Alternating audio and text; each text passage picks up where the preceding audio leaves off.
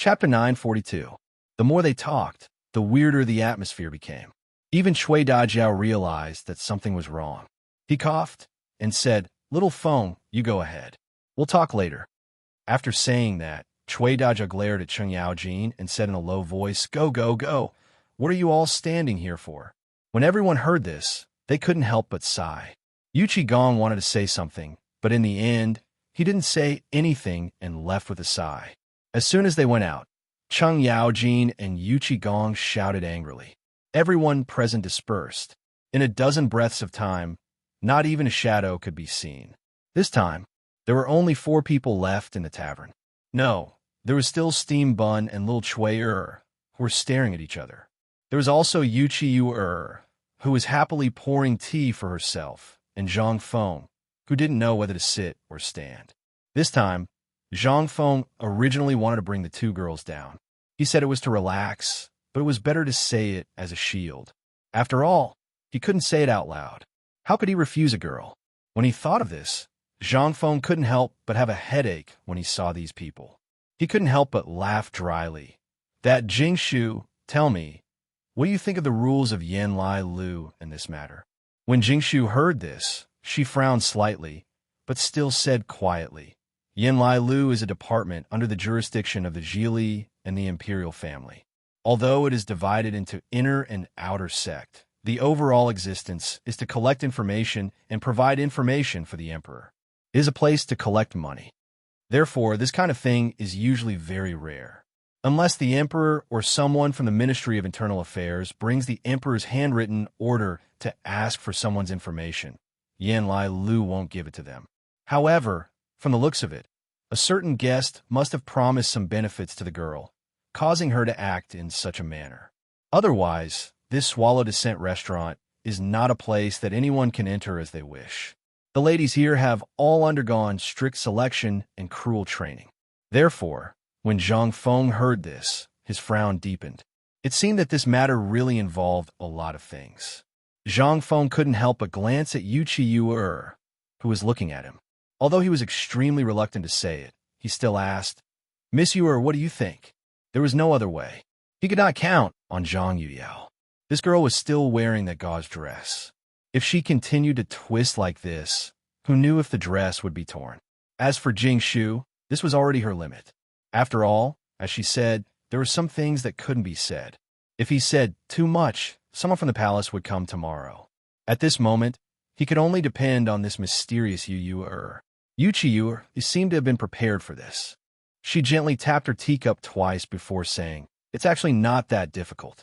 I just want to stop Prince Zhang from participating in the mid-autumn hunt." Mid-autumn hunt? In an instant, Zhang Feng understood. Everything was clear now. It was either someone from the Imperial College or someone from Guanlong, because the Imperial College was basically in the hands of these 4 forces.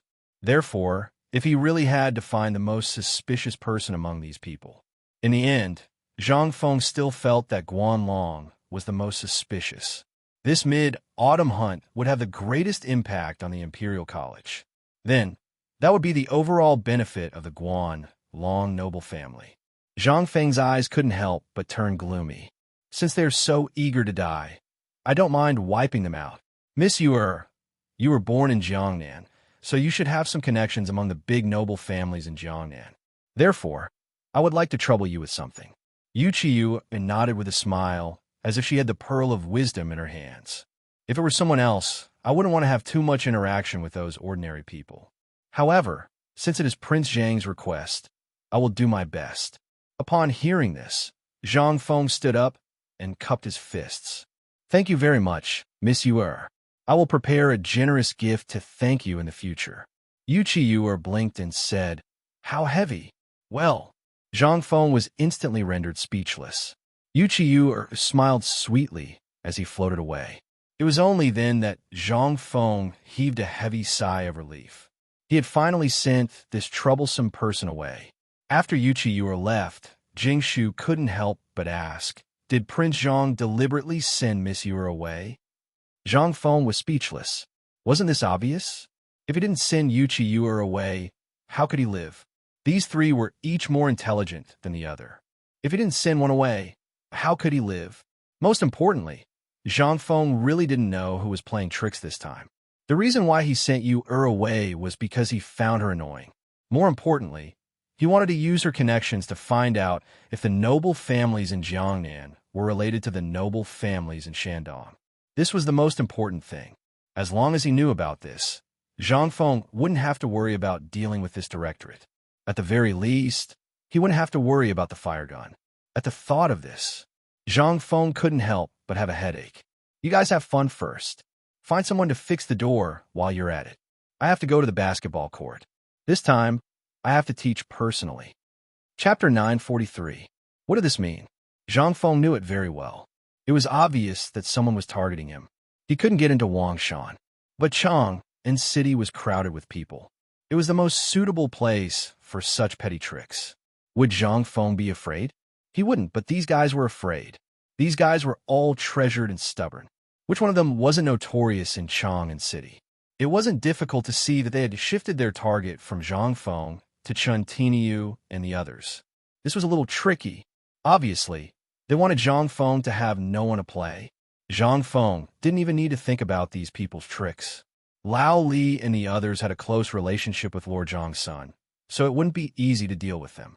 But what about Hao Chu Jun and Lai Ji? The more Zhang Feng thought about it, the more scared he became. When he arrived at the basketball court, everyone was still playing basketball, but everyone was listless. There were fewer onlookers around. Basically, there were hundreds of basketball courts in Chang and city.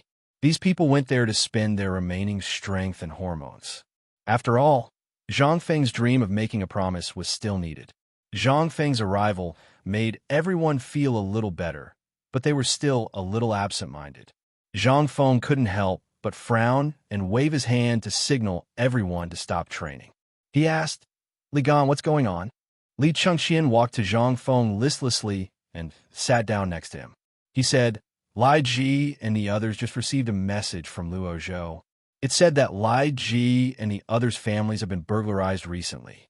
They also received some inexplicable threats. So do you know why? Hearing this, Zhang Feng couldn't help but be surprised. He guessed right. Looking at the absent-minded Lai Ji and the others, Zhang Feng waved his hand and said, I didn't think this through. But don't worry. Li Gan, tell your father about this immediately and ask your people to bring their families to your business. Li Chengxian nodded. I've already done it. After my father knew about Tine Yo's matter, he already sent people to do it. But they're still very worried. If this continues, no one is confident. Zhang Feng couldn't help but be a little angry. If it was really found out that the Guanlong group did this, the Guanlong group's days would come to an end. When he thought of this, Zhang Feng stood up and took a deep puff of his cigarette before he said, Pack up your things and return to the academy immediately. We'll continue our training there. As for the matters at home, you don't have to worry. Just as I've said before, as long as you're a member of my White Deer Academy, you'll die if you touch them. Hearing this, Hao Chujun said, My father just sent a letter. He has already entrusted Huazhou's provincial governor to temporarily settle Lai Ji, Guoshui, and the others in the magistrate's office. It should have been 3 days ago. Although we are not afraid of death, we are willing to face it with the dean. We are willing to face it with the dean. Lai Ji and the others were trembling with excitement. Hao Chujun's words represented everything. At this moment, they didn't know what to say. After all, the one under the most pressure was still Zhang Feng. Thus, they were already relieved that their families were settled. As for what Zhang Feng would do next, they had no objections. However, when they heard Zhang Feng's words, they were still very touched. After settling this matter, Zhang Feng made a trip to Niu Pai Huang's place. After confirming that Niu Pai Huang was fine, Zhang Feng wrote a note and allowed Niu Pai Huang to go up the mountain. After all, it was safer to leave such an important business in his own territory. Although Zhang Feng had previously planned to spread these things around Chang, and it now seemed like it was all too early. After that, Zhang Feng was still worried, so he made a trip to the Chang and magistrate's office to understand the situation from Niu Weili. This time, Niu Weili got people to carry out dozens of large boxes filled with copper coins.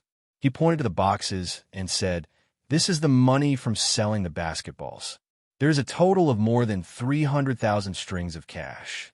After deducting the tax, there's still more than 290,000 strings of cash. Zhang Feng did a rough calculation in his mind. In the past 3 days, even if Niu Pai Huang worked overtime, he could only get more than 30 basketballs. How much was that in total? 100 copper coins per basket. More than 30 basketballs would at most be 400 copper coins. Where did so much money come from? Zhang Feng could not help but ask hurriedly, "Brother Niu, what's going on? Where did so much money come from?" Hundreds of thousands of copper coins was not a small amount. Even if Zhang Feng was used to seeing banknotes and gold ingots, this room full of money still shocked Zhang Feng greatly. Seeing this, Niu Weili said neither hurriedly nor slowly, "Brother, do you really not know? Or are you playing dumb?" Zhang Feng widened his eyes, pointed to his nose, and asked, "Your brother said it. If you don't say it, who would know where so much money came from?" These are the deposits sent by the rich families of the various prefectures, as well as the buddies of the Kuju teams. Chapter 944. In the marketplace of Tongwei Lane, a group of people in dark blue uniforms were carrying a dozen big boxes, shouting along the way, slow down, slow down. Be careful, don't bump into Prince Zhang. Don't you have eyes? How can you bump into something like this? Boy, do you want to die?" In front of this group of people, Zhang Feng swaggered like a local rich man. 100 euros, while turning his head to look at those boxes from time to time. The shouts attracted a large number of people. What's going on? God, they're from the Chong and local government. What's in the box? Is it money? Suddenly, someone exclaimed, "I know. Do you guys remember that last time Feng Zi said that this thing called basketball needs to be paid at the magistrate's office?" In an instant, everyone's eyes were fixed on the box, unable to move away. Needless to say, there was definitely money in the box. With so much money, could it be that this basketball was popular? More and more people gathered. In the end, almost all the people along the way followed curiously. When the local government runners saw this, they couldn't stand it anymore. They hurriedly shouted, "What are you looking at? Get out of my way. Don't block the way. Don't crowd around." With a series of shouts, everyone finally made way for a small path that could only allow a few people to pass through. It went straight to the door of Zhang Feng's tavern. At this time, little Chui, who had just repaired the door, didn't have time to clean up the sawdust. When she saw Zhang Feng and the people behind him, she was so shocked that she dropped the broom in her hand. She hurriedly ran into the house and shouted, Miss Jingshu, something happened. You come out and see. Young master, young master." The two women were sitting in the tavern with a worried frown. When they heard little Chui-er's words, they instantly became anxious. They didn't have time to ask anything. They ran to the door and saw Zhang Feng striding into the tavern. The moment he saw the two women, Zhang Feng excitedly gave them a big hug. Of course, this hug was easily avoided by the two women. Zhang Feng had asked for a snub, but he laughed and said, "Jingshu Yao, come. Take a look, what is this?" While speaking, Zhang Feng waved his hand and said, "Come on, just put them in the middle." When the bailiffs heard this, they hurriedly moved the tables and chairs in the middle of the tavern away. Then, they arranged the chests neatly in the middle of the tavern. Zhang Feng generously pulled out a handful of banknotes and stuffed them into everyone's hands. After closing the door with great difficulty, he rubbed his hands and said, "Little Chui, come. Open all the boxes for me." This time, it was Zhang Yuyao and Jingshu's turn to be dumbfounded. Little Chui didn't know what was going on, but she still followed Zhang Feng's instructions in a daze. She tore open the seal of the government office and opened the first box. In an instant, the stinky copper coins in the box attracted everyone's attention. This, Jingshu and Zhang Yuyao were instantly stunned. Then, Zhang Feng and little Chui opened the rest of the boxes together. For a moment, not only the three women, but even Zhang Feng himself was stunned.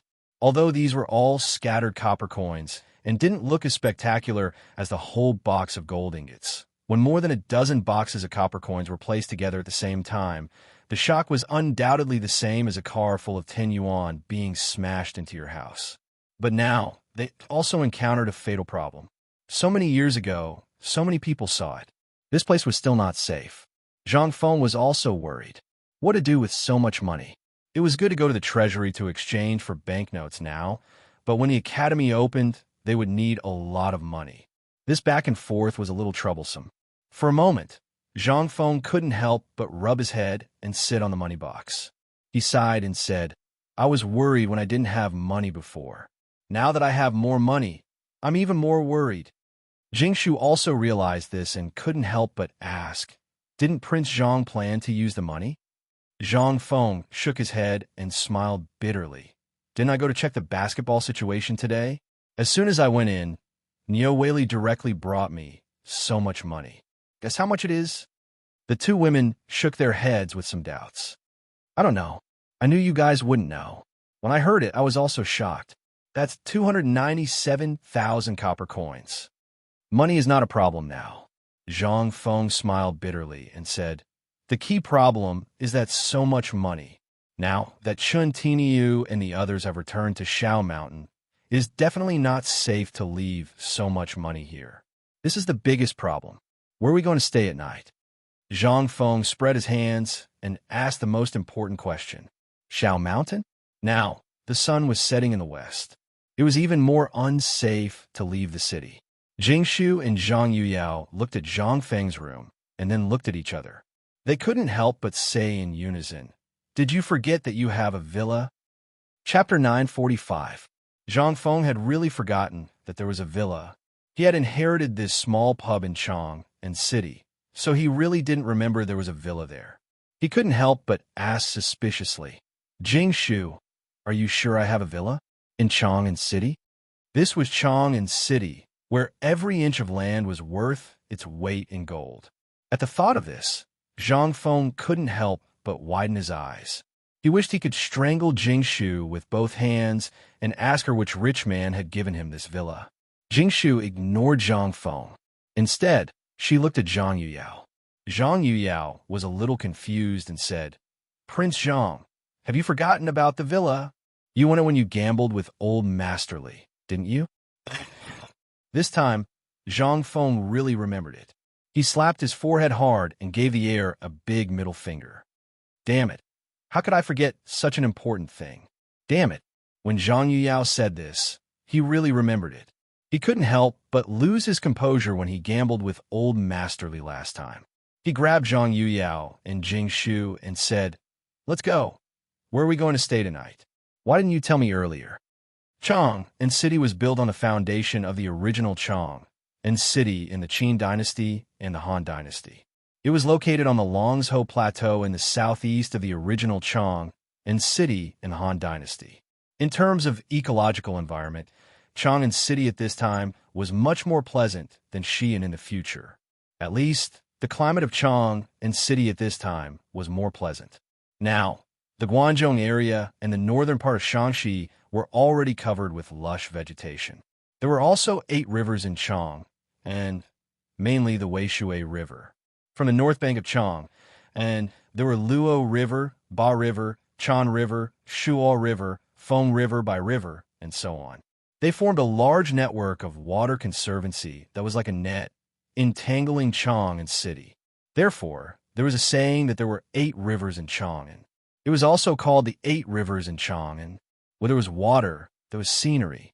At this time, Chang and City was the imperial city and was heavily guarded, so it was relatively safer and peaceful than other places. Therefore, there were even more villagers and rich families gathered here. With more people, the number of rich families increased. Correspondingly, the real estate industry was flourishing. Zhang Feng suspected that the current emperor might be interested in buying a house or a piece of land. The best location of the mansion of the 16th prince was close to the Daming Palace. The reason why it was chosen as the location of the mansion of the 16th prince was that it was close to the dragon vein of Longzhou Mountain. Naturally, the place where the dragon vein gathered was the Taiji Palace in the Imperial Palace. Zhang Feng was very puzzled.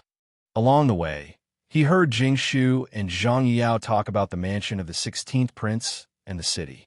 He could not help but ask in confusion, I say, Lao Li is really awesome. He can get such a good place where the mansion of the 16th prince occupies. It seems that he really put in a lot of effort. Jingshu shook her head and said, "This is inevitable. Master Li's mansion was built for old Master Li to serve him in his old age. Who knew that it would benefit you in the end?" At that time, it was rumored that this mansion had collected many rare treasures and was extremely luxurious. Although it was built on two mansions, it was built after the two mansions were connected. But it still took 2 years to renovate. That's not all. The most important thing is that this mansion took 3 years. Think about it. How luxurious will it be? Rare treasures, extremely luxurious. As Zhang Feng listened, he was a little impatient. He could not help but urge the sedan bearer, "Man, speed up.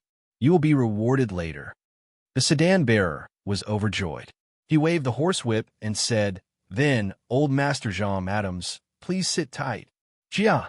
The word "madam" instantly made Zhang Yuyao and Jingshu blush. But this time, only Zhang Feng could appreciate it. Following a shout, 8 carriages carrying simple luggage and belongings, as well as a dozen boxes of copper coins, instantly followed Zhang Feng's carriage and sped up again, passing through the busiest area of the Eastern market.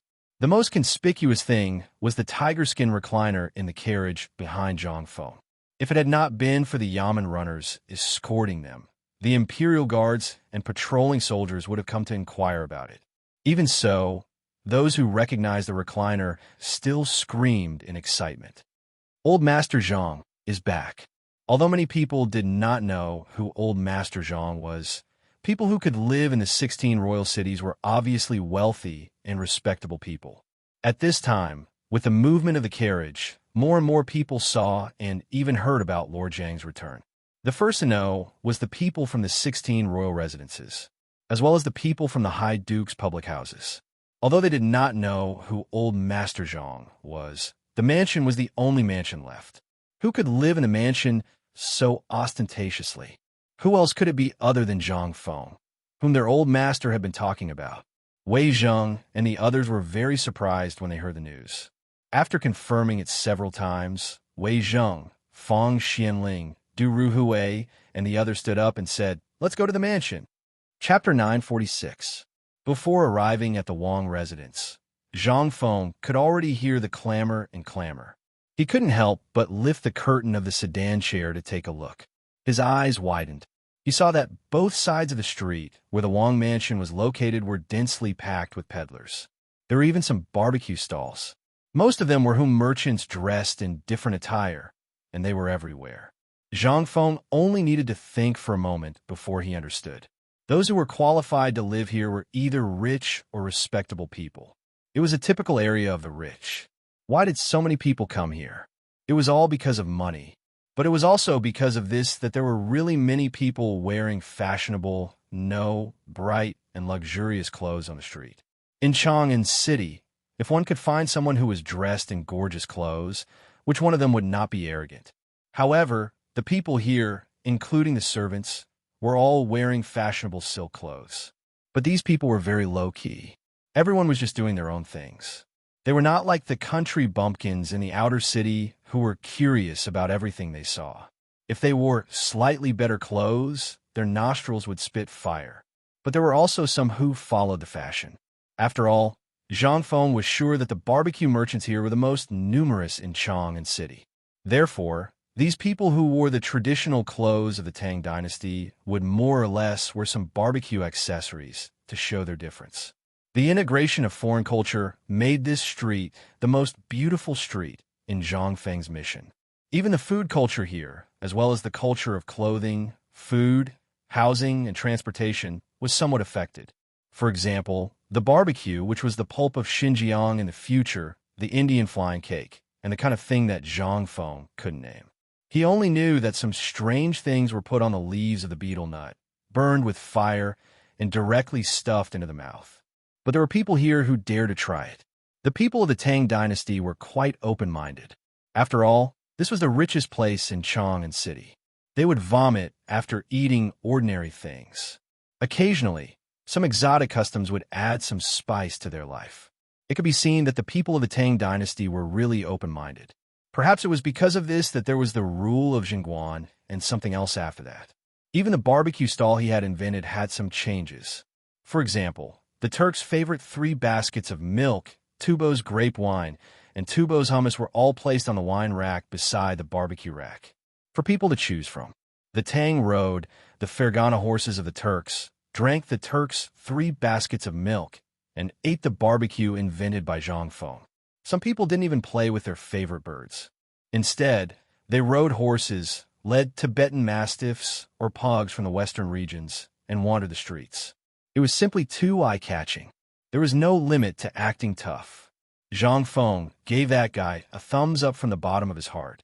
That Tibetan mastiff was even taller than a calf. Zhang Feng was afraid that if this thing went crazy, would it eat people on the street? However, Zhang Feng could only shrug in response. It had nothing to do with him. He simply leaned against the sedan chair and fantasized about the things in the villa. After a while, the sedan bearer's shout made Zhang Feng open his eyes. "Old Master Zhang, we're here." Hearing that, Zhang Feng lifted the curtain and couldn't help but be stunned by the scene in front of him. Outside the sedan chair, Wei Zheng and the others were already standing in front of a mansion that was at least twice as large as other mansions. The 2 pillars at the gate were actually made of red sandalwood, carved with dragons and phoenixes. Obviously, this was not a place that ordinary people could live in. However, Zhang Feng could vaguely see traces of modification.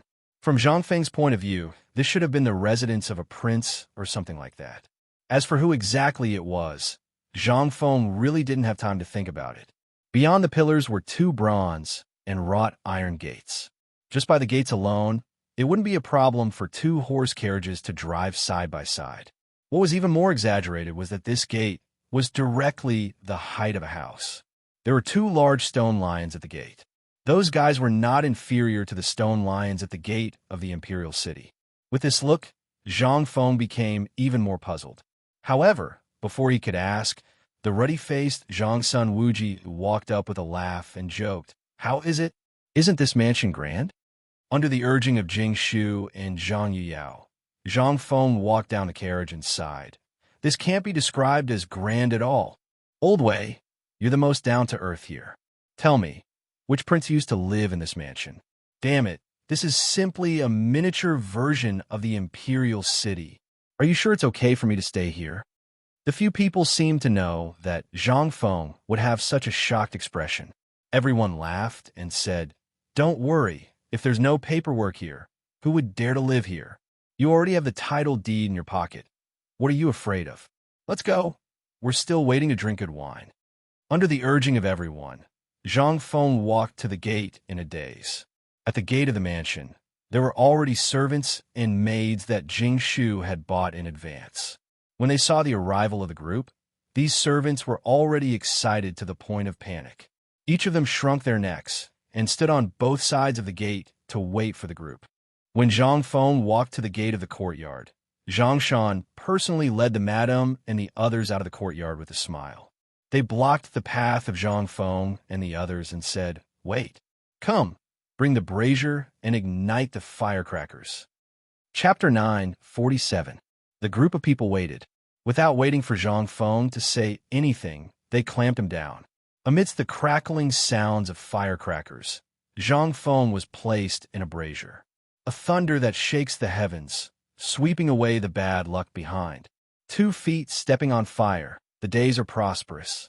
3 steps over the threshold, the days are better and better. Prince Zhang is back. Eh? Zhang Feng was in a state of confusion as he was carried into the courtyard.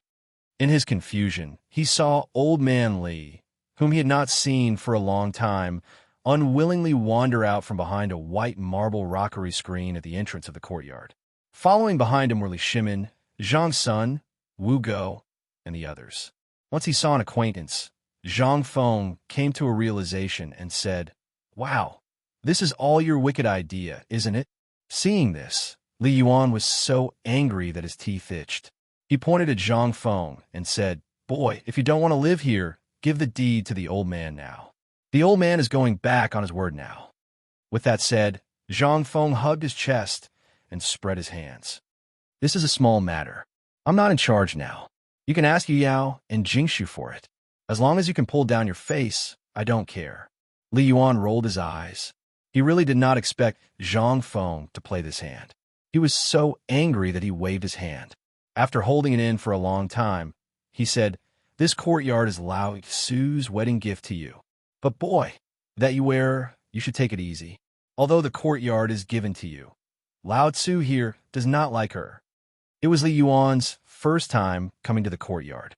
The reason why he used this to bet with Zhang Feng was, on one hand, because he was still angry with Li Shimin. On the other hand, in his opinion, could this place be better than the Imperial Palace? But today at noon, he learned that Zhang Feng actually thought of this place and was swaggering about moving. He also knew that this boy actually got a few 100,000 strings of string of money. Out of curiosity, he wanted to come and take a look. But he did not expect that this look almost made Li Yuan want to beat Li Shimin up with regret. Such a good courtyard. You should have told me earlier. His heart ached, but when he thought of that group of old guys on Shao Mountain and compared it to the villa on Shao Mountain, in the end, Li Yuan could only fiercely swallow his anger. But he still pulled Zhang Feng and said, "Kid, didn't you promise Erlang to go to Luo Zhou to build the East Palace? If you have filial piety, then go find me a better courtyard than this one. Otherwise, you wouldn't be willing to see this old man hold a grudge over this matter, right?" This is a big move. Speaking of this, it really made Zhang Feng a little nervous. He hurriedly promised, "Old master, don't worry. I will talk to Lao Li about this later. When the time comes, this kid will design a unique and awesome villa for you. I guarantee it will be the only one in the world. How about it?" Huh? Hearing this, Li Yuan laughed and said, "At least you have a conscience. This matter is settled. You are not allowed to go back on your word. Deal." While talking, this old and young pair hooked their arms around each other's shoulders and yelled at Wei Zheng and the others to play cards. At the door, Yu Qigong and the others, as well as Yu Shiren and the others who were notified by Li Shimin, all came. They lined up in front of a table set up by Zhang Shan's housekeeper at the entrance of the residence, staring at each other. They really did not prepare any gifts. But when they heard that Li Yuan actually gave his courtyard to Zhang Feng, this made everyone nervous. They stared and called Li Shimin over. Originally, Li Shimin wanted to escape. But when he was called over by Yu Shiren and the other old guys, he could not do anything. He could only sigh and remove a jade token from his waist and throw it to the housekeeper, saying, "This jade token was personally bestowed by the emperor. It can exempt 3 capital crimes. Take it as a housewarming gift for Fengzi." This time, Zhang Shan was so happy that he almost fainted. He grabbed Li Shimin's hand and hesitated for a long time. He was so excited that he could not say a single word. In the end, he was personally invited into the courtyard by Zhang Shan. Prince Zhang's housewarming. Second Master Li presents a death exemption jade token. Following the housekeeper's roar, this time, everyone was nervous. You look at me, I look at you. In the end, they scampered back to get the congratulatory gifts. Originally, they all wanted to see what this courtyard looked like. But after Li Yuan did this, who would not be worried? Fortunately, the dukes were very close to here. They left a few servants and hurried back to the residence. Master Wei's residence sent a carriage of ancient scrolls and a set of Han Dynasty carved lacquer ware. Master Feng's residence sent a painting of Shoshan, a housewarming gift. Master Qin. As the congratulatory gifts were presented one after another, Zhang Shan's mouth trembled. "We're rich, we're rich. Ha ha, we're rich." On the other side, Hao Chu Jun and the others were worried. They were all Zhang Feng's children. Logically speaking, they should give gifts. But at this time, they were scared by the gifts of the masters in front of them. How could they give gifts? Looking at the few strings of money in their hands, they silently prepared to leave. But at this time, they met the old scholar and Li Gang together. After seeing this scene, old Xiu berated, "As the dean's disciples, this place should be managed by you. The gifts are small, but the feelings are important. Does your dean still care about you?" Hearing this, they lowered their heads in shame. Li Gang said with a smile, "What are you still standing there for? Why aren't you going to arrange the banquet? Don't tell me you want your master to do it personally?" Chapter 948. In the end, Zhang Feng was unable to play his cards. With the addition of Yushernan and the others, the few old fellows directly took over the small lake in the back of the villa. The villa was divided into the front, middle, and back areas. The front yard was mainly used for the master's office, receiving guests, and so on. The middle yard was the resting and leisure area, while the backyard was where all kinds of rare and precious plants were planted. It was the master's most precious private area. Outsiders were not allowed to enter without permission. The layout of the villa was divided into east, west, north, south, and center areas. It was very reminiscent of the Book of Changes and the 8 trigrams. Although Zhang Feng had only taken a quick stroll, he still couldn't help but be amazed. This Madhav Ker's entire estate was at least 1,000 square meters. If this was the Xian city of his previous life, how much would it cost? Along the way, groups of servants and maids carried all kinds of seasonal fruits, hurriedly shuttling back and forth in the courtyard. Basically, all the people he had a good relationship with from Chang and University and Xiao Mountain had come. This couldn't help but add a lot of liveliness to the villa in an instant. Why is Prince Zhang here alone on such an important day? Just as Zhang Feng was in a daze, a voice that could melt one's bones rang out, instantly waking Zhang Feng up. Looking at Yuchi who was smiling sweetly, Zhang Feng cupped his fists and said, "I didn't expect Miss Yu to also come. I missed you." Yuchi rather invasive eyes stared fixedly at Zhang Feng as she spoke. Zhang Feng was momentarily stunned. He forced a smile and said, "Miss Yu, there are many good men in this world. Why do you?" Yuchi also withdrew her smile and pointed to a patch of grass in the forest. The two sat down side by side and said, "I know they don't like me, but I really do like young master. I don't know what young master is thinking, but Yu really likes young master." Zhang Feng wanted to say something, but Yuchi covered his mouth with her small hands. She continued with bleakness in her eyes, "Yu was born like this. If I had known that everyone was afraid of Yu's appearance, I would have used a knife to destroy number one's face and these two shields long ago. But you also know that a woman like me has never had a choice. Back in Jiangnan, many wastrels and rich men fawned over my beauty. If you didn't have that kind of means, how could I meet young master today?"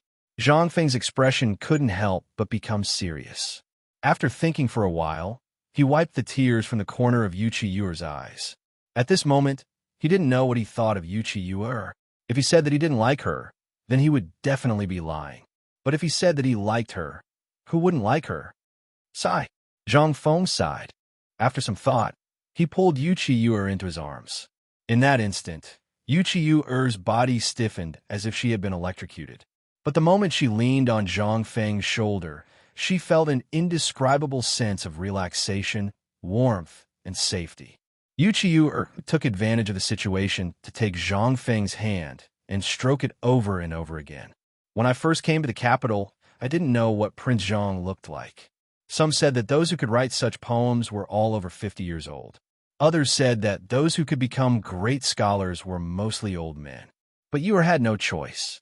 In fact, it was because of Prince Zhang's poems that I was willing to come to Chang'an. This is also fate. Yu doesn't blame anyone for letting me meet you. The people around you aren't wrong either. Indeed, if a person is addicted to beauty, he will sink for the rest of his life, just like King Yu of Zhou." This time, Yuchi said everything she wanted to say. Then she left Zhang Feng's shoulder and wiped her tear-stained cheeks. She smiled and said, "Your villa is very beautiful, really. Yu is content to be able to see this today. Tomorrow, Yu may return to Jiangnan. There's a letter from home saying that the king of Lingnan was the matchmaker. Yu is content to be able to become a princess." As she spoke, under Zhang Feng's stunned gaze, Yuchi got up and reluctantly let go of Zhang Feng's hand.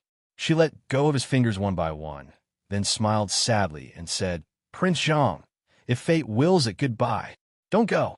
Zhang Feng instantly came to his senses. He grabbed Yuchi's hand and hugged her tightly from behind. He whispered in her ear, "Give me some time. It's no use." Yuchi shook her head with a bitter smile. "This isn't something we can decide on our own. Yu knows what she wants. You can't give me what I want." "I can't." Zhang Feng firmly growled in Yuchi's ear.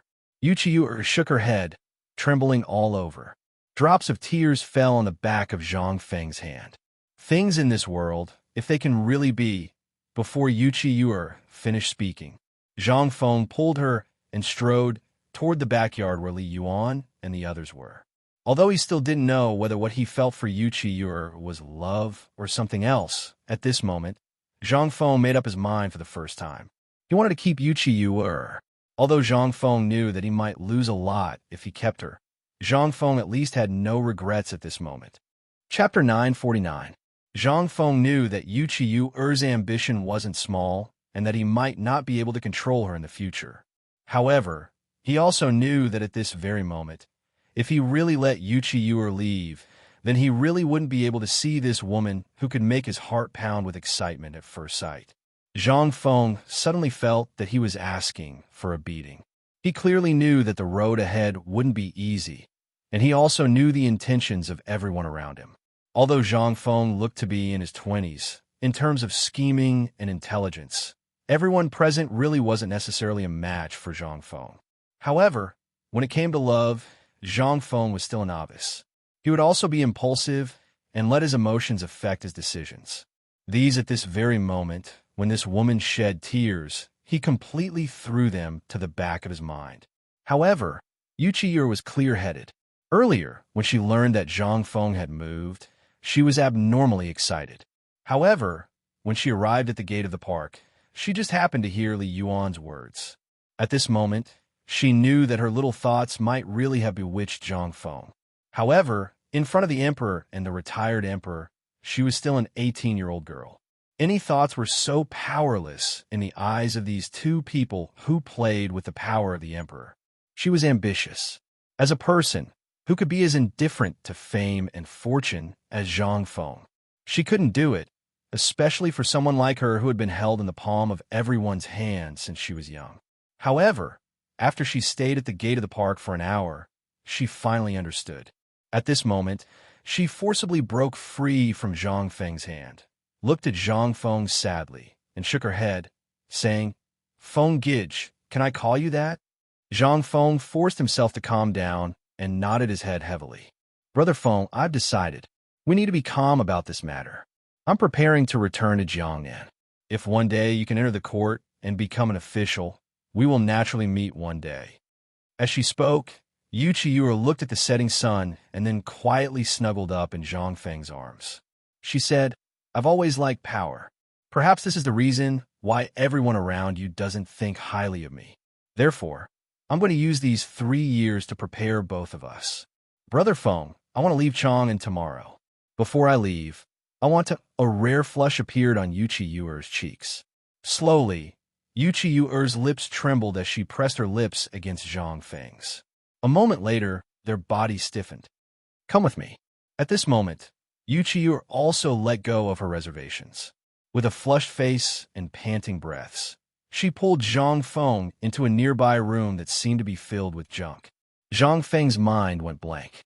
This was his first kiss. He didn't care anymore.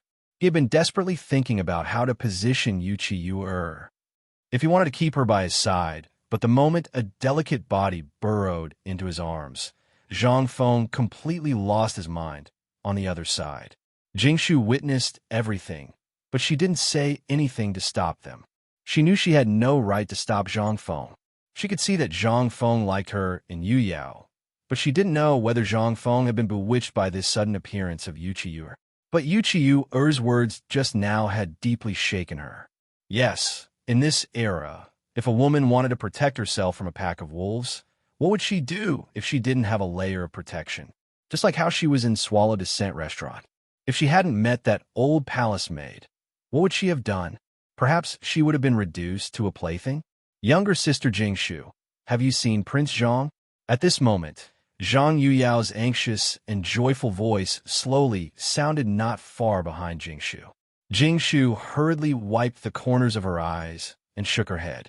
No, he probably wouldn't entertain the guests at the door. Oh, Zhang Yuyao glanced suspiciously at Jingshu, but didn't think much of it. She pulled Jingshu aside and said, "Old Master Li and the others want to see you. They said they want to hear you play a song to toast." Jingshu had already sorted out her emotions. After taking a discreet glance at the room, she left with Zhang Yuyao. She knew that this farewell was exchanged with Yuchi-Yu-Er's life under the noses of the emperor, the retired emperor, and many other dukes. If these people were to find out, Yuchi-Yu-Er would definitely not live to see the next day. But Jingshu still silently prayed in her heart for this person whom she had barely spoken to, who could perhaps be called a sister. The two women left. She also sent away all the servants in the courtyard. That was all she could do. As for whether something would happen, she could only resign herself to fate. At least, nothing would happen to her lover. She envied Yuchi-Yu-Er. If she had half of Yuchi-Yu-Er's courage, she wouldn't have ended up like this. She also didn't know what Zhang Feng was thinking. To be honest, she was really looking forward to how Zhang Feng would face them after this incident. Perhaps it wouldn't be holding hands. Chapter 950. The lights gradually made the originally darkened courtyard reveal a different kind of charm. Since the evening, more than 30 servants in the courtyard had been hanging lanterns in every corner of the courtyard and on the trees. Zhang Feng, who was in a daze, was awakened by the noise outside. Looking at the shadowy figures outside the door, when he got up, he found that all his clothes were taken off. Then he suddenly remembered everything that had happened just now. He looked around the room anxiously, only to find that there was no trace of Miss Yu except for him and a patch of red on the gunny sack beside him. It was as if Miss Yu had never been here. Zhang Feng looked at the patch of red on the gunny sack sullenly, with mixed feelings in his heart. At this moment, the impulse was also awakened. Although he had seen this kind of drama countless times in the movies and harem dramas in the future, he also knew that this scene had happened to him. Zhang Feng was a little disappointed and also a little disappointed. Was Yuchi-Yu really a bad woman? He could not tell. But as Yuchi-Yu had said, if a woman did not have a layer of disguise, could she maintain a pure body and move around in the mixed circle of the Jiang aristocrats with ease? As for her desire for power, she just wanted to give herself something to rely on. Alas. Zhang Feng sighed deeply. At this moment, he did not know how to face Zhang Yuyao and Jingshu. Now that such a thing had happened, Zhang Feng could not help but have a headache slowly. At this moment, an anxious cry could be faintly heard from outside the door. Have you seen Master? The banquet is about to start. Have you seen Master? Master, Prince Zhang, Zhang Feng sighed. After tidying up the crime scene, he slowly slipped out of the courtyard when no one was paying attention. This was not the time to think about this problem. When he slipped out of the back door, he saw Jingshu standing there with a lamp. When she saw Zhang Feng, she didn't say anything and just silently held Zhang Feng's hand. Zhang Feng was stunned. You saw it. The lantern in Jingshu's hand swayed, but she didn't answer. She just said, she left. This is what she left for you. She left about 10 minutes before you came out. I opened the back door for her. You don't mind, right? While speaking, Jingshu suddenly turned around. Her eyes were a little misty under the light. Zhang Feng couldn't help but stare blankly. He couldn't help but hug Jingshu's slender waist. Looking at that familiar yet strange face, he said softly, Thank you. Zhang Feng didn't read the letter. It wasn't the right time. After hugging Jingshu, the two returned to normal again. They bypassed the backyard, and the noise gradually became louder. Zhang Sun, who was chatting with Yuchi Baoqi, saw the two people appear. His eyes couldn't help but brighten. Oh, Fengzi is here. This roar instantly made many people present heave a deep sigh of relief. This guy disappeared for 2 hours. Although they didn't know what he was doing, as the host, it was always a little improper to do so. However, the people who could come here were all close to Zhang Feng. Obviously, they didn't care about this point of Zhang Feng at all. They had already picked up the wine and meat to eat and drink. Fengzi, come and sit. Li Yuan smiled and waved at Zhang Feng. Only then did Zhang Feng recover. He cupped his fists at everyone and said, I didn't take good care of you. I didn't take good care of you. Just now, I had a sudden burst of inspiration. Looking at the sunset, I couldn't help but create a new poem. The people who could come were all literary masters or high-ranking officials. When they heard that Zhang Feng was writing a poem just now, although some people were puzzled, Most people couldn't help but be attracted by the poem created by Zhang Feng. Although Li Yuan had doubts in his heart, he didn't want to disturb Zhang Feng in front of so many people. He said, "Why don't you say a good poem? Do you want to wait for old man and others to invite you?" Zhang Feng smiled faintly and motioned Li Yuan not to be anxious. Then, under the surprised, puzzled, and even jealous eyes of everyone, he asked Xiao Chui to bring a jar of white wine. After drinking for a while, Zhang Feng looked at the vaguely bright western sky and said, "The sunset is just beginning. The floating clouds have not returned. The river is bright and drinking far away. The canyon rain falls and flies. The goose finally flies high. The bear feels fattened. The autumn parting guest is still there. The bamboo dew is faint in the evening." It's just a poem. In an instant, everyone was silent for a long time. Then, more than 30 people sitting at the front yard suddenly exclaimed one after another. Even Yu Shernan and the other 3 people got up excitedly and asked almost at the same time, "Boy, this poem, is it really written by you just now? Who wrote it for? Who wrote it for?" Zhang Feng looked at the sunset with a complicated gaze. "For yesterday, for the past, for the ancients. Isn't it happy to say goodbye to the old and welcome the new?" Several people were a little suspicious. In the field of poetry, no one could understand the meaning of it better than them. Li Shimin sighed slightly and shook his head. "Good poem. Come, come, come. Everyone, raise your glasses and toast to Zhang Feng's poem. Fengzi's poem is not bad, but I think the last sentence of Fengzi's poem is better. Saying goodbye to the old and welcoming the new, isn't it what our Tang dynasty needs most at this time? Saying goodbye to yesterday's unhappiness. We are about to be like Zhang Feng today, getting rid of yesterday's bad luck. Unhappiness. We need to look at a brand new tomorrow. Isn't this kind of curiosity happy?" Chapter 9:51. After being complimented by Li Shimin. In an instant, everyone present praised Zhang Feng's talent. Zhang Feng just chuckled. While no one was paying attention, he whispered into Li Qian's ear while toasting, "Make a copy of this poem immediately and give it to you personally. If you're my brother, help me once. I, Zhang Feng, owe you a favor." Li Chengxian sighed. He left without saying anything. Others might not know what Zhang Feng had just done, but as the crown prince, as well as Wei Zheng, these wily old foxes, how could they not know what Zhang Feng had done? However, they also understood Zhang Feng's meaning from this poem. This was a farewell. The banquet officially began with Zhang Feng's poem. Perhaps Zhang Feng was drunk, or perhaps he was still distressed by Yu Qiyuer's departure. With a wave of his hand, he took out all the liquor that Zhang Yuyao and Jing Shu had secretly hidden. Zhang Shan's face changed in anger. However, under Cheng Chumo's whisper, Zhang Shan excitedly pulled Cheng Chumo aside and called a brother. What else could they do? Wait for these people to finish drinking all the liquor? After 3 rounds of wine and 5 dishes. It wasn't until the gong sounded that everyone left resentfully. Most of the people stayed in Zhang Feng's villa. Anyway, there were plenty of rooms here. Even if 100 people stayed here, it would still be able to accommodate them. In Zhang Feng's living room, Li Yuan and Zhang Shan sat at the head of the table. Li Shimin, Wei Zheng, and the others sat below, slowly drinking tea. Zhang Yuyao and Jingshu poured tea for everyone over and over again. Yu Shernan and the others nodded repeatedly.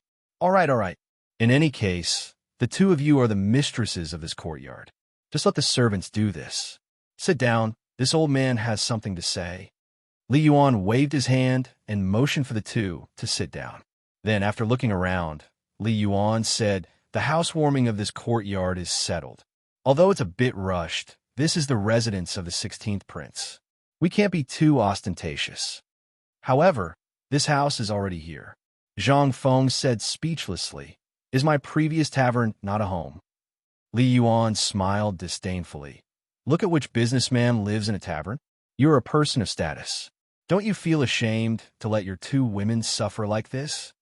Hearing this, Zhang Feng could only surrender. Li Yuan continued, "So I've decided that when the academy opens, we will settle the marriage. This is also a status for Yu Yao and Jing Shu. Otherwise, if you say you don't care, what will the world think?" I. Zhang Feng opened his mouth, but nothing came out in the end. Fine. You have the final say. Li Yuan acted as if he didn't see Zhang Feng's unwillingness and said, You two basically know about the Academy's property. Last time when you went up the mountain, you should also understand the meaning. While speaking, Li Yuan looked meaningfully at the old scholar and said, Brother Zihuai, don't you think so? The old scholar didn't even lift his eyelids and just nodded. Fengzi's matter, he could decide on his own. But this cram school has no owner, so the old man thinks that we, as outsiders, should not get involved. After all, the young people are living their own lives. If we get involved too much, it will be beneath our status. The old scholar's words made Li Yuan's face sink slightly.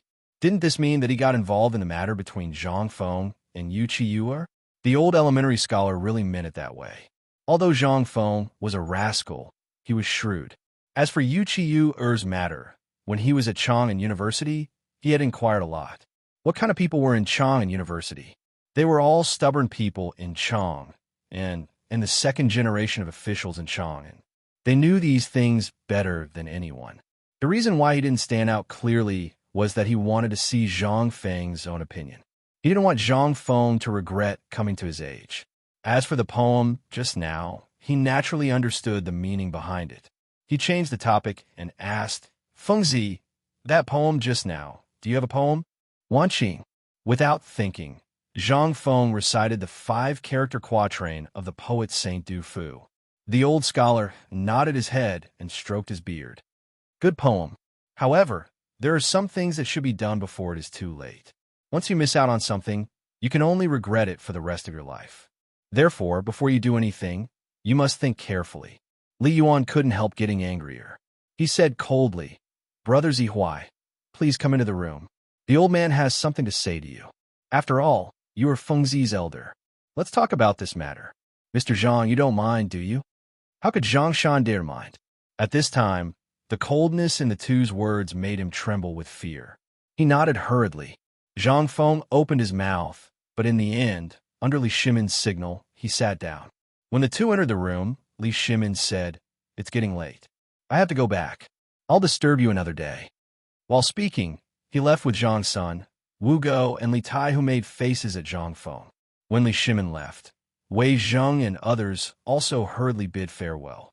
As for Yu Shernan and others, they just patted Zhang Feng's shoulder slowly and followed Zhang Shan to their guest room. At this time, in the living room, under the flickering lights, only Zhang Feng and the two girls were left. Both of them couldn't help but start to get nervous. This conversation was obviously targeted at them. Chapter 952. In the inner room. Behind the screen in the living room was Zhang Feng's study room. The study room was very large and was basically copied from Taiji Palace. At this time, on the soft couch in the study room, Li Yuan sat there lazily and squinted at the old scholar. The old scholar stood there with his hands behind his back without fear. Although there was a little dust and vegetable juice on the white robe, the old scholar still did not bend down to clean it. After looking for a moment, Li Yuan sighed and said, Brother Zihuai, how many years has it been? Do you still want to make things difficult for me? No, I just can't stand it. Old man has been upright and plain-spoken all his life. He can't stand people who want to meddle in everything. The old scholar retorted without mercy. Li Yuan seemed to have expected it. He smiled bitterly and said, I thought you had let it go. For more than 10 years, you were in a corner of Chang and city, and I was in a corner. How similar are we? But I can see through it. Why can't you see through it? Fengzi, the old scholar waved his hand and said, Don't involve Fengzi in this matter. Although I don't know what you are planning, if you dare to interfere in this matter, old man will tell Fengzi the truth, even if he has to risk his life. The truth that the old scholar said was naturally the identity of Li Yuan and the others. Hearing this, Li Yuan really did not know what to say. After a moment of silence, he said, You also know that we have no evil intentions. The matter between Erlang and Fengzi, as well as all the things that have happened during this time, you must have seen them. I have long regarded Fengzi as a friend, as you when you were young. Don't mention the past. The old scholar scolded angrily, which was rare for him. It seemed that he did not want to mention the past, which was like a nightmare. Li Yuan bitterly laughed. All right, since you're unwilling to mention it, then I won't say it. However, I presume that you also know about Miss Yuer's matter. Feng Zi's way of dealing with people is to go with the flow, and he doesn't have too much of a greedy heart. However, this Yuer's heart for power is too heavy. If they walked together, the old scholar waved his hand. He also sighed and said, Uncle Li, I've said this before. Feng Zi can make his own decisions. If it weren't for you, he wouldn't have gone to Yangzhou, and Yangguang wouldn't have. Don't tell me you want to repeat the same mistake. With this, Li Yuan finally shut his mouth. A pained expression appeared on his face. A moment later, Li Yuan said, I indeed did not consider the matter back then thoroughly. That is why I do not wish for Feng Zi to repeat my mistakes. Presumably, you have inquired about Yuer's matter in the academy. You have always treated Feng Zi as your son. It is not appropriate for me to say much about this matter. However, let me remind you that although this matter does not seem to be a big matter now, the things that Feng Zi has grasped, once it falls into someone else's hands, even Erlang and I won't be able to protect it. Li Yuan did not lie. The things in Zhang Feng's head, anyone could think of, and there were even people who had always wanted to murder Zhang Feng. If it were not for the Chong and garrison waiting around, as well as Li Shimin and Li Yuan standing on the surface, Zhang Feng. But now, once this Yuer got involved, everything would be hard to say. It was very likely that the network that Li Shimin, Li Yuan, and the others had woven to protect Zhang Feng would be completely broken. It was not that Li Yuan was not considerate. Zhang Feng was a lazy fellow who was used to going with the flow and was carefree. However, the old scholar said, have you ever thought about what is the most important thing for a woman or a person to protect themselves? Power, as well as a sense of security and a backer. Another example is a drowning person. What does he want the most? It is to get a life-saving straw. I know about Yuer's matter. The reason why she is like this is because she wants to survive in the midst of a pack of wolves. It is impossible that you do not know about this matter. But what about you? You strongly rejected her as soon as you met her. Is this to protect her? This is to make her and Feng Zi feel guilty for the rest of their lives. It is even likely that love will turn into hatred. This is a seed of hatred. Think about it again. Feng Zi's character is a prodigal. Naturally, it is impossible for him to support a family. What about Jingshu? Do you think she can play this family well? Can she let the Zhang mansion operate in this Chong and city with ease? Do you think Zhang Yiyao can do it? They may be good, but that is before Yuer appeared. A family must need a good wife and a good mother to manage the house, but also need someone good at business. You just said that Feng Zi's property is now all over the place, and there will be countless things in the future. Do you think a good person can bear a big family business? You are right. A gentleman is important, but a villain is also necessary, just like the situation in your family now. What is old Wei? What is old Sun? What is old Chun? Only such a combination can form an invincible family, but you don't want to see Feng Zi rise with such a family. I want to ask you, what are you afraid of? Chapter 953. Li Yuan was silent. The old scholar was right. He understood the principle of mercy not controlling soldiers and righteousness not controlling wealth, but he really couldn't see through this Yuer. At this time, the old scholar's words couldn't help but move him. Outsiders couldn't participate in Feng Zi's things, especially his life and property.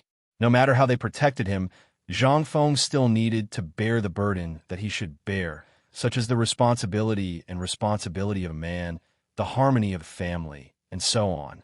However, Zhang Yiyao and Jingshu, although Jingshu was very scheming and very good at planning, Li Shimin wanted to give her to Zhang Feng because he valued her. However, she wasn't good at socializing and speaking, so it was a bit difficult. Although Zhang Yiyao was good, she was too simple. Without scheming, she was easily deceived by scheming people. These two lived well, but as the head of a family, to control the operation of the entire family, they were really a bit lacking. This was still an ordinary family. However, was Zhang Feng an ordinary family? No. Li Yuan couldn't help but sigh deeply. He got up and patted the old scholar's shoulder, saying with a wry smile, Brother Zhuai is still the same as before. Whatever you say, you hit the nail on the head. I admit that you won this time, but I still insist on letting nature take its course. What do you think? While speaking, Li Yuan also handed the old man a cigarette, but the old scholar acted as if he didn't see it. He sat on the soft couch and said, "This matter, old man Zihuai will explain it clearly to Feng Zi. However, under the premise that this matter hasn't completely lost control, you still have to come forward. At the very least, you have to protect Miss Yu Er." Li Yuan had no other way. He could only nod and then leave with his hands behind his back. In the living room, Zhang Feng and the other two sat quietly, thinking about their own worries. After seeing Li Yuan come out, Jing Shu and Zhang Yuyao hurriedly got up.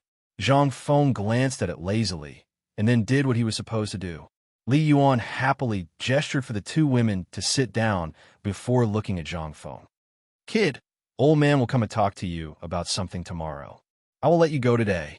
As for this engagement, you could do as you see fit. As long as you feel worthy of them, it's fine." While speaking, Li Yuan gave Zhang Feng a meaningful glance, and then hurriedly left. This time, Zhang Feng could not help but be stunned. "You guys are the ones who forced me to get married and go on blind dates, and now you're just going to let me do as I please? What was the meaning of this?" But in this case, Zhang Feng really breathed a sigh of relief. At the very least, although he was now a person of the Tang dynasty, his soul was still that of a good young man in the 21st century. Although he dreamed of having 3 wives and 4 concubines, he was a little overwhelmed at this time with only 3. If there were more, how bad would it be? Therefore, Zhang Feng had a headache about marriage. If there was no Yu he might not have a problem getting married when the hospital opened. But the key was that Yu appeared, and now she had sex with him. The true meaning of first love was hard to forget. Perhaps Yu Qiyu wanted Zhang Feng to be unable to forget her. However, even if Yu Qiyu did not think so, as a man, would he let her be alone outside? Then he was not a man. At this time, the old scholar appeared in front of Zhang Feng without him knowing. He sat on the main seat opposite him, smoking while staring at Zhang Feng. This action made Zhang Feng have goosebumps all over his body. After watching for a while, the old scholar asked, "Tell me, what do you think of Yu?" This, Zhang Feng could not help but be at a loss for words. Looking at Zhang Yuyao and Jing Shu, Zhang Yuyao's face turned red. She got up and was about to leave, but the old scholar stopped her. They were going to eat under the same roof from now on. Since they were both here, they had to have a good talk. Zhang Feng was stunned. Jing Shu's eyes flashed with a look of as expected, while Zhang Yuyao's face turned even redder. She stood there, not knowing where to sit or stand. She was so anxious that she could only change her clothes. The old scholar pretended not to see and said to himself, "Since you've done it, you have to take responsibility as a man. No matter what anyone says, you have to hold on to what belongs to you. That is what truly belongs to you. Anything else can only be used as a reference. Don't be swayed." When Zhang Feng heard this, it was as if a sudden clap of thunder had exploded in his head. He really did not realize that he had slowly started to pay attention to other people's feelings. He had even been led astray. How could he not understand what the old scholar had just said? If Zhang Feng had to say it, he would have said it better than the old scholar. However, he had forgotten about this matter. Now that the old scholar had mentioned it, he suddenly came to his senses. "Old scholar, you're right. This matter is my fault." As he spoke, Zhang Feng smiled and grabbed Jing Shu and Yu Yao's hands. "Previously, I was shackled by some unwarranted things. Now that I think about it, it's really, but now that I've thought it through, don't worry. Once I'm done with my work, I'll definitely give you a wedding that you'll never forget. How about it?" Chapter 954. Yu Qiyu felt as if her entire body had been torn apart. However, the pain in her body made her feel a little sweet. However, the crack in her heart made her feel as if she had lost all her strength at this moment. She didn't know what she had done wrong. Why did the emperor and retired emperor reject her so much? Was it because of her face? Yu Qiyu sat in front of her dressing table and stared at the beautiful face reflected in the bronze mirror. For the first time, she felt a sense of disgust. She had once been proud of this face, a face that could easily move through the many great clans of Jiangnan. But for the first time, she felt lost. She hated it. Yuchiyu sat in front of the mirror for an entire night. Early the next morning, a maid knocked on the door. Yuchiyu only reacted after a while. "Miss, it's time to leave, but there's someone at the door. He says he's looking for Miss Yu. He's from the palace." Yuchiyu turned around with some bitterness. She glanced at the door, then said indifferently, "Let him come." "Miss Yu, I'm here on retired emperor's orders." An old eunuch's voice sounded at the door. The moment the voice sounded, Yuchiyu froze. She had no choice but to hurriedly open the door and bow slightly to receive the order. The old eunuch was naturally one of Li Yuan's men. He glanced coldly at Yuchiyu, then said indifferently, "Retired emperor said to take care of yourself. He and his majesty will no longer interfere in the matter between you and Prince Zhang. However, you must remember not to implicate the Yuchi family." After saying that, the old eunuch looked meaningfully at Yuchiyu and said, "That's all. This is the result of His Majesty, retired emperor, and Her Majesty's discussion last night. I don't need to say anything more about Prince Zhang's matter, do I?" Seeing that Yuchiyu didn't speak, the old eunuch continued, "I'll give you a word of advice. If you want to stay, don't think too much. Prince Zhang is the most awesome death exemption gold medallion. Do your wife's affairs well, and manage the household and property is the right path. Do you understand what I mean?" Yuchiyu's face was already covered in tears. She was pleasantly surprised, but more than that, she was at a loss. The old eunuch glanced at Yuchiyu, then slowly walked away. After he left, the servant girl happily helped Yuchiyu up. "Miss, you don't have to leave. There's no need to leave." Was there really no need to leave? Yuchiyu turned her head and looked at the poem that Li Changxian had personally delivered to her on the dressing table. She couldn't help but be at a loss. She had indeed thought about scheming before, but after thinking about it for the entire night, she understood a lot even though she was still unwilling to give up. So what if he had immense power? So what if he had the power to overturn the world? She was a woman, and all she needed was a safe harbor, a man who truly loved and cared for her. Before last night, she didn't understand. She couldn't tell if Zhang Feng really liked her, but now both the emperor and the retired emperor had taken a step back. It seemed like this was what Zhang Feng had fought for last night. This man, was it worth it? Silly man. On the other hand, Zhang Feng woke up early in the morning. Because he was still unmarried, Zhang Yuyao followed him back to the Zhang residence last night. Jingshu followed them as well. Being smart, she didn't say anything about what she had seen. Zhang Feng was so touched that he couldn't wait to take her on the spot last night. But this was how it was in this dynasty. If unmarried people did things, they would be punished. If it was a light punishment, they would be beaten. If it was a heavy punishment, they would be locked up in a water dungeon for a year. If one could survive a year in that stinking ditch, they would be considered amazing if they could even stand up. That was why the water dungeon of the Tang dynasty was the most terrifying existence. They wouldn't beat or scold you, and you would eat and drink 3 meals a day. There would be meat and wine, but if you wanted to poop, you would have to do it in the water. If you wanted to sleep, then you would have to soak in the water. In the water prison, you wouldn't be thrown into the water. Instead, this prison cell was the same as a normal prison cell, except that it was built in a smelly ditch. If you were lucky, you could sleep on the bed even if the quilt on the bed was wet during a drought. However, if you were unlucky, you could sleep on the waterbed when it rained. In less than a month, even if you didn't freeze to death, you would be killed. But there was a doctor here. As long as you had a headache or a fever, he would do his best to treat you. This was the most nerve-wracking part. At the thought of the water dungeon, Zhang Feng couldn't help but shiver. Pushing open the door, a maid hurriedly helped Zhang Feng wash up and tidied up his hair. Zhang Feng moved his arms and looked around the courtyard. Along the way, 2 little maids followed him closely. Zhang Feng waited until there was no one around before he glared at the 2 maids and said, "Immediately prepare a sedan chair for me to go to the city gate." The maids were stunned, but this was the master's order. They didn't dare to disobey. They hurriedly went to prepare. But at this moment, the servant at the door hurriedly reported, Master Li has come to visit. He is already waiting in the living room." Zhang Feng frowned. Masterly? Which masterly? It's a head full of white hair. Before the servant finished speaking, Zhang Feng instantly understood. He hurriedly left the servant and went to the living room. But at this moment, at the city gate of Chang and City, a long line of carriages with no end in sight was slowly approaching. After the leader of the group handed over a document, the guard was shocked by the goods. He asked, "Are you sure these carriages are filled with tobacco?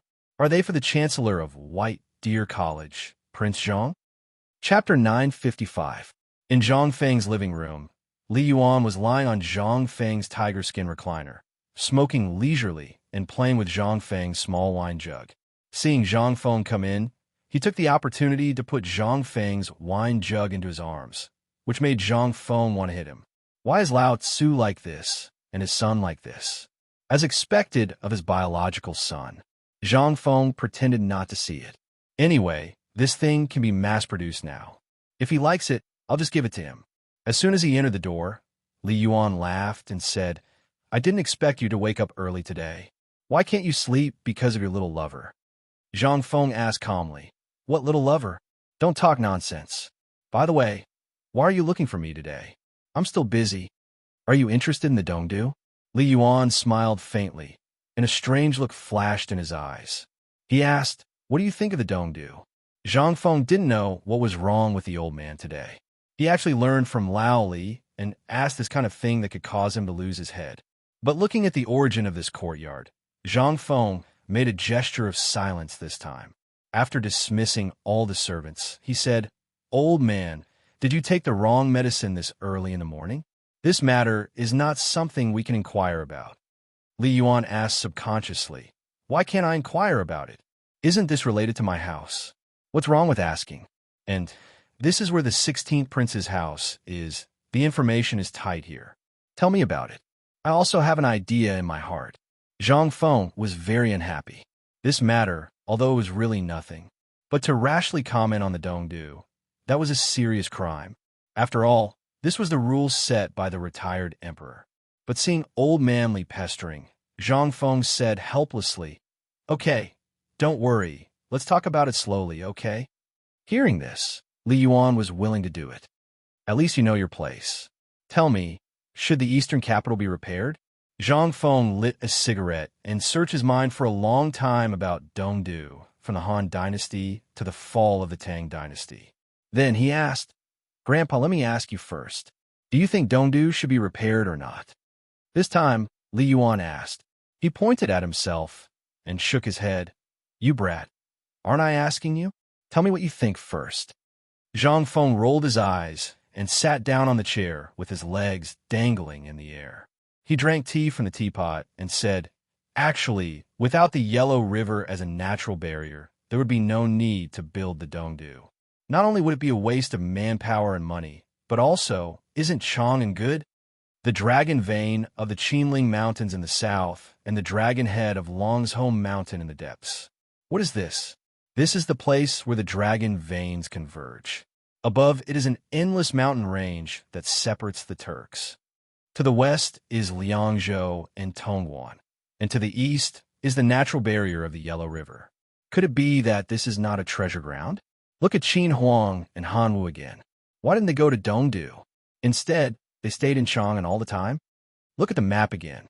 You will know that once the capital is moved, without the control of Chang, and the nomadic tribes in the north and the Tubo and Tuhan in the south will no longer have any worries. Once they enter Chang, and then it will be difficult to fight back." Li Yuan was shocked when he heard this and asked hurriedly, "Do you mean not to repair it?" Zhang Feng smiled mysteriously and hooked his finger. Li Yuan was so angry that he patted Zhang Feng's head. Zhang Feng said honestly, "Repair, it is equivalent to the emperor preparing to move the capital. Once the capital is moved, it will inevitably cause turmoil in the north. Once the north is in turmoil, the various clans in the south will slowly taste it." Li Yuan couldn't help but slowly sink his face. Although he didn't participate in the court at this time, Dongdu had always been a knot in his heart. Building it was the general trend. Moving the capital was also for this aspect. It was around the change of Wei River that he had this idea, and proposal. But this time, Zhang Feng said so. Li Yuan suddenly thought of the invincible thing made by Zhang Feng and the gun that was being cast. He couldn't help but feel a little scared at this time. He couldn't help but feel a little upset at this time. The matter of building the Dongdu had long been discussed in the imperial court. At this time, the national strength of the Tang Empire was basically unable to bear the renovation of the Dongdu. Li Yuan asked again, "Are you sure that it's useless to build the Dongdu now?" "It is still a little useful. Although the previous dynasty was a waste, it did a good thing. It connected all the major river areas in the Tang dynasty. Dongdu must be built, but the premise is that after the iron-armored ships are built, thousands of miles of Jiangnan will be reached in a day. This Dongdu is an important place to contain the south." Zhang Feng changed the topic and added, "But the premise is that we have to complete the integration of the northern forces before that, as well as intimidate them. Otherwise, do you think the emperor will agree to the matter of a turtle dove occupying a magpie's nest and becoming king? He is not a fool." Li Yuan couldn't help but secretly say, "Sure enough. Forget it. This matter has nothing to do with us. Later, just give me the blueprints for the construction of my manor, as well as the approval documents for the required materials. As for the construction, I'll let Erlang take care of it. However, I really have an important matter to discuss with you today." Zhang Feng heard this and said, "What is it?" "It's about the mid-autumn hunt." Li Yuan looked at Zhang Feng and said, "He doesn't know where you got this basketball from. Although it is spreading in Chong, and even the surrounding areas, the assessment of the Ministry of Works and the Ministry of Rights came out yesterday. This thing is not suitable." Chapter 956. Not suitable? What did he mean? Did he just dismiss him by saying that he was not suitable? Zhang Feng couldn't help but be a little confused. "Old man, where did you get this news?" "Where?" Li Yuan smiled faintly and said, "Do you think that the old man has lived his life in vain?" Zhang Feng really didn't dare to think so. After all, he knew the four great scholars and seemed to have a good relationship with them. He also knew Sun Simiao and the old scholar. His identity was a mystery. However, Zhang Feng didn't think much about it. After all, a businessman was bound to make friends everywhere. It was normal to have such a network. He couldn't help but ask hurriedly, "Tell me." Halfway through his words, Zhang Feng suddenly exclaimed, "Did you get the news from the Ministry of Works? But there's still 6 days. Damn it. He should have sent it to me earlier. This is Chong and City. Would he die if he sent it to me earlier?" Li Yuan leaned close to Zhang Feng and whispered, "I suspect that this is the work of the Imperial College. What are you going to do? Are you going to destroy the Imperial College, or—" Zhang Feng couldn't help but shiver. He seriously doubted whether this old man was mentally abnormal. Why did he always like to encourage him to do stupid things? The Imperial College, what kind of place was that? That was the National Academy appointed by the Emperor himself. It was the first academy of the Tang dynasty. Did he want him to destroy it? Zhang Feng wanted to, but was it possible? Zhang Feng stared at Li Yuan speechlessly. Li Yuan was a little embarrassed. "Why are you staring at me?" Zhang Feng stared at Li Yuan and said, "I want to see if you are awake. I beg you, don't tell anyone about this kind of thing. Don't tell anyone that you said it to me. Otherwise, I don't want to die." "Was it so terrible?" Li Yuan sighed. Forget it. Let's not talk about this. I heard that there were people from the Ministry of Works, the Ministry of Rights, and the Ministry of Appointments. After hearing about this basketball, they felt that it was new and tried it out. In the end, several of them had their bones broken and are still lying in bed. Zhang Feng's eyes turned green when he heard that. He asked in a trembling voice, "May I ask, do they know the rules of basketball?" "Don't tell me they're using Kuju to play basketball? What's the difference?" Li Yuan retorted. This time, Zhang Feng was stumped. He fiercely rubbed his face and pointed to the door.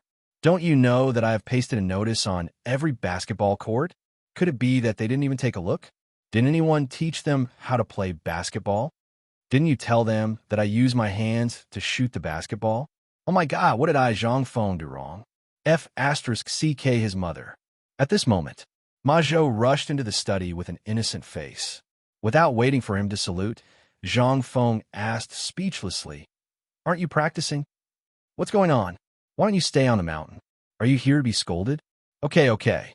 Can't we talk nicely? Li Yuan hurriedly persuaded Zhang Feng. Then, he looked at Ma Zhou and asked, "Tell me, what's going on?" Ma Zhou was a little confused. What happened to Zhang Feng today? He glanced at Li Yuan timidly, then looked at Zhang Feng and said, "It's like this. This morning, before the morning exercise, Chun Tiniu and the others played basketball in front of all the students. As a result, as they played, they started to hit people. In the end, they even hit people. They were seen by Mr. Bosher. Mr. Bosher asked me to call you up the mountain to discuss. The basketball stopped. If this goes on, something will happen." Hearing this, Zhang Feng's blood pressure shot up with a whoosh. Okay. Mother of asterisk Kerr, you can't change your bad habit, right? You like to hit people, right? Okay, Lao Tzu is going to get rugby now. Everyone put on a protective suit. I'll let you hit people. Zhang Feng left angrily as he spoke. Mother of asterisk Kerr, I can't live anymore. I just got the news that this damn Imperial College is causing trouble. I haven't thought of a solution yet. Mother of asterisk Kerr, something happened here. There are still 5 days. How is this enough? What can it do? You have no place to vent your strength, right? You like to pretend to hit people, right? Okay. This time, Lao Tzu will let you hit people properly. Anyway, although Lao Tzu doesn't know much about rugby, he can still teach you, this group of rookies. It's still not too late. Didn't the people from the Ministry of Rights and Ministry of Works say that basketball is bad? Okay, Lao Tzu will let you hit people properly. Zhang Feng left angrily. Only Ma Zhou and Li Yuan were left staring blankly at each other. After a while, Li Yuan cried out in his heart. This grandson probably thought of some evil move again. Li Yuan couldn't help but slap his thigh and say, "Oh no, Ma Zhou, right? Quickly go back to Shaoshan and inform Mr. Bosher about this. Leave this to me." As Li Yuan spoke, he hurriedly left the living room. Ma Zhou was also stunned for a few breaths. Only then did he react and run out of the door. After knowing this, the maid who was called by Zhang Feng to prepare the carriage stared blankly at the 3 people who ran out of the courtyard. She couldn't help but be dumbfounded. What's going on? The carriage is already prepared. Do you still want it? Chapter 9:57. Zhang Feng was really angry about this. If the people from the Ministry of Works and Ministry of Rights were conspiring, then what happened next was not a conspiracy. It was a F***king failure. They were already bullying him. You F***king failed to live up to his expectations and only knew how to act cool all the time. Zhang Feng was furious. He wished he could just ask Qin Tiniu to get lost. He was bad at everything, but he was the #1 troublemaker. Just like that, Zhang Feng went out of the villa and got into the horse carriage at the entrance. He pointed at Tonghui Lane, and the horse carriage sped away. Jingshu's ability and foresight were still very unique. These servants were all carefully selected by Jingshu in Chang and City. Although Zhang Feng did not know how many of them were bought from human traffickers, at least the sturdy bodies of the gatekeepers at the entrance were quite intimidating. In addition, the coachman was not bad. Although Chang and City was not open for the morning market yet, there were many people on the streets. Most of them were shouting and fighting on the basketball court. For a ball, some people were fighting, some were even cursing. There were people from young to old. Damn it, there was not a single good person. From the bottom of their bones, they were that kind of reckless. They only knew how to hit people or talk with their fists. Although this kind of fierce atmosphere was inherited from the Qin and Han dynasties, Zhang Feng could not be bothered to do anything about it. After all, there was a reason why the national football team was so lazy. However, basketball was played with the hands. If it was just 1 or 2 fouls, Zhang Feng would be able to treat him as a weirdo. However, the big words on the backboard and the text explained that basketball was played with the hands. Using the feet was considered a foul. However, along the way, Zhang Feng saw people who listened to him. However, not everyone was like that. Zhang Feng passed by 5 streets. On these 5 streets, he saw some people who were relatively gentle and thin. They still did things according to the rules. Zhang Feng could not help but wipe away the urge to abolish basketball in his heart. As long as there were people, there was hope. It was just that everyone had not changed their habits. At this moment, one side of Tonghui Lane was shrouded in a layer of gray smoke. This kind of smoke was somewhat choking, somewhat pungent, and made one's chest feel stuffy. Evidently, it was coming from the chimney of the cowhide ovens where rubber was being boiled. Zhang Feng didn't go directly to the beef hide yellow. Instead, he returned to the tavern and prepared some food. After finishing his meal, he took a lunchbox and went to the brewery next door. Someone had already blocked the entrance from the inside, leaving only a small door that could only allow one person to enter and exit at a time. There was a large notice written on the door, which roughly meant that this place was temporarily closed. However, there was still an old man dozing off on the wooden stool at the entrance with his eyes half closed. Seeing that someone had arrived, the old man waved his hand without even lifting his eyelids and said, "Do you see the words on the door? We're out of wine. We'll come back after the new year." "Old man, it's me, Zhang Feng," Zhang Feng said with a slight smile. When the old man heard that it was Zhang Feng, he suddenly woke up. He squinted his eyes for a long time before slapping his thigh and wanting to stand up. However, he was pressed to the ground by Zhang Feng. "You all slow down. You'll hurt yourself if you stand up like this." The old man was so excited that his dry lips couldn't stop trembling. "Prince Zhang Yu, why are you here? If you're coming, you should have sent someone to inform me first so that I can tidy up." Zhang Feng didn't argue with the old man. He pointed to the door and said, "This place is pretty good, but it's a little too obvious." The old man clearly didn't understand Zhang Feng's words. Zhang Feng was too lazy to explain. He pointed to the door. The old man suddenly slapped his thigh and shouted, old ding, open the door. Prince Zhang is here." Two exclamations rang out from inside, followed by a series of clanging sounds. Then the tightly shut door was slowly opened from the inside.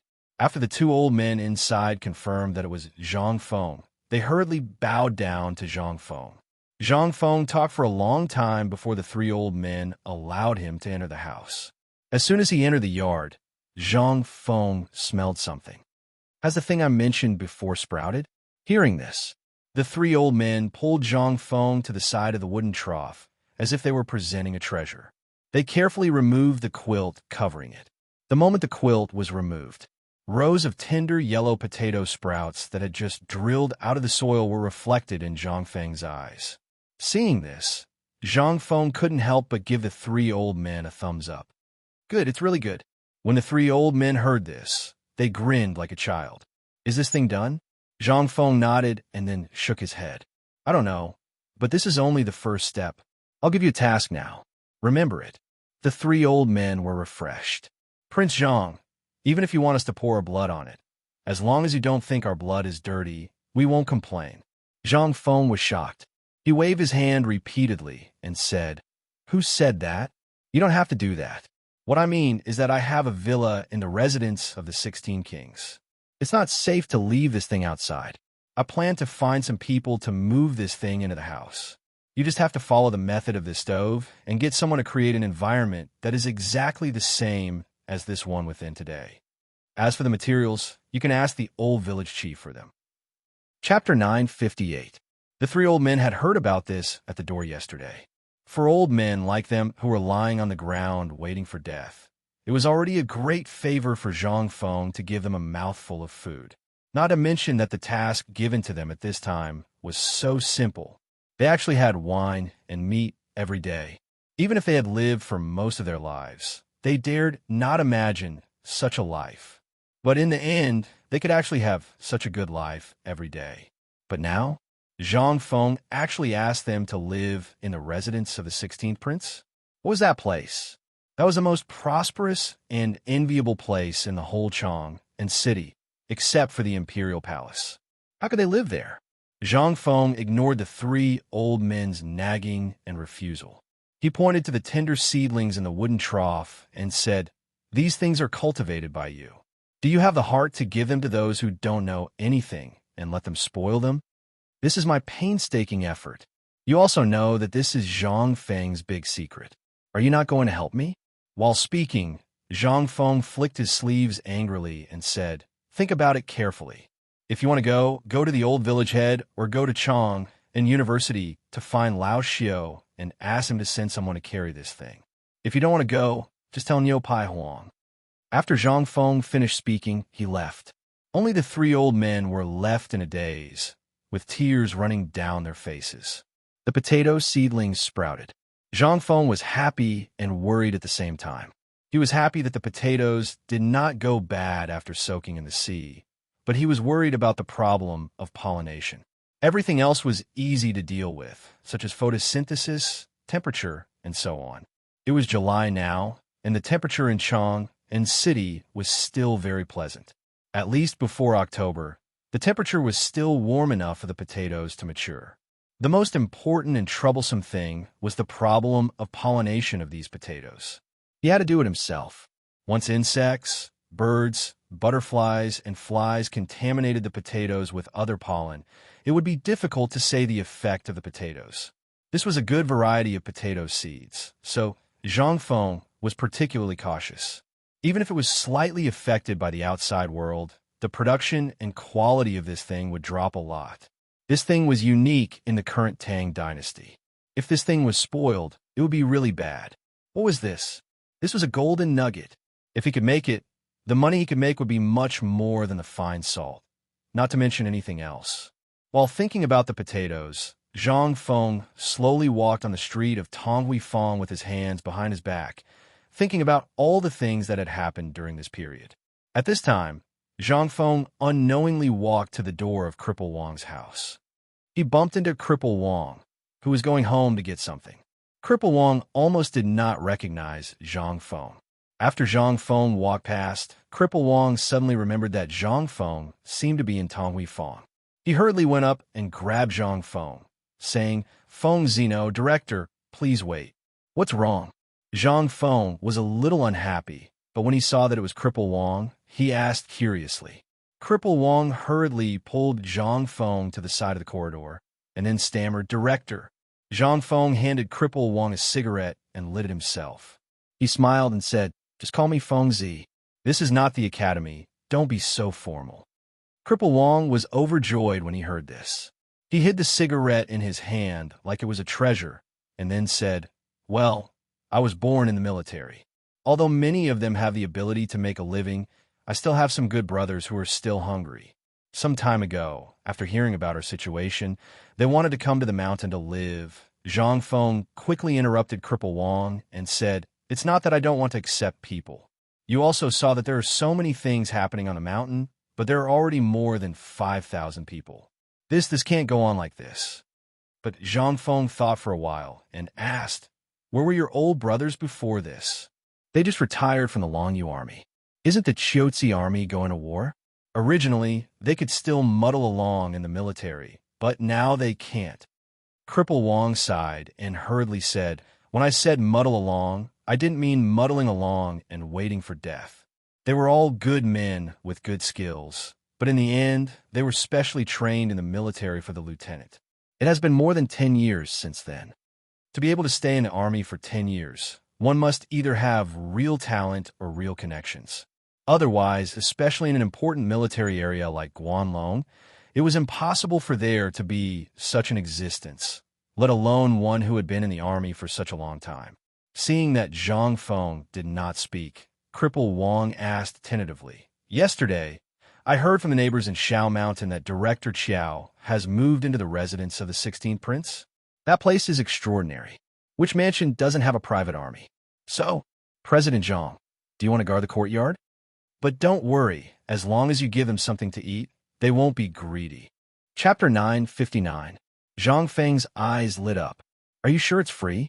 Cripple Wang laughed bitterly. "They're a bunch of rough people. Their families are either dead or lost for many years. Do you think they will come to Chang and to seek refuge with me? These old buddies of mine are all very straightforward people. They also came here because of your reputation. They don't have any other abilities, but they can easily beat 10 people.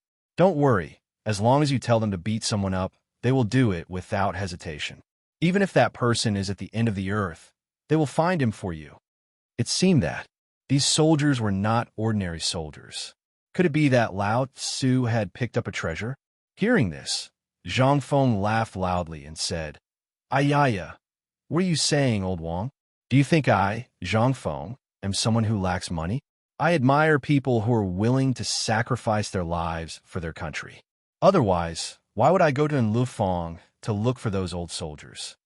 As long as I, Zhang Feng, want people, I can get them with a wave of my hand. But I still chose you guys, didn't I?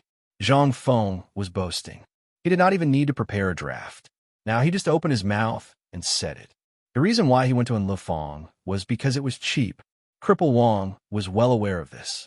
But even if his heart was like a mirror, he was still very touched. In this era, these old soldiers were treated like the plague wherever they went. If it were not for Zhang Feng, these old buddies would not have survived the famine, not to mention eating meat and drinking wine leisurely on the mountain. Cripple Wong was so excited that he gave the most respectful military salute. Although his legs were not very convenient and his actions were a little comical, he still felt that it was the best thing he could do.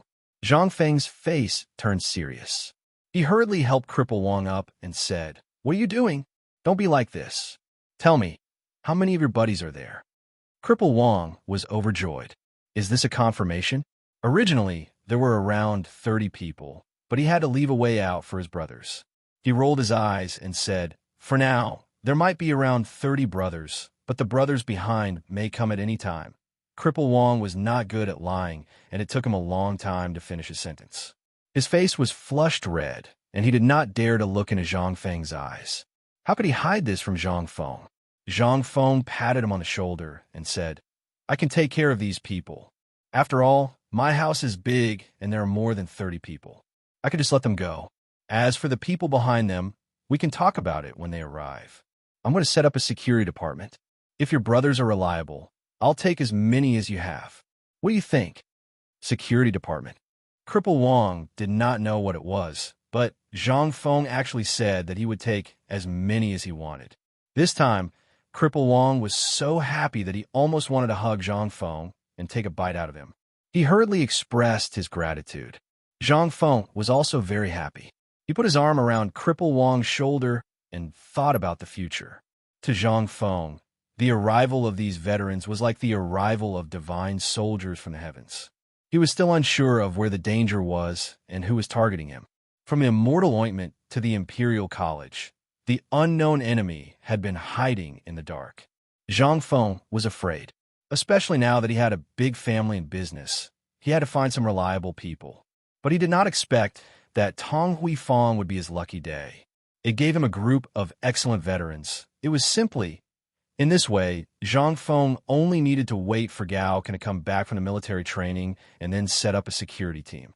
Then, thinking about it, the two of them arrived in front of the Niu Pai Huang workshop. Without waiting for Zhang Feng to shout, Cripple Wong shouted at the top of his voice, "Niu Pai Huang, young Master Zhang is here." This shout was incredible. Originally, in the workshop, Niu Pai Huang was holding a small teapot and walking with his head held high as he reprimanded his disciples. However, when the words young Master Zhang came out, Niu Pai Huang instinctively returned to his original form. He hurriedly turned around, and after seeing Zhang Feng, he ran out with a salivating face. "Prince Zhang is here? I was wondering why K-Air was pooping on my head today. So it is Prince Zhang who has graced us with his presence." Zhang Feng's face stiffened. He was too lazy to talk nonsense. He waved his hand and said, Okay. Immediately arrange some people for me. I want to make a new toy." Niu Pai Huang heard this, and his eyes lit up. "Prince Zhang, you don't want to make basketball anymore?" "Yes, I still want to make basketball. But this new toy must be made by today." "Forget it. I will tell you. You make it. It will be faster this way." Zhang Feng was too lazy to talk nonsense. He waved his hand and was about to roll up his sleeves when Cripple Wong was stunned. He asked, "Fengzi, then what should I do?" You came at the right time. Immediately weave a basket for me. It will look like an egg with two pointed ends. It will be the same size as a basketball. It will look like a stretch ball." Zhang Feng pointed to a basketball with a leather cover on the table and said. Hearing this, Cripple Wong was overjoyed. He hurriedly rummaged through the workshop and finally found a green bamboo in the stove. He squatted in front of the stove and began to weave the bamboo strips. Zhang Feng also began to draw a blueprint in a hurry. When the blueprint was completed, Zhang Feng handed it to Niu Pai Huang. He said, "This is for you. You must make it for me before tonight. Is that okay?" Niu Pai Huang looked at the blueprint and then looked at the blueprint for Cripple Wong. He gritted his teeth and said, "If you are in a hurry, 2 hours. I can make it for you in 2 hours." Chapter 960. At this moment, in Chang'an City, everyone was shocked to find a strange thing. Carts full of goods were pouring into Chang'an City from outside the city. These barbarian merchants, who smelled like a fox, were actually asking about Prince Zhang all over the world.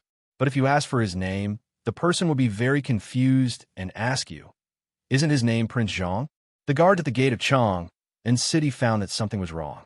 At first, they thought it was a normal business activity, but they didn't expect that there were more and more people in the convoy. In the end, these people's carriages directly occupied the main traffic road of Chang'an City.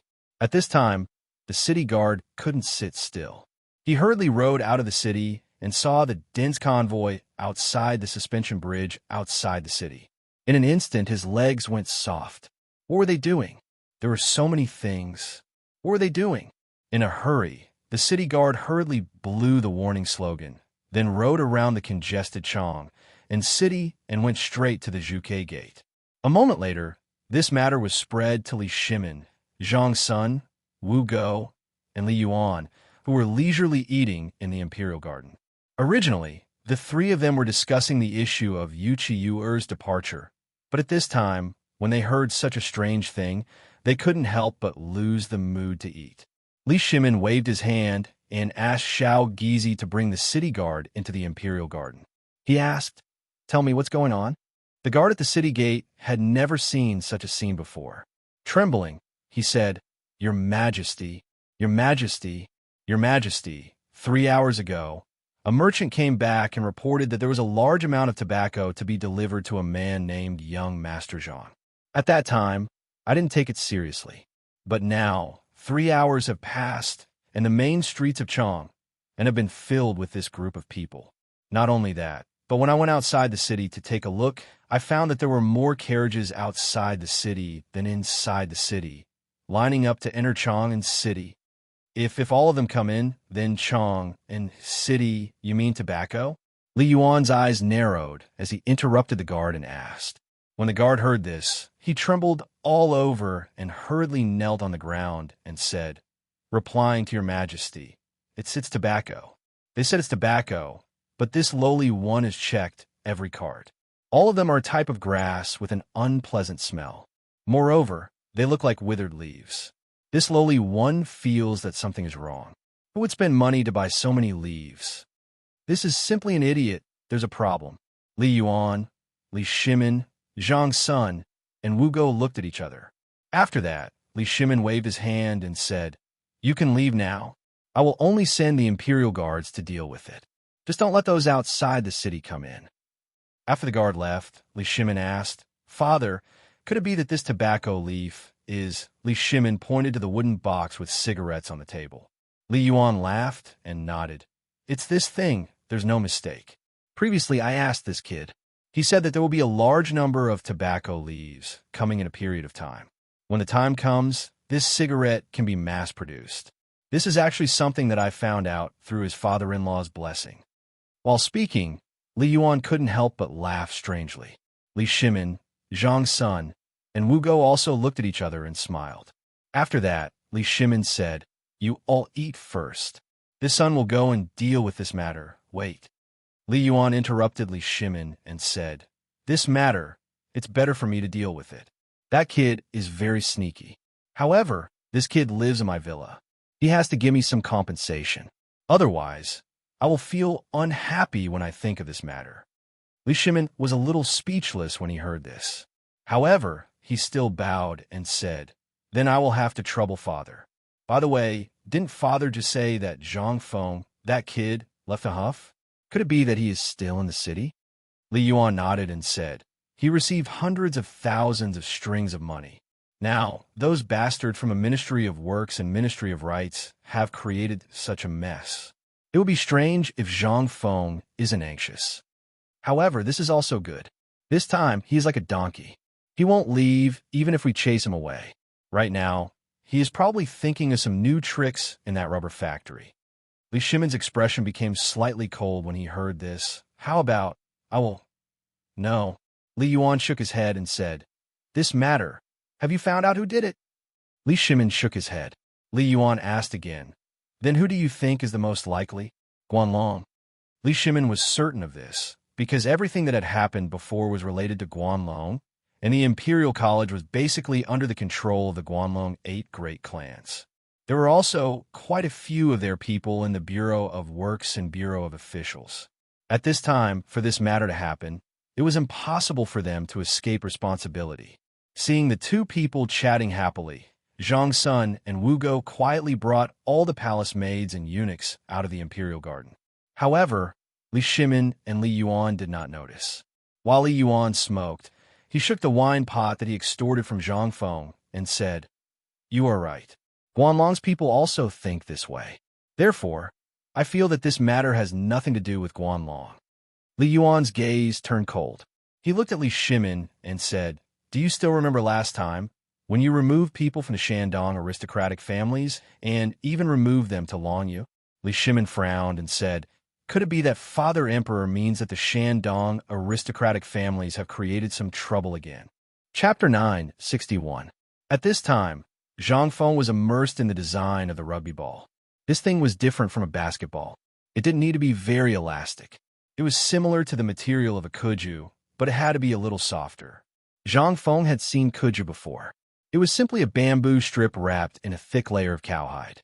This thing was really useless. The bamboo strip was made 3 times, but each time it was unsatisfactory. With great difficulty, Zhang Feng finalized the bamboo strip and the rugby ball's general situation. Then, he plunged his head out of the workshop and breathed in the smell of nature. That feeling was like being reborn. At this time, little Gizi didn't wait for the carriage to stop. He shouted from afar, "Prince Zhang, Prince Zhang." Instantly, a chill ran down his spine. He had a déjà vu feeling like he had once seen a ladyboy throw coquettish glances at him on TV. Zhang Feng resisted the urge to vomit and hurriedly retreated several steps until he leaned against the wall. Zhang Feng was an extremely cultured person. When he saw little Gizi in front of him, he stood up straight and calmly made a posture that looked like he could sprint 100 meters at any time. He asked, "Isn't this Gizi? It's rare to see you come alone." After all, little Gizi was used to seeing all kinds of people around Li Shimin. When he saw Zhang Feng like this, he was a little surprised, but still said, "Prince Zhang, what are you talking about? The things I do, even if I add up 8 lifetimes together, are not enough for Prince Zhang." Zhang Feng was too lazy to talk to him. The key point was that he couldn't resist the feminine voice. He asked bluntly, "Did something happen to Lao Li?" If Lao Li hadn't sent him here, Zhang Feng wouldn't have believed that he would come looking for him, even if he was beaten to death. Xiao Gizi coughed and looked at Zhang Feng meaningfully, which made Zhang Feng's hair stand on end. Xiao Gizi said slowly, "Does Prince Zhang not know what happened in Chang'an City today?" "What do I know?" Zhang Feng was a little confused. It seems that Prince Zhang really doesn't know. 4 hours ago, a group of barbarian merchants arrived in Chang'an City. Zhang Feng nodded and asked, "And then?" Xiao Gizi glanced in the direction of the entrance of Tonghui Lane and said, "But until now, the merchants' convoy has been entering Chang and City one after the other. It is said that they are transporting tobacco. There are more tobacco outside the city than in Chang'an City. They are waiting to enter the city. Second Master hurriedly asked me to inform Prince Zhang. At this time, they have basically taken control of the convoy outside the city gate. This has caused congestion in Chang'an City. If they enter the city and attract the attention of those big shots, it will be bad." Zhang Feng was stunned for a few seconds. He sucked in a breath of cold air and asked, "You're saying that these carts are transporting tobacco?" Suddenly, Zhang Feng remembered that he had given a handful of banknotes to a barbarian merchant at the Shao Mountain Market. As for how much he had given, he had really forgotten. He had only told him to buy as much as he could according to the amount of banknotes. Zhang Feng couldn't help but ask hurriedly, "Do you know how many carts of tobacco there are now?" "Who knows? But won't you know if you go and take a look?" Xiao Gizi spread out his hands and said, "Old Master Li also knows about this. He is now waiting for you in your house." In the eyes of the Tangs, tobacco was the same as the leaves outside the city. Most of them were just bigger leaves. With so many leaves entering the city, it would be strange if they didn't panic. At this moment, Nyo Whaley ran over breathlessly, holding his sky-blue official's robe. As he ran, he shouted, "Prince Zhang, I've finally found you. Hurry up and take a look. The Imperial Guards have been alerted. This time, the whole Chang'an Avenue is in a mess. If you don't go, God knows what will happen." Zhang Feng was shocked when he heard this. He said, "You won't let them go to Shao Mountain?" Neo Whaley became even more anxious when he heard this. That damn bastard came from Mount Shao. Ting Shuo was driven out by the people outside Mount Shao. There's so many things here. Anyone who sees them will feel uncomfortable. You should go and take a look. Otherwise, there will be a big problem. Zhang Feng couldn't help but feel anxious. Damn it. He didn't expect that there would be so many tobacco leaves. So many of them. Could it be that those things were really worthless in the return receipt? Were they really as cheap as leaves and grass? Zhang Feng hurriedly followed Nyo Whaley to Chang'an City while thinking about what to do with so many things. If they were targeted by bad guys, they didn't need to do anything. They only needed to light a match and the whole Chang'an City would be burned to the ground. Zhang Feng really couldn't bear this crime. At this time, at the intersection of Chang'an City and the Vermilion Bird Gate, the Imperial Guards were ready. The long sabers at their waists and the long spears in their hands were all erected. Even the Vermilion Bird Gate was closed. Numerous archers were on the city gate. All of them had Shangshuan arrows and were ready for battle. The leader of the guards was a strong man in golden armor. He stared indifferently at a bearded businessman in front of the carriages and said, "I'll give you 10 minutes to get these damn things out of the city. Otherwise, all your goods and all your people will die today." Chapter 962. Why? We are all honest merchants, and these goods belong to your people. The people at the foot of Shao Mountain ordered us to transport all of them to Chang'an City. Look, this is the approval from the military officer over there. We didn't dare to delay along the way because we were afraid that Prince Zhang would be anxious from waiting. That's why we came here. Get ready. Without waiting for him to finish speaking, the golden-armored Jinwu Guard General waved his hand. In an instant, the guards at the city gate and on top of the city gate were all prepared for battle. The onlookers were so scared that they retreated one after another. The merchant who had returned the message was also a little scared. At this moment, a palanquin slowly came out of the gate. A cold voice shouted, "Stop! What are you doing? Hurry up and stop, old man." When the Jinwu Guard General heard this voice, he frowned slightly. However, he still waved his hand. Only then did the guards at the city gate release their bows and arrows. Wei Zheng rushed over as soon as he heard about this. Fortunately, he came in time. Otherwise, all of them would have been finished. Wei Zheng stuck a fake beard on his face, making his original beard longer. Moreover, there were 2 more grayish-white whiskers below his temples. He checked himself with a bronze mirror. After confirming that there were no mistakes, he walked out of the palanquin. The Jinwu Guard had already known about Wei Zheng's and the others' attire. Although he was a little surprised, he wasn't too shocked. The Jinwu Guard General cupped his fists and said, "Elder Wei, you came at the right time. Look at how improper this is.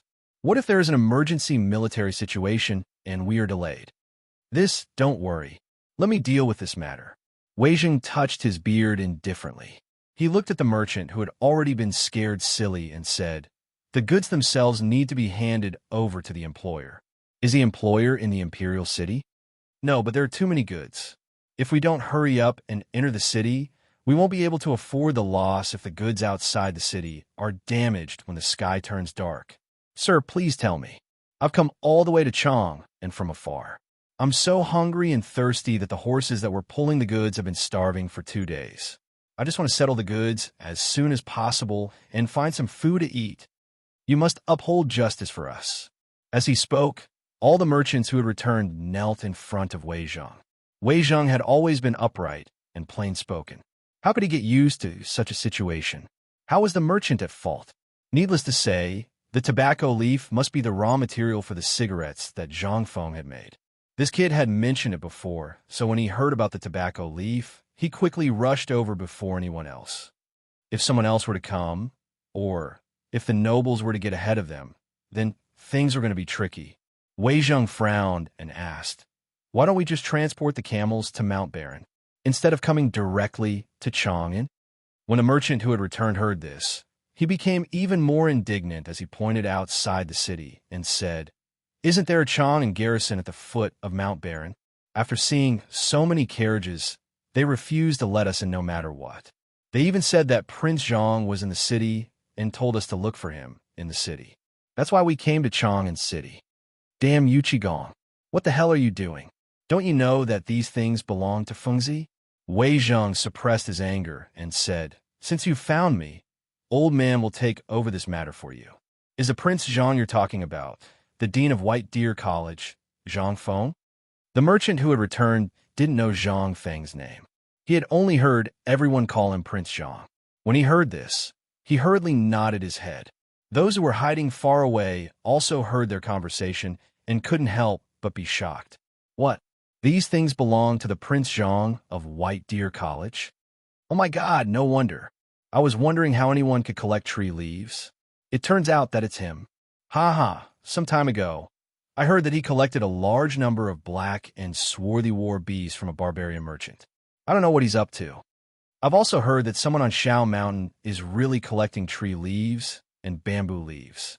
Could it be that Child Zhang and Dean Zhang are the ones who had decided on these things? As the discussion continued, Yi Zichen was stunned. The crowd couldn't help but sigh. You should have said so earlier. There are so many tree leaves outside the city. Why would he travel thousands of miles to collect things from foreign barbarians? Stop. Come on, Prince Zhang. He's a god who descended to the mortal world. How can you speculate about him? If Prince Zhang said that these leaves are useful, then they must be very useful. Don't talk nonsense if you don't understand. While the crowd was discussing, Zhang Feng hurriedly squeezed through the crowd. This scene caused another round of exclamations from the crowd. After all, Zhang Feng was now a very popular person in Chang'an City. The exclamations from the other side instantly gave Wei Zheng and the merchant a glimmer of hope. Zhang Feng clenched his fists and asked the crowd to make way. Then he saw the situation at the city gate and old Wei, who was negotiating.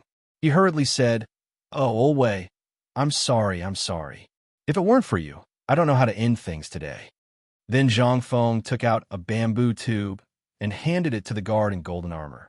The guard glanced at it and saw that it was actually that kind of cigarette. He couldn't help but raise his eyebrows. He didn't know whether to accept it or not. Zhang Feng ignored him and said, "Oh, soldier, this is all a misunderstanding. Please calm down. This box of cigarettes is for the brothers to calm down. If you don't have enough, you can go to Tong Hui Fong Yulai restaurant to get more. Not my business." Chapter 963. Who else could wear the golden armor? Although Zhang Feng didn't mention it, who else could command the guards of the Vermilion Bird Gate other than the Jinwu guards? At this time, this idiot had occupied the entire Vermilion Bird Gate. If he wasn't caught, it would already be a blessing from the gods.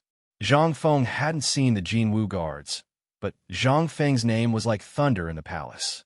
The Jinwu guard commander subconsciously put away the cigarette in his hand and said, "Prince Zhang, this is because of your face. If it was someone else, no matter what the goods here are, you should know the rules. Since this idiot doesn't know the rules, this time we will let him go. However, with so many things, what are you going to use them for?"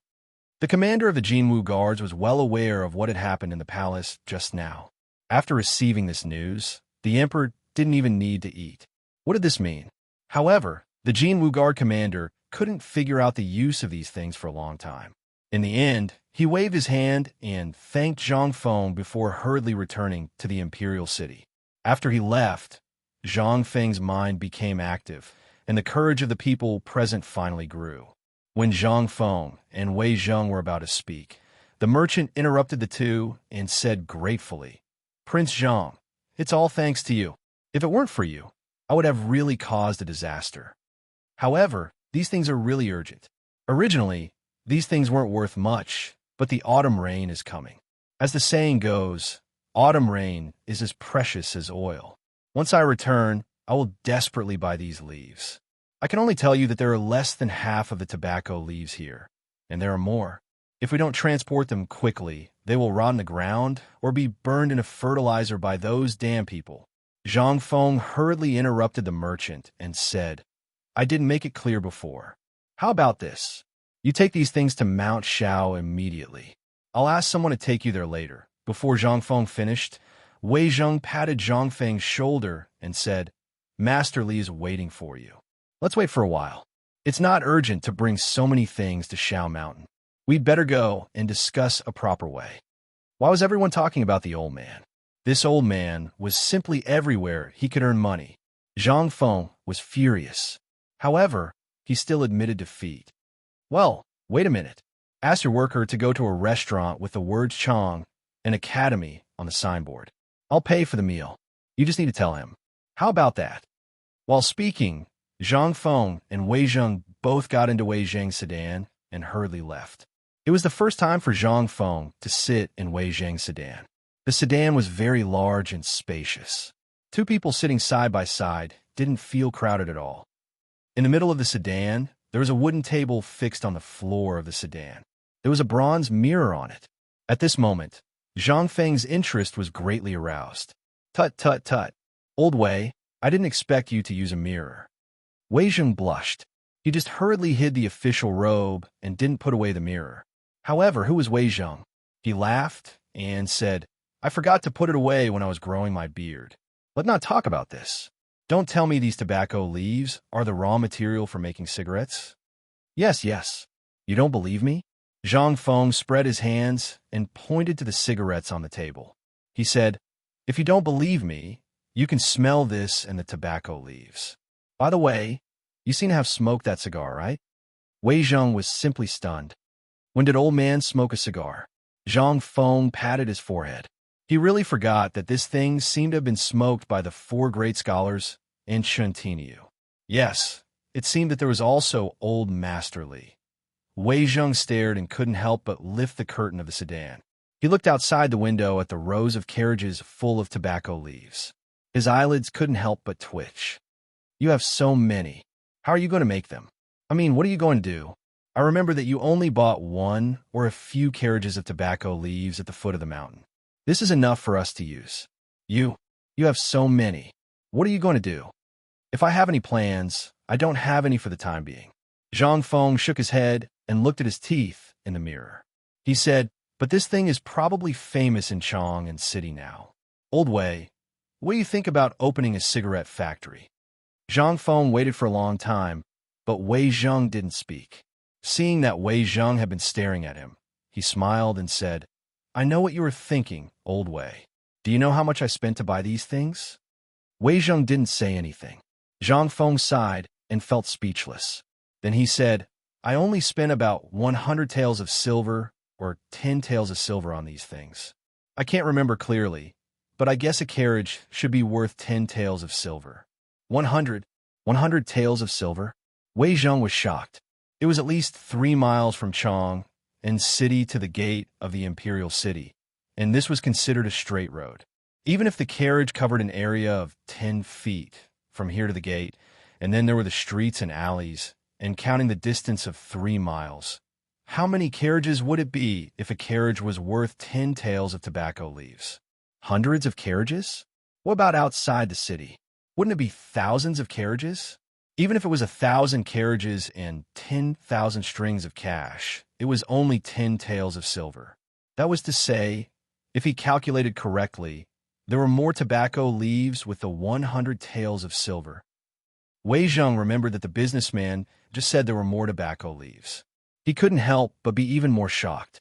How much did this kid buy? How much did he spend? Zhang Feng smiled and looked at the shocked Wei Zheng.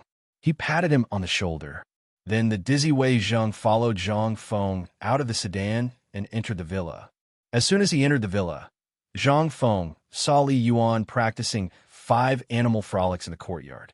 After seeing Zhang Feng, he waved at him and said, Kid, tell me, what are you going to do about the things outside? Chapter 964. As soon as they entered the living room, Li Yuan also noticed Wei Zheng, who was like a thinker. He ignored him and looked at Zhang Feng and asked, Those tobacco leaves are the main raw material for this thing, right? Li Yuan pointed to the cigarettes on the table and asked, Zhang Feng nodded. Isn't this obvious? You still have to ask? He really wanted to make a sign and hang it in front of his chest. It would say that the tobacco leaves that suddenly appeared in Chong and City are the raw material for cigarettes. To explain this, one or two people were still okay. Once there were many people, and he saw each person, he would be annoyed to death. Li Yuan lit a cigarette and played with it in his hand. I just heard that the person who replied said that there are still a lot of these things. Where are the people who are planning to use them to fertilize the land? Don't you plan to get some seeds and plant them yourself? As for the use of this thing, as long as these people send the goods up the mountain, they will definitely know what it is for. How many more tobacco leaves do you think they will send you later? Zhang Feng said with certainty, you don't have to worry about this. I only spend about 100 taels of silver. Even if it is more, Zhang Feng, can still take it out. However, even if they know the use of this thing, so what? In this world, Zhang Feng, dare to say that other than me, no one wants it. Besides, even if they know the manufacturing method of cigarettes, but Zhang Feng smiled slyly and said, you old masterly are also a wily old fox. Don't tell me you don't have this bit of business sense? Li Yuan laughed. He knew what kind of business this was. If he liked it, he only needed to send an edict to the king's tent. Would he dare not give it?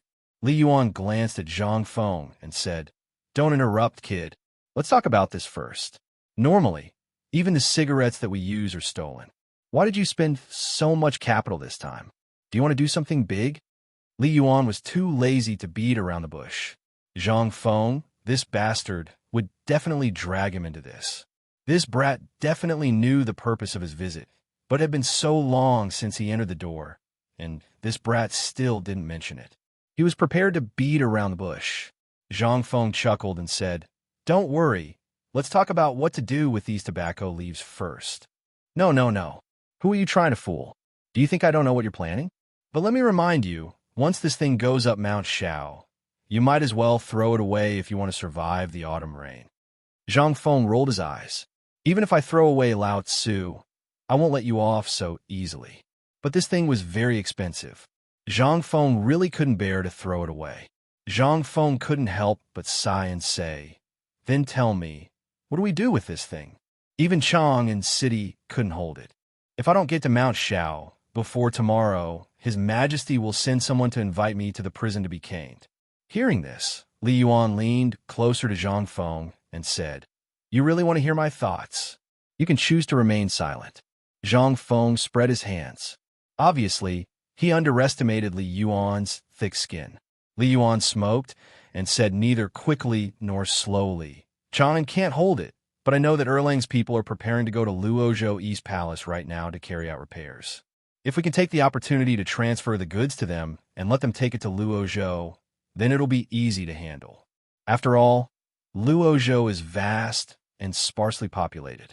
It's not afraid of having too many things, but it's afraid of having too few things. Miley family's largest warehouse is in Luozhou City. If it really doesn't work, there are hundreds of acres of wasteland. That place is enough for us to toss around. What do you think? Cigarettes are a good thing. As you said, although there aren't many people who can smoke cigarettes in Chong and City now, the news about cigarettes has long been spread like a miracle. If we sell cigarettes to the people at this time, it's the best time. Moreover, Luozhou is far from Chong, and unlike Chong, and where there are spies all over the world, Zhang Feng hurriedly interrupted Li Yuan. He was a little confused. Almost disturbed by Li Yuan, he hurriedly asked, old master, I'm afraid of you, okay? Can you just pick the important things to say? Li Yuan was also a little innocent. Imitating Zhang Feng, he spread his hands and said, didn't I learn all this from you? Old master, let's talk nicely. Let's not bicker, okay? Zhang Feng suppressed the blood in his heart and said with a stiff face, you want to talk about the expansion of tobacco business, right? How could he not know what old Masterly wanted to say? This guy almost wanted to trick him again. However, how could Zhang Feng be so easily fooled? Under Zhang Feng's insistence, Li Yuan finally smacked his lips and tactfully stopped talking about this matter. Instead, he asked, how much is the cost of these cigarettes? Zhang Feng immediately became alert. Why are you asking this?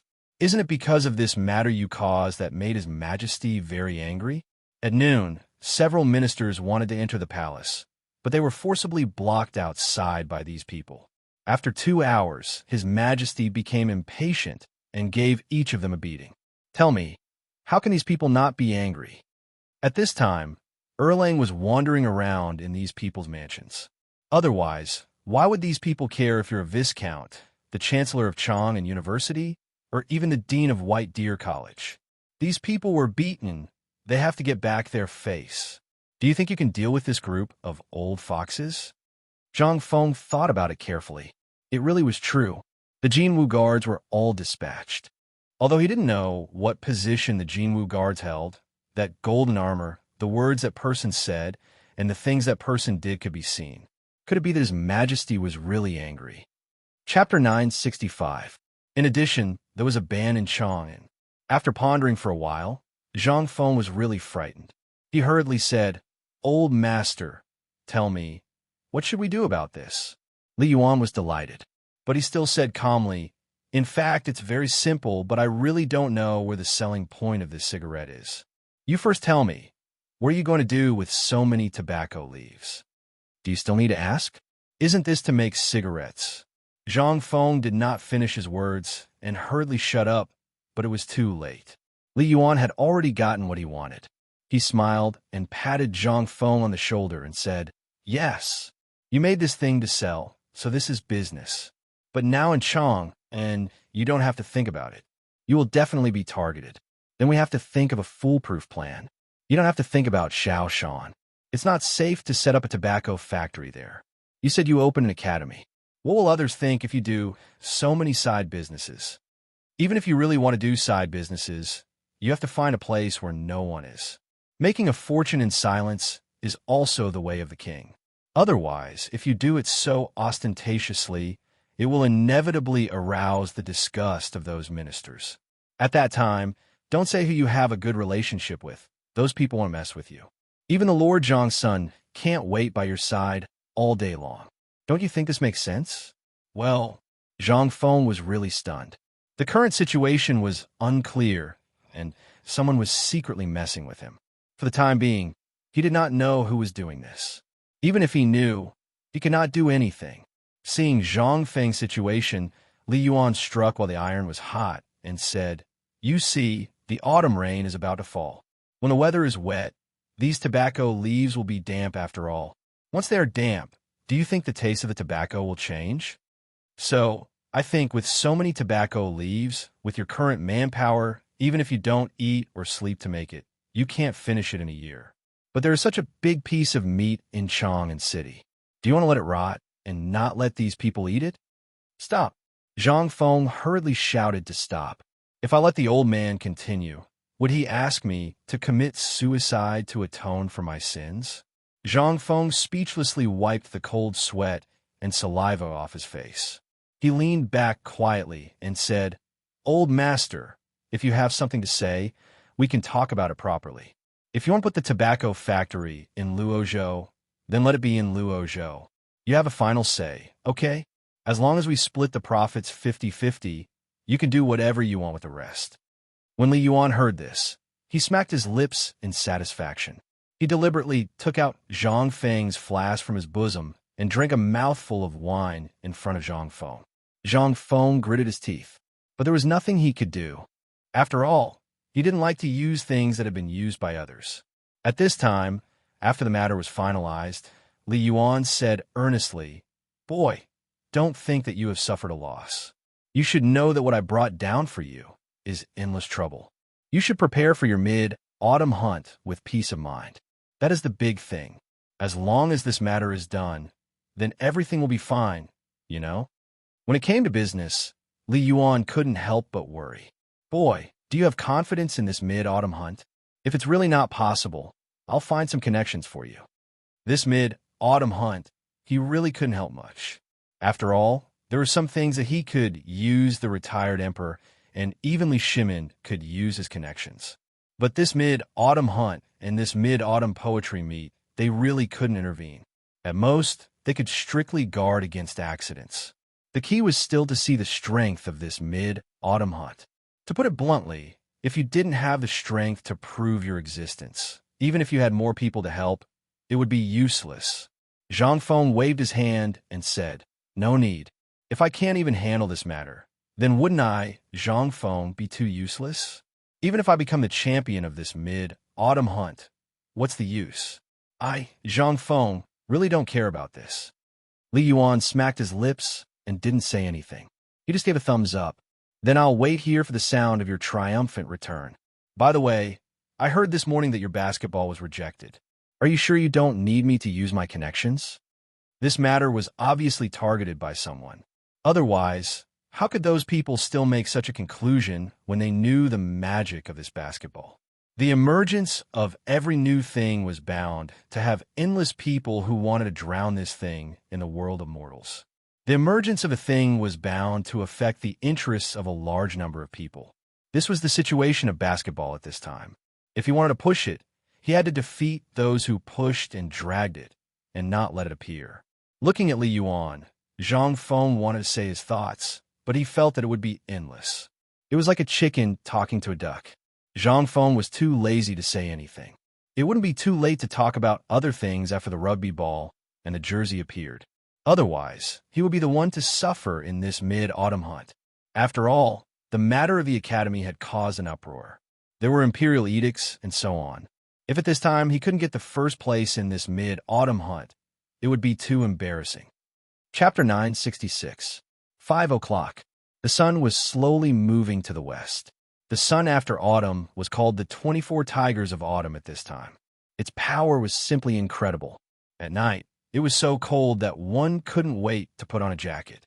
But at noon, one couldn't wait to strip off everything on one's body. Zhang Feng hated sitting in a sedan chair. Although it could avoid the glaring sun, it also made him lose a lot of interest.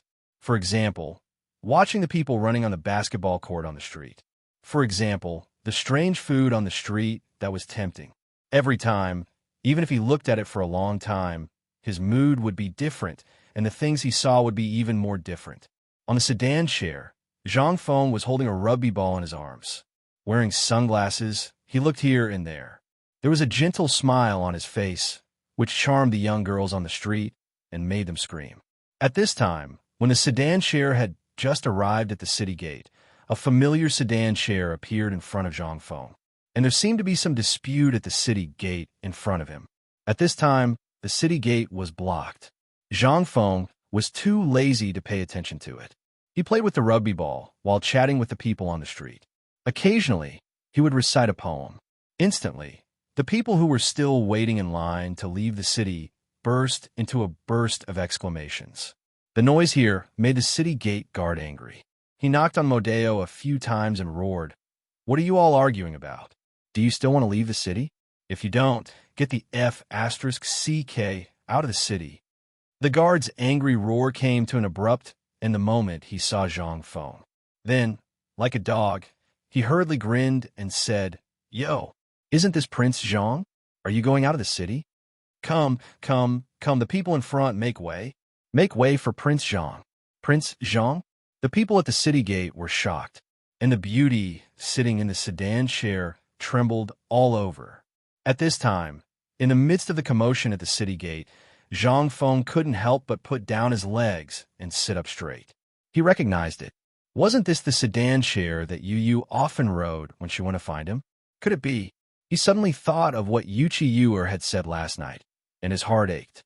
Was she really going back to Jiangnan? Zhang Feng couldn't help but feel a little anxious. However, there were too many people here. He really couldn't ask Yu here. He could only helplessly urge the sedan bearers to quickly leave the city. When they passed by Yu's sedan, Zhang Feng and Yuchi, who was in the sedan, were unusually nervous. It was as if they had been caught having an affair. But in the end, Zhang Feng was still defeated by reason. He sighed and walked out of the city gate.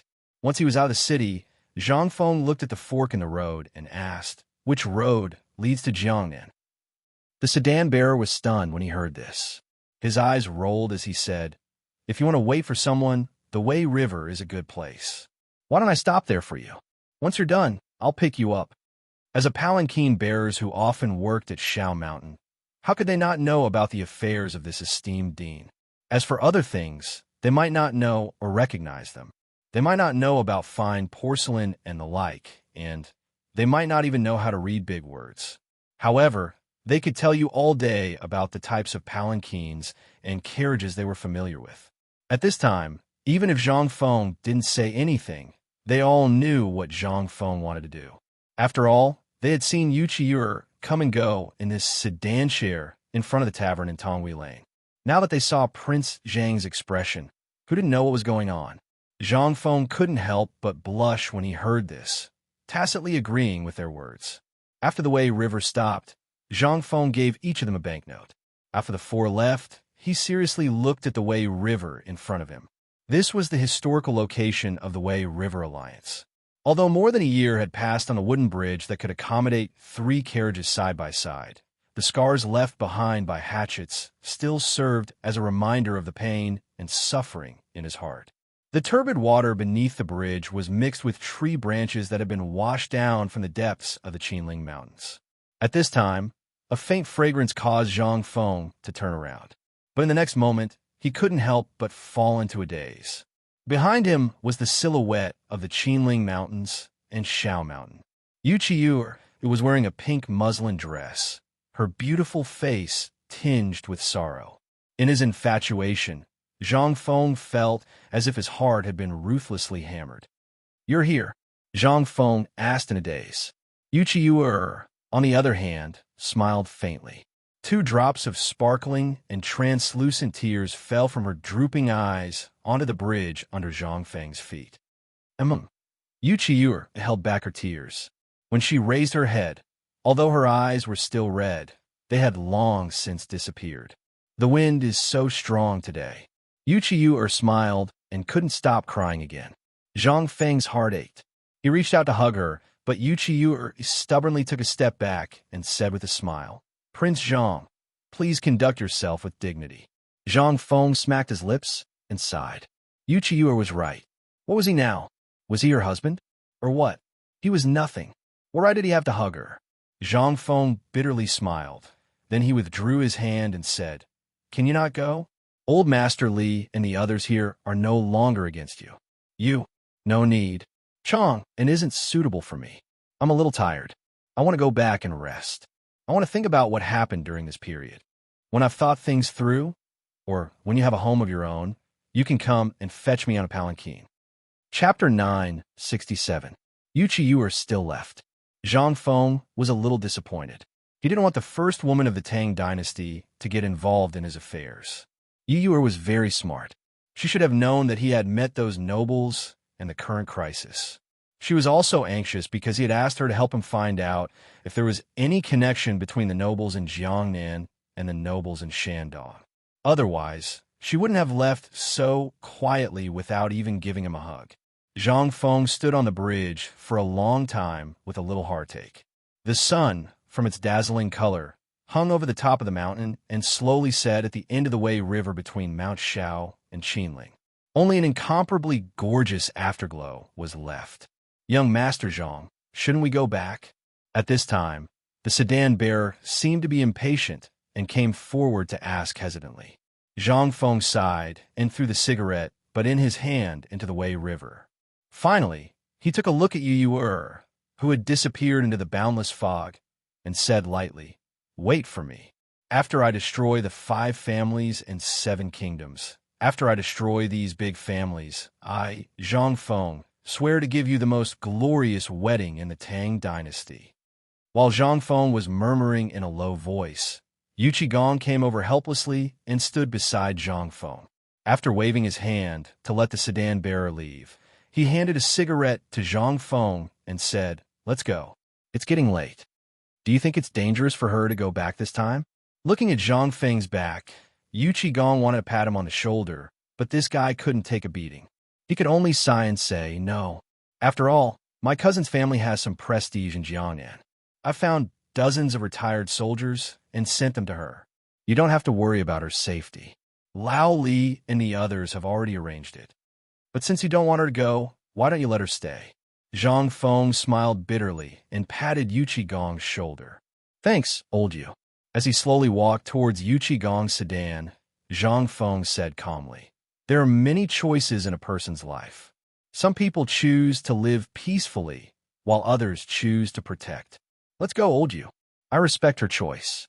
I also believe that distance is not a problem. I understand her, and she understands me." Yuchi Gong looked at Zhang Feng's back with a wry smile. He really couldn't understand how someone who liked to talk so much could attract so many women. At first, he was worried that Yuchi would lead Zhang Feng into a dish. But now, it seemed that he was wrong. The emperor was wrong. The retired emperor was wrong. Everyone was wrong. Zhang Feng was simply a freak. As long as everyone was attracted by him, they would be unable to extricate themselves from being attracted to him. Even Yu Jiangnan's Yuchi Mei was subdued by him. How could he not see that Yuchi had already lost her virginity? Jiangnan had never lacked handsome men, nor did it lack those who were brimming with talent. At the very least, they looked more outstanding than Zhang Feng. However, none of these men could make Yuchi lower her head. Today, she was actually willing to do so for Zhang Feng. Yuchi Gong sighed and waved his hand. Let's go. Let's go up the mountain." Yuchi Gong really couldn't understand these two evildoers. Sometimes, Yuchi would make Feng Zi run away. Other times, Yuchi would be completely bewitched by Zhang Feng. Now, there was this hiccup. Not far away, in the darkness, Li Shimin lifted the curtains to the palanquin. After watching Zhang Feng leave, Empress Zhang Sun said with reddened eyes, "Zhang Feng could have made yours stay. Why did second brother stop me when I tried to persuade her to stay?" Li Shimin smiled faintly and waved his hand to indicate that they should return to the palace. "You still don't understand that kid's intentions? That kid and Yuchi are both shrewd people. Which one of them is the master of saving trouble?" Yuchi return to Jiangnan must have something to do with what Zhang Feng has encountered recently. Zhang Sun Wugo was stunned. "Second brother, are you saying that is helping Zhang Feng find out about those landowning households?" Zhang Sun Wugo couldn't help but cover her mouth. Li Shimin nodded gravely. "If they don't put on a show for others to see, how will others believe that they have broken up? In this way, the landowning households in Shandong and Jiangnan will let down their guard, and it will have more pursuers than before when she returns. So, Guanyin maid, Zhang Feng and Yuchi do have feelings for each other. However, at this time, Yuchi should be a little more mature. Feng Zi is still a little impulsive, but this is also good. This show will be perfect." Hearing this, Zhang Sun Wugo exclaimed, "Could it be that all of this was done by you and father?" Li Shimin nodded. "There's also Yuchi. This idea was Yuchi's. Otherwise, it's just a woman. Do you think I'm so free to stop her and Feng Zi from having a good time?" At this time, Zhang Sun Wugo finally came to her senses and exclaimed, "Could it be that Yuchi did it on purpose?" Chapter 968. The next morning, Cheng Chumo and the rest stood in front of Zhang Feng's wooden hut in fear, not daring to move an inch. Last night, after Zhang Feng returned to the mountain, everyone saw that his face was terrifyingly gloomy. Even Li Chengxian was scolded by Zhang Feng when he went up to ask. Then, he called everyone over and scolded them fiercely. After everyone recited the multiplication and division table and the book of songs outside his wooden hut, he asked them to scram. When he left, this fiend actually asked everyone to report at his door early in the morning, before the morning exercise. If he did not see anyone, they were to scram immediately. This time, everyone's hair stood on end. Even Xian Wanli, who had been taking care of the paper-making business, was captured. The dozen or so young men stared at each other, not knowing what was going on. In the end, they asked Yuchi Gong, who only gave them a piece of advice. "Do not provoke Zhang Feng." This time, everyone was restless. This morning, before the sun rose, the dozen or so people rushed into the kitchen to grab a big bowl of leftovers and rushed over. However, no one dared to be careless. Not to mention standing straight, they did not even dare to fart. This was because, according to Old He from the kitchen, the light in Feng Zi's hut was on for the entire night. What did this mean? This meant that Feng Zi did not sleep for the entire night. Perhaps he was watching them through the crack of the door. And that damned Shiva was the person that everyone wanted to beat the most. If you asked him what he was, he would only say 2 words. Don't know. If you asked again, he would not even acknowledge you. Li Chengqian was so angry that he secretly kicked Cheng Chumo and ordered him to beat Shiva up tonight. Just as everyone's legs turned to jelly and sweat appeared on their foreheads, the door finally opened. Once the door was opened, Zhang Feng's face was still gloomy. He stared at Shiva, who was squatting at the door, and said, "Have you prepared the armor I asked you to prepare?" "Ready. Ready." Zhang Feng nodded. "Get someone to bring it over." "All right, you go too." Shiva wanted to cry, but Li Chengqian and the others were roaring excitedly in their hearts. Delightful, truly delightful. Today, basketball, Chun Tiniu, Chongzi, Idiot Wei, Yu Baolin, and Qian Wanli, you guys don't need to practice anymore. I'll teach you guys something new. As for the rest of you, I'll give you 10 days. If you can't produce the results I want before the Mid-Autumn Hunt ends and the Mid-Autumn Festival, I don't care who you are, all of you can scram. This time, Li Chengqian and the others exploded. They wanted to ask, but didn't dare to. His face flushed red. However, the hearts of Cheng Chumo and the others sank to the bottom. They asked weakly, "Fengzi, cough, cough, Dean, what about us?" He had known Zhang Feng for so long, but this was the first time he had seen Zhang Feng so angry. Li Chengqian and the others didn't know what Zhang Feng was trying to do. He asked Shiva to get the armor and then kicked them out.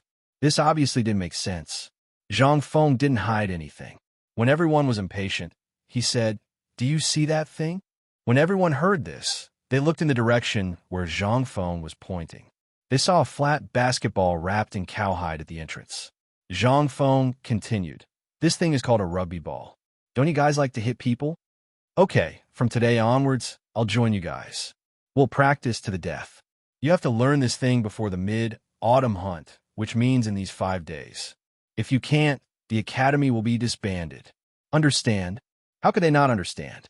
They had to understand, even if they didn't. They had no choice. If they didn't understand now, they would be courting death. As he spoke, Zhang Feng looked at the boxes of armor carried by the students. He pointed at everyone and said, "Come up, 1 for each of you. Put them on properly." Then, Zhang Feng rushed to the door and waved at Cripple Wang and the others who followed him up last night. Cripple Wang led his 30 or so veterans and hurriedly ran over in formation. This scene attracted the attention of all the Imperial Guards who were disguised as guards on Shao Mountain. It also made Cheng Chumo, Li Chengqian, and the others feel alarmed. After all, the journey here wasn't far. In a few breaths, everyone arrived in front of Zhang Feng.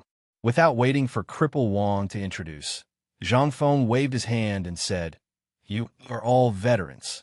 Naturally, you have a way to train people. Now that you've chosen to follow me, Zhang Feng, I'll give you your first task.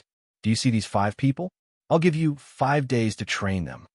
Among the 30 or so veterans, a few of them trembled when they saw Cheng Chumo.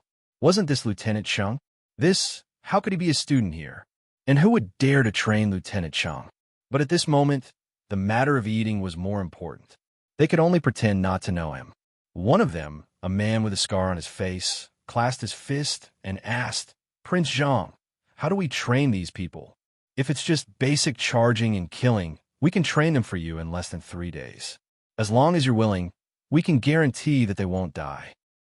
Chapter 969. Scarface looked suspiciously at Cheng Chumo when he heard that. However, after weighing his future life and the matters of the past, he nodded his head heavily. "If that's the case, then we can really train it." As he spoke, he cupped his fist toward Zhang Feng and said, "Old Gozi, Xuanzhu, Gu Changzhong, Zhao Xizha." Following Scarface's roar, for people who looked similar in age to Scarface walked out from the group of over 30 veterans. These 4 people were no different from Scarface. They looked ordinary and did not have Yu Baoqi's explosive muscles, nor did they have a tall and sturdy body. When the 5 of them stood together, some of them were even shorter than Cheng Tai and the others by a head. Zhang Feng frowned slightly. However, when the 5 of them revealed their scars and strong 8-pack abs, Zhang Feng decisively shut his mouth. He pointed to the armor at the side and said, "This time, we're not training to go on the battlefield to kill the enemy. Have you heard of Kuju?" Scarface nodded. Zhang Feng asked again. This time we are using Kuju to train a new type of toy.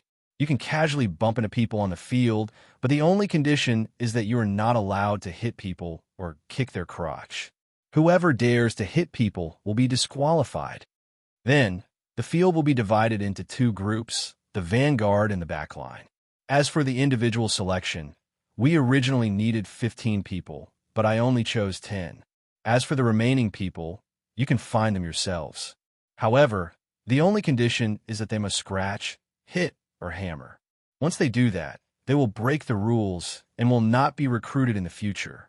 Zhang Feng explained the rules of rugby 3 times intermittently. Only then did he explain the rules that were similar to rugby. He even personally went on the field to train for 2 hours. Only then did he leave after Yu Shernan's repeated calls. When he took off his protective armor, he rubbed his aching chest and stared at Scarface. "What is your name?" Scarface heard this and quickly took off his armor. "My name is Jia Daoran." Jia Daoran? Daoist Jia? Zhang Feng had always admired the naming system of the Tang dynasty, but this time, Zhang Feng was still amazed. He stared and asked, "None of you are called Du Ziting, right?" "Yes." A weak voice came out from the mouth of a man in armor. Zhang Feng rubbed his head and waved his hand. "Continue with the training." "Oh right, Taoist. Let Ma Zhou take the rest of your brothers to my mansion. You will be in charge of everything in the mansion." "All right, you have to pay more attention to the place where the 3 old men are. Without my permission, no one is allowed to enter." Cheng Chumo and the others were already panting heavily, but when they heard Zhang Feng's words, their eyes instantly lit up. Ever since this grandson returned to the mountain, it was as if he had changed into a different person. Even a certain place in the resort was not allowed to enter. Could it be that he was hiding something that couldn't be seen? As soon as Zhang Feng left, Li Chengqian instantly screamed and took off the armor on his head. He lay on his back on the ground and wailed again and again.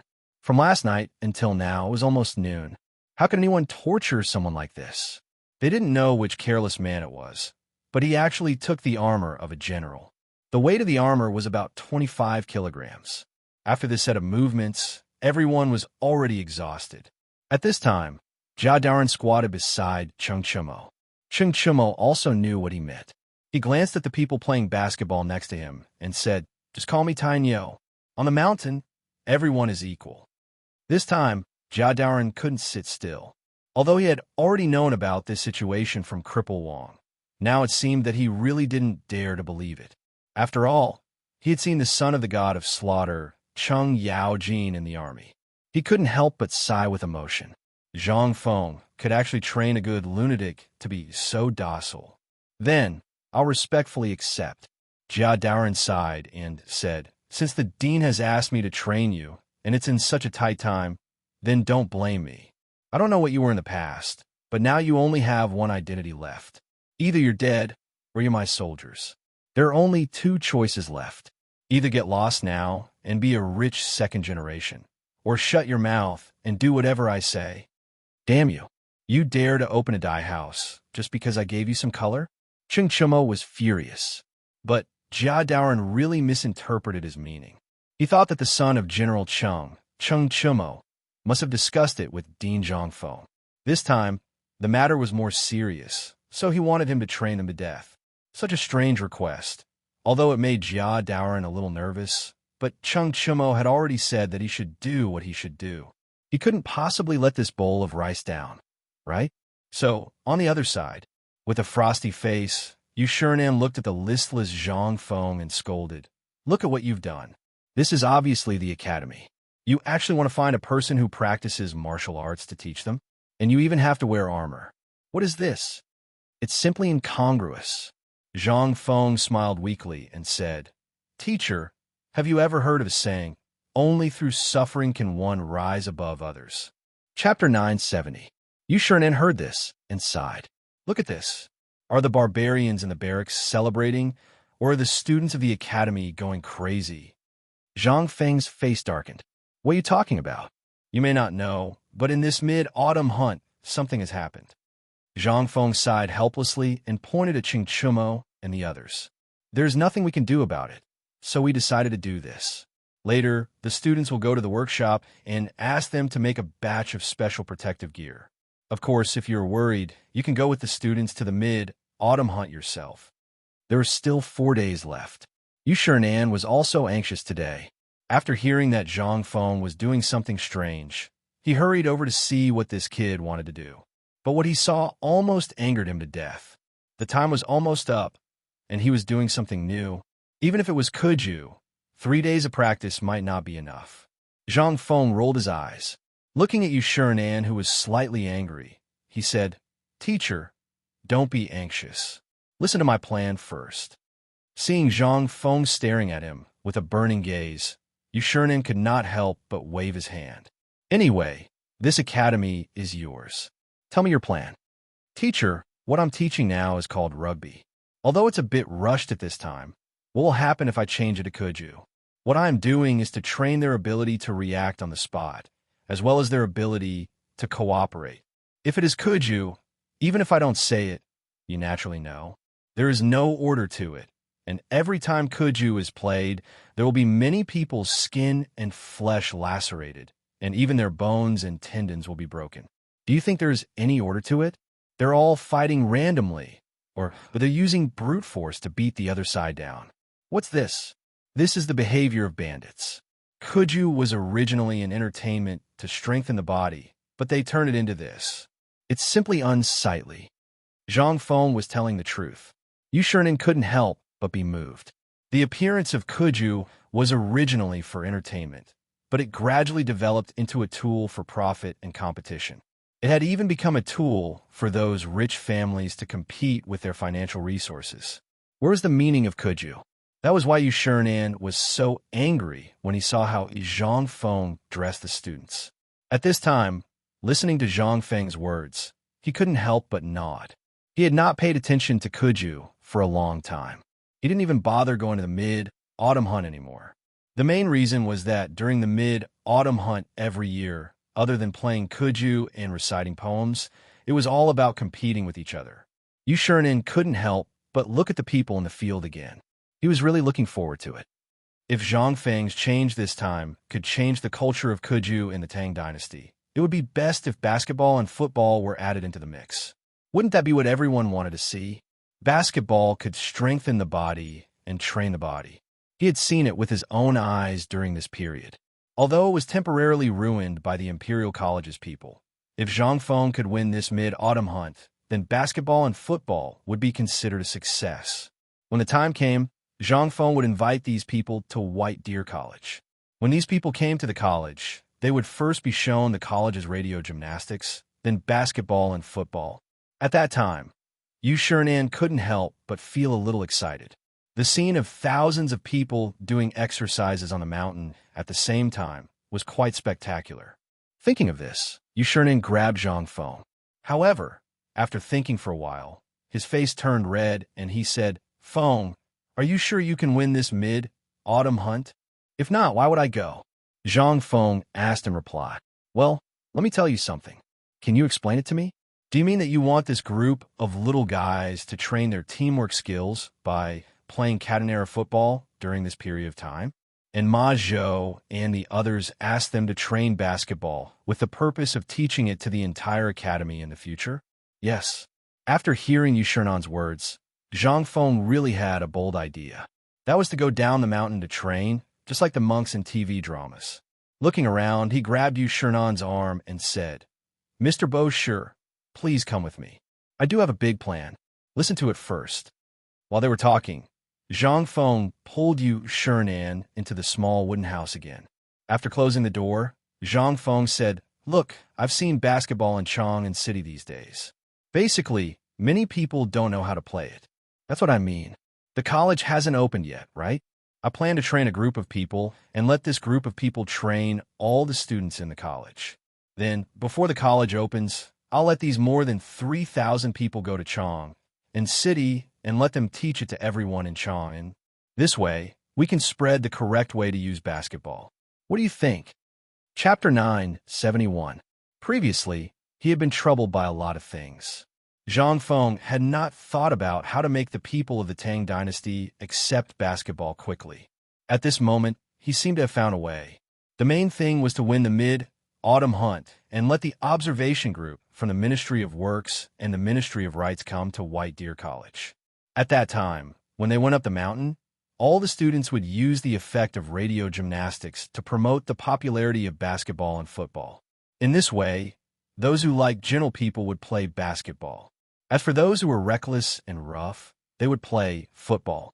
As long as they had the strength to break the protective gear, they could do it. Anyway, a protective gear cost 100 strings of coins. In this way, the business would be done. The popularity of basketball and football would not disappear because of the Ministry of Works and the Ministry of Rights disapproval. Instead, it would increase greatly.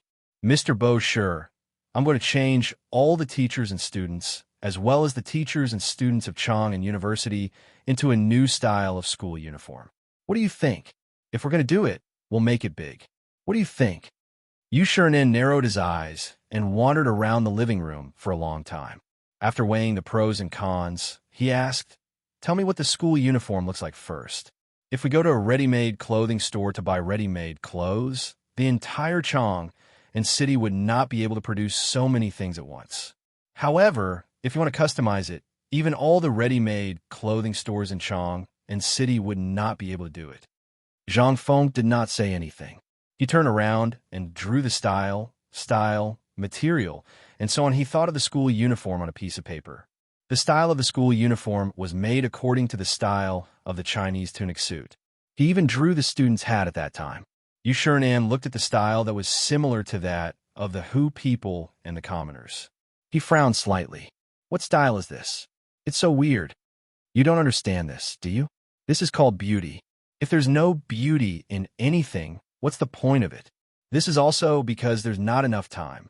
If there's enough time, I want to customize a batch of basketball uniforms and a set of football uniforms. If there's a female class in the future, I want to have uniforms for all the female students."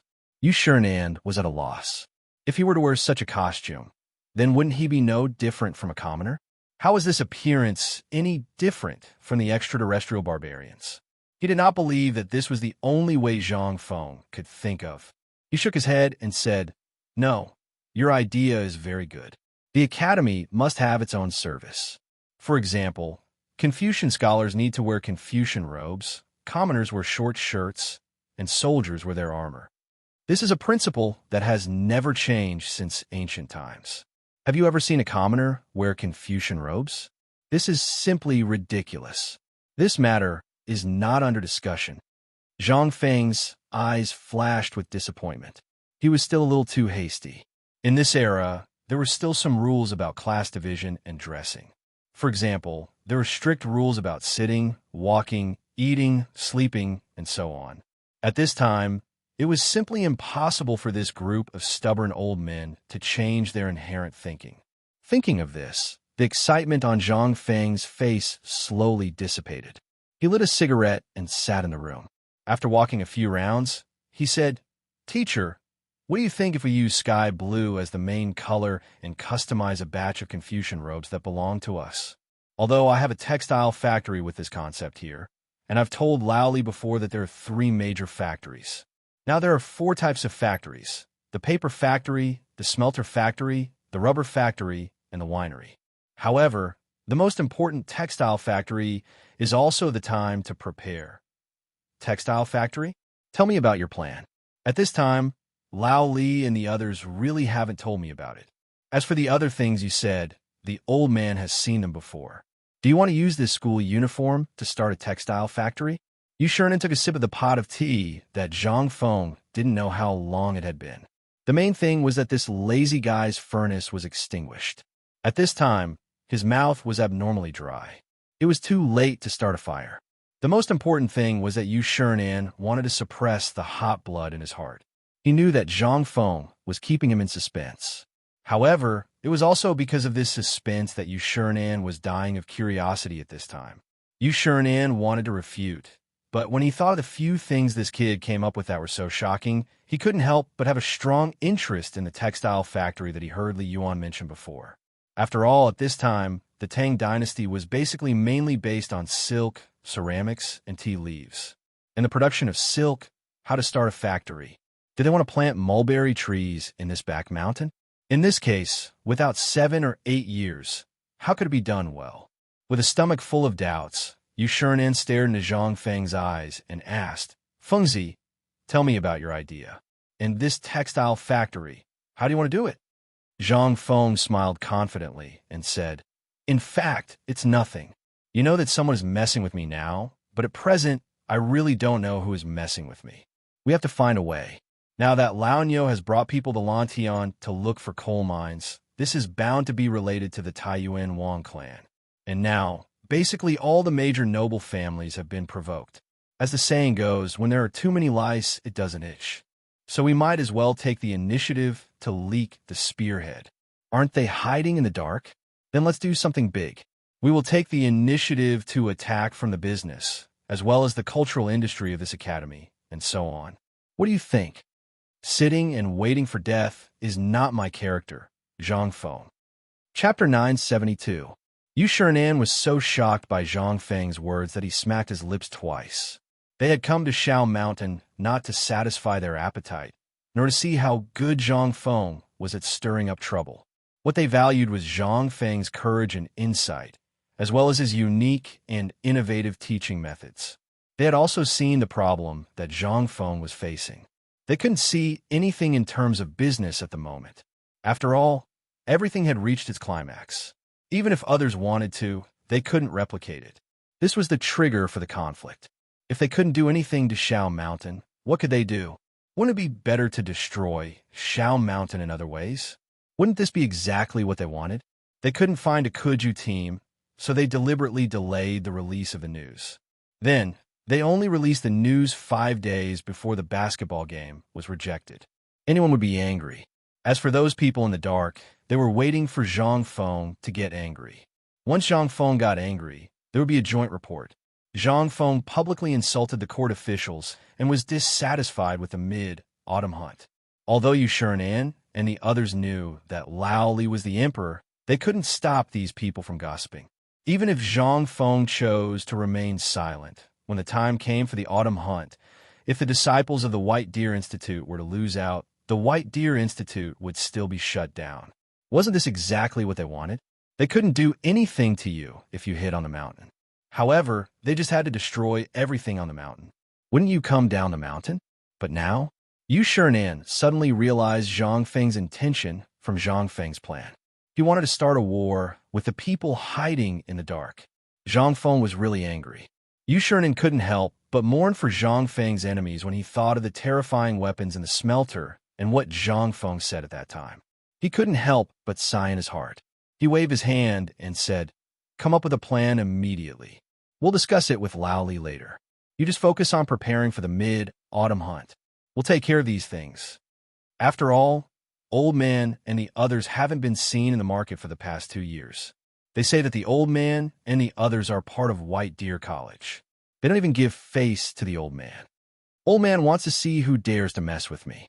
Zhang Feng was overjoyed when he heard this. He was waiting for this sentence. As long as the 4 Confucian scholars stood up and supported him, what did he have to be afraid of? He hurriedly bent over the table and wrote down the plan. Yu Shern'an asked, Now tell me, how are you going to set up the textile factory? You can't possibly plant mulberry trees in the back of the mountain and wait 7 or 8 years before you start weaving, right? I told Lao Li about the textile factory. It's going to be built under the waterfall. We'll build a water wheel there and use the water wheel to drive the linkage. Then, we'll be able to operate hundreds of looms at the same time. Plus, we won't need many people to operate it. Yu Shern'an wanted to say that it was a fantasy, but when he opened his mouth, he couldn't say anything. At this moment, Yu Qigong, who they thought had already left the mountain, suddenly shouted at the door. Zhang Feng was so scared that his hand trembled. A good piece of paper was basically scrapped. Zhang Feng complained with some annoyance. Old Yu, can you *King make a sound like thunder? I'm fine, but what if something happens to Mr. Bashi because you scared him? Can you bear the responsibility? However, Yu Qigong acted as if he didn't hear him. He rubbed his hands and walked into the living room. He stared at Zhang Feng with shining eyes and asked, You said that something like that. Can you leave it to my people to do it? Zhang Feng looked at Yu Qigong, who was almost drooling as he stared at him, and felt the hairs on his body stand up. Old Yu already had a rough appearance. If his portrait was pasted on the door, it would be even more effective than a door god. At this moment, Yu Qigong was excited. The army had always lacked food and clothing. On one hand, it was because of the problem of salary. As long as there was a way to earn money, Yu Qigong would do it even if he had to rob. After all, there were so many brothers in the army who were crying piteously for food.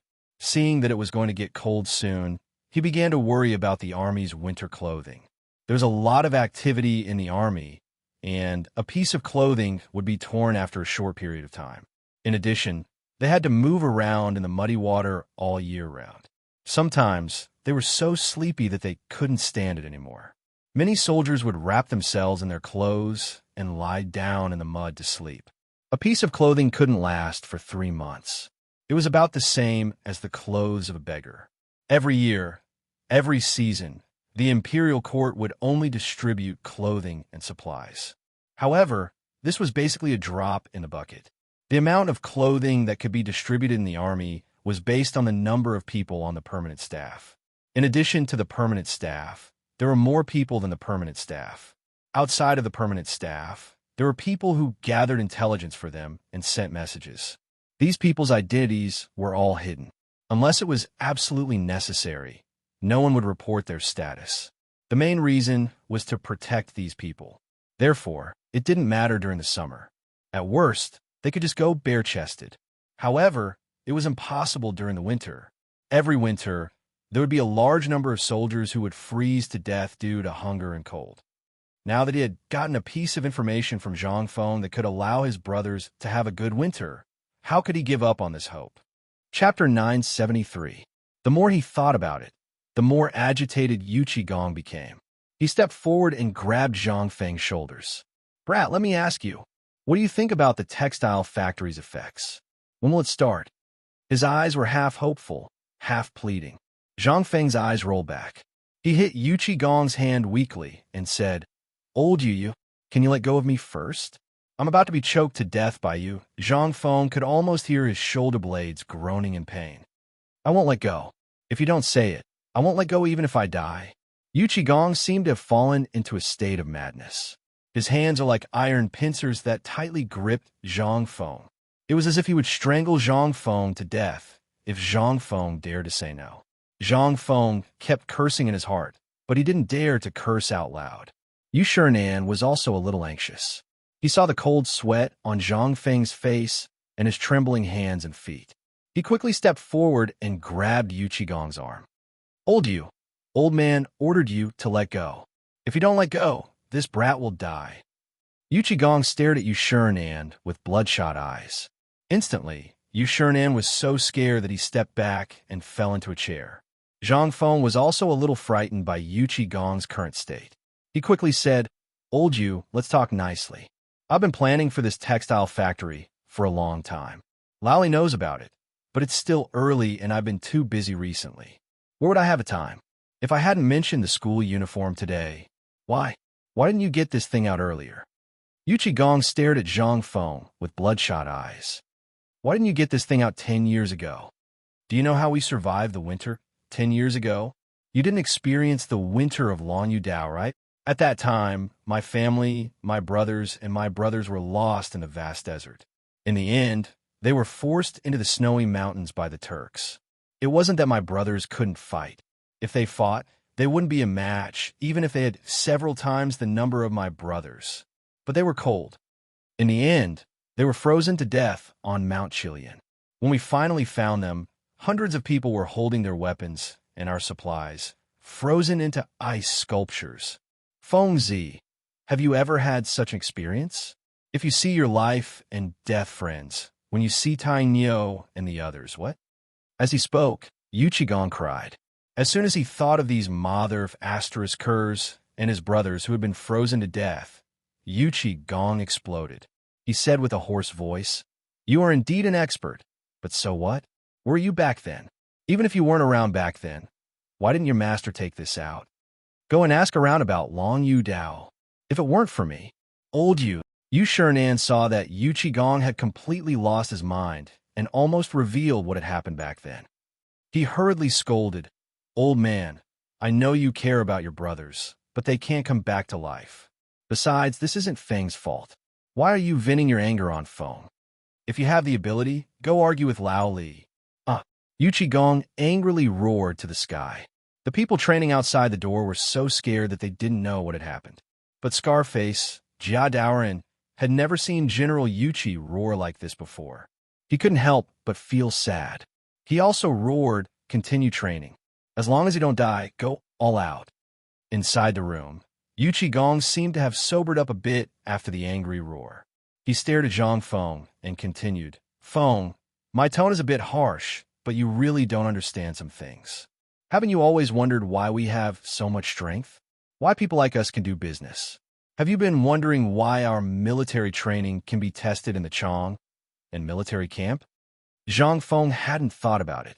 Now that Yu Qigong took the initiative to talk about it, he couldn't help but nod curiously, forgetting the pain in his shoulder. Yu Shinan opened his mouth and finally sighed. He smoked fiercely and didn't want to look into Yu Qigong's eyes. Yu Qigong said as if he was sleep-talking, 10 years ago, we were young men in our 20s. Our families suffered a disaster. I was born a blacksmith. Old Hay was also born a farmer. But because of the turmoil, we had to join the army to fill our stomachs. We thought that we could eat well after joining the army, but we didn't expect that the darkness in the army was not a place for people to stay. At that time, the army I was in was stationed at the Jade Gate Pass outside Liangzhou. A group of playmates from my village who grew up with me were on their way back to escort supplies when they encountered the Turks heading south. In order to protect the supplies, Yu Qigong couldn't stop his tears from flowing as he spoke. So after that, Old Hay and I left the army camp. But our brothers couldn't die in vain. That's why we try our best to earn money every year and give them as many supplies as we can. Every time I see those cheering soldiers in the barracks, I can't help but think of my old friend Shadow. So some people always say that we're rough people, that we're boorish people. Why? Who are we protecting with our lives? If it weren't for the border that we used our lives to fill, who the F***CK would be so comfortable now? Why? Why do rich people look down on us? Why? Chapter 974. The more Yu Qigong spoke, the more agitated he became. The anger that had been suppressed in his heart for more than 10 years completely exploded at this moment. He shook Zhang Feng's shoulders with all his might, tears streaming down his face. It was as if Zhang Feng, who was in his hands, was the murderer who had killed his brother. Seeing Yu Qigong's crazed state, Zhang Feng was no longer anxious or worried. He could feel Yu Qigong's heart-wrenching pain, despair, and coldness. He was a person who had seen the most despairing thing in his life, but now he could easily obtain warmth. Under the surging emotions of loss and gain, he actually thought of his former brother. He thought of the tragic state of his brother who had been frozen into an ice sculpture in order to give the resources in his hands to the brother who needed him more and went to protect his home. So, emotions needed to be vented. When something was buried in one's heart for a long time, it would multiply. When it encountered a trigger point, this kind of grief and sorrow would be vented out like a geyser. Just as Zhang Feng was thinking about how to make old Yu let go, he heard a muffled sound. Yu Qigong, who was strangling him, slowly fell to the ground. Behind him, the gloomy Cheng Yaojin slowly withdrew his hand knife. It was obvious that this hand knife was made by him. Originally, Cheng Yaojin was preparing to go to Chang'an City. After learning about Zhang Feng's situation, he wanted to go up the mountain to take a look, but he ended up seeing this scene. He also saw the crazed Yu Qigong. He was afraid that he would hurt Zhang Feng, so he decisively knocked him out. At this time, Zhang Feng slowly collapsed on the recliner, gasping for breath. His two arms seemed to have no feeling, hanging limply on both sides, extremely numb and itchy.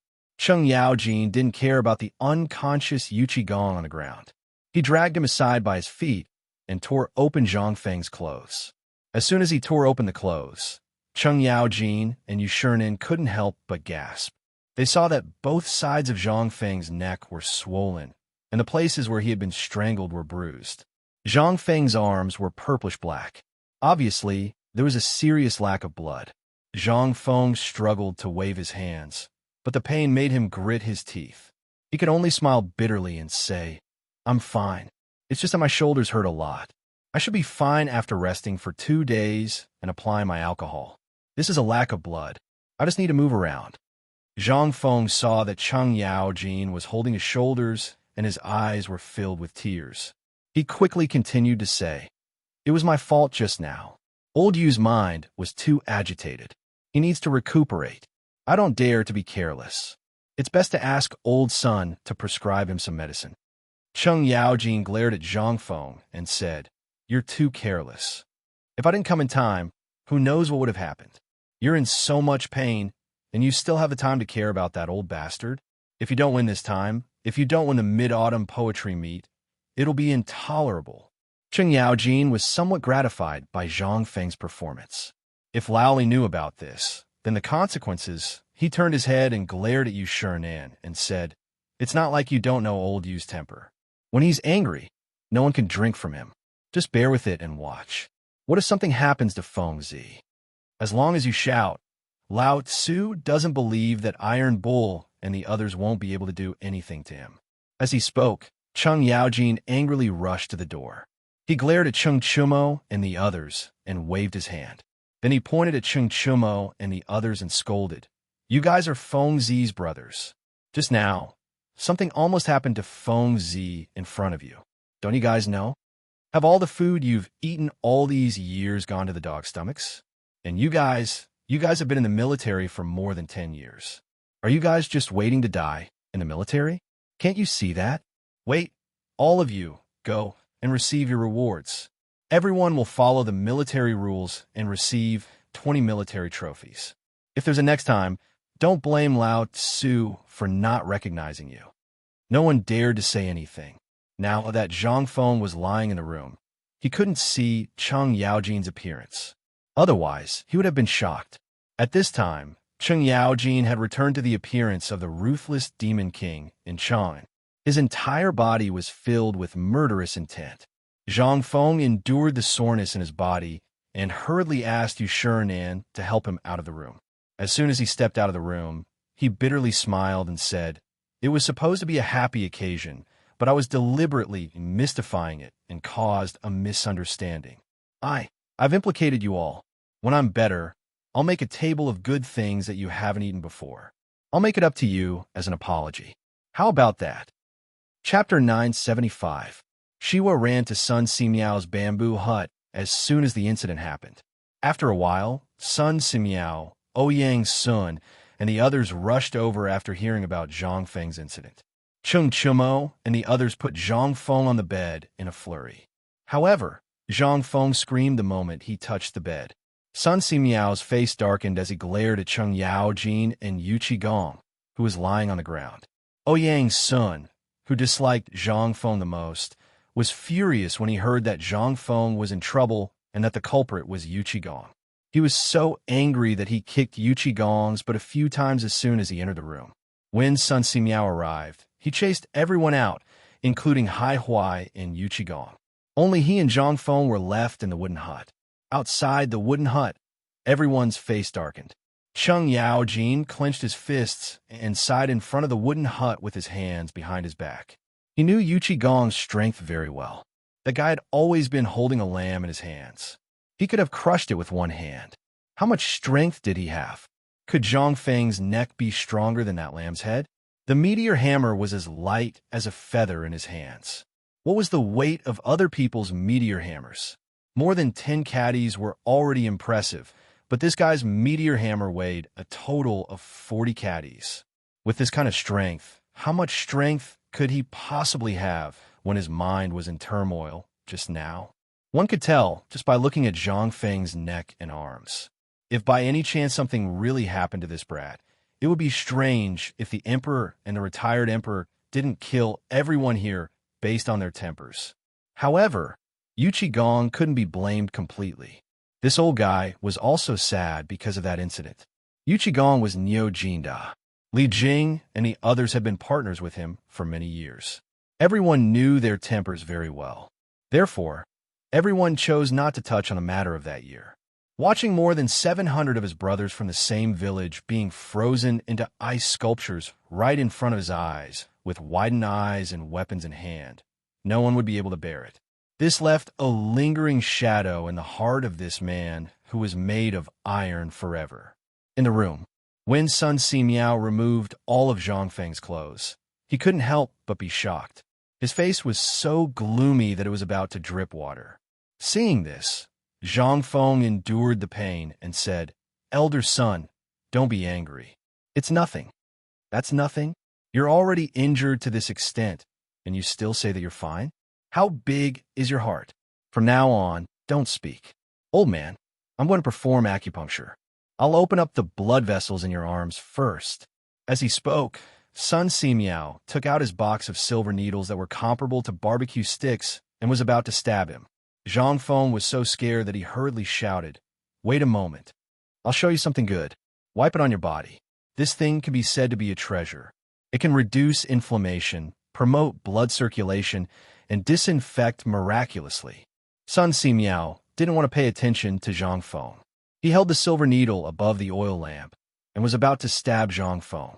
This scared Zhang Feng so much that he dodged repeatedly. "Elder son, trust me this time. How can I mess around with my life? This is something I prepared long ago. This thing is called alcohol. It's a treasure extracted from white wine." Sun Simiao had studied white wine before. As long as this thing was lit with fire and used on people, it would indeed have the magical effect of promoting blood circulation and removing blood stasis. At this time, when he heard Zhang Feng say that there was something good, he frowned. "Why didn't you say so earlier? You should have taken it out a little earlier." Zhang Feng was afraid that elder son would copy old you, so he hurriedly struggled to sit up. Then he used his mouth to point at the shoe box he created and said, "It's inconvenient for me to move around. Elder son, please help me take it out. It's in the secret compartment under the shoe box." Although Sun Simiao was a little suspicious, Zhang Feng still couldn't bear to see Zhang Feng sucking in cold air in pain. Gritting his teeth, Sun Simiao poked his head down to look for it. Sure enough, the bottom of the shoe box was pulled out. Sure enough, there was a sound like a door bolt. Then Sun Simiao's hand lifted up vigorously. A secret compartment appeared under the shoe box. There was also a burst of wine fragrance inside. The secret compartment was about half the size of the bed, but there were about 7 or 8 jars of wine neatly placed inside. Sun Simiao glanced at Zhang Feng. Zhang Feng smiled and said, "This is the last of my stock. There's really no more white wine. By the way, the jar with the word alcohol circled with red paint is alcohol. Don't take the wrong one." Sun Simiao didn't say anything. He picked up a few small wine jars that were only the size of a fist next to a big jar. He took 5 of them and put them into his arms. He took out another jar, first opened the mud seal and drank a mouthful.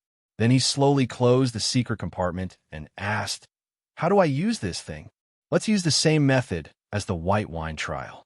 Pat it or rub it." Zhang Feng shook his head and said, "Rub it first, and then pat it after the body is hot. The effect will be better. Do you have a smaller silver needle, such as a silver needle as thick as a strand of hair?" Sun Simiao took out the largest silver needle from the box full of silver needles. He looked at Zhang Feng and asked, "No, do you want to prick open the extravasated blood? Or just let it be in pain like this?" Chapter 976. Outside the small wooden hut.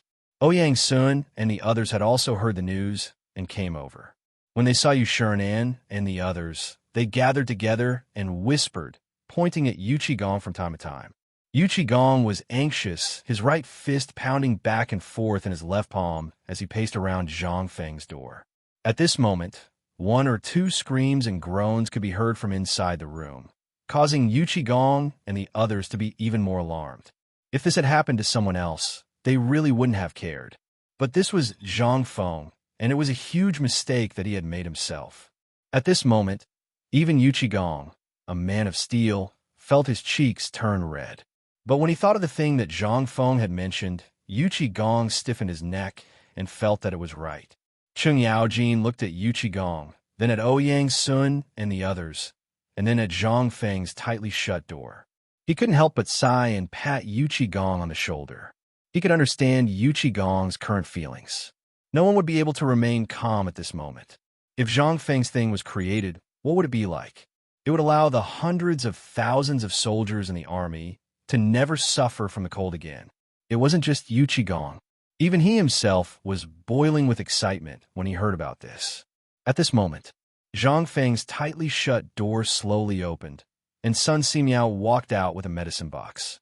Seeing this, Yu Qigong hurriedly went up and asked, "Elder son, how is Feng Zi?" Sun Simiao glared at Yu Qigong and Cheng Yaojin, the warning in his eyes self-evident.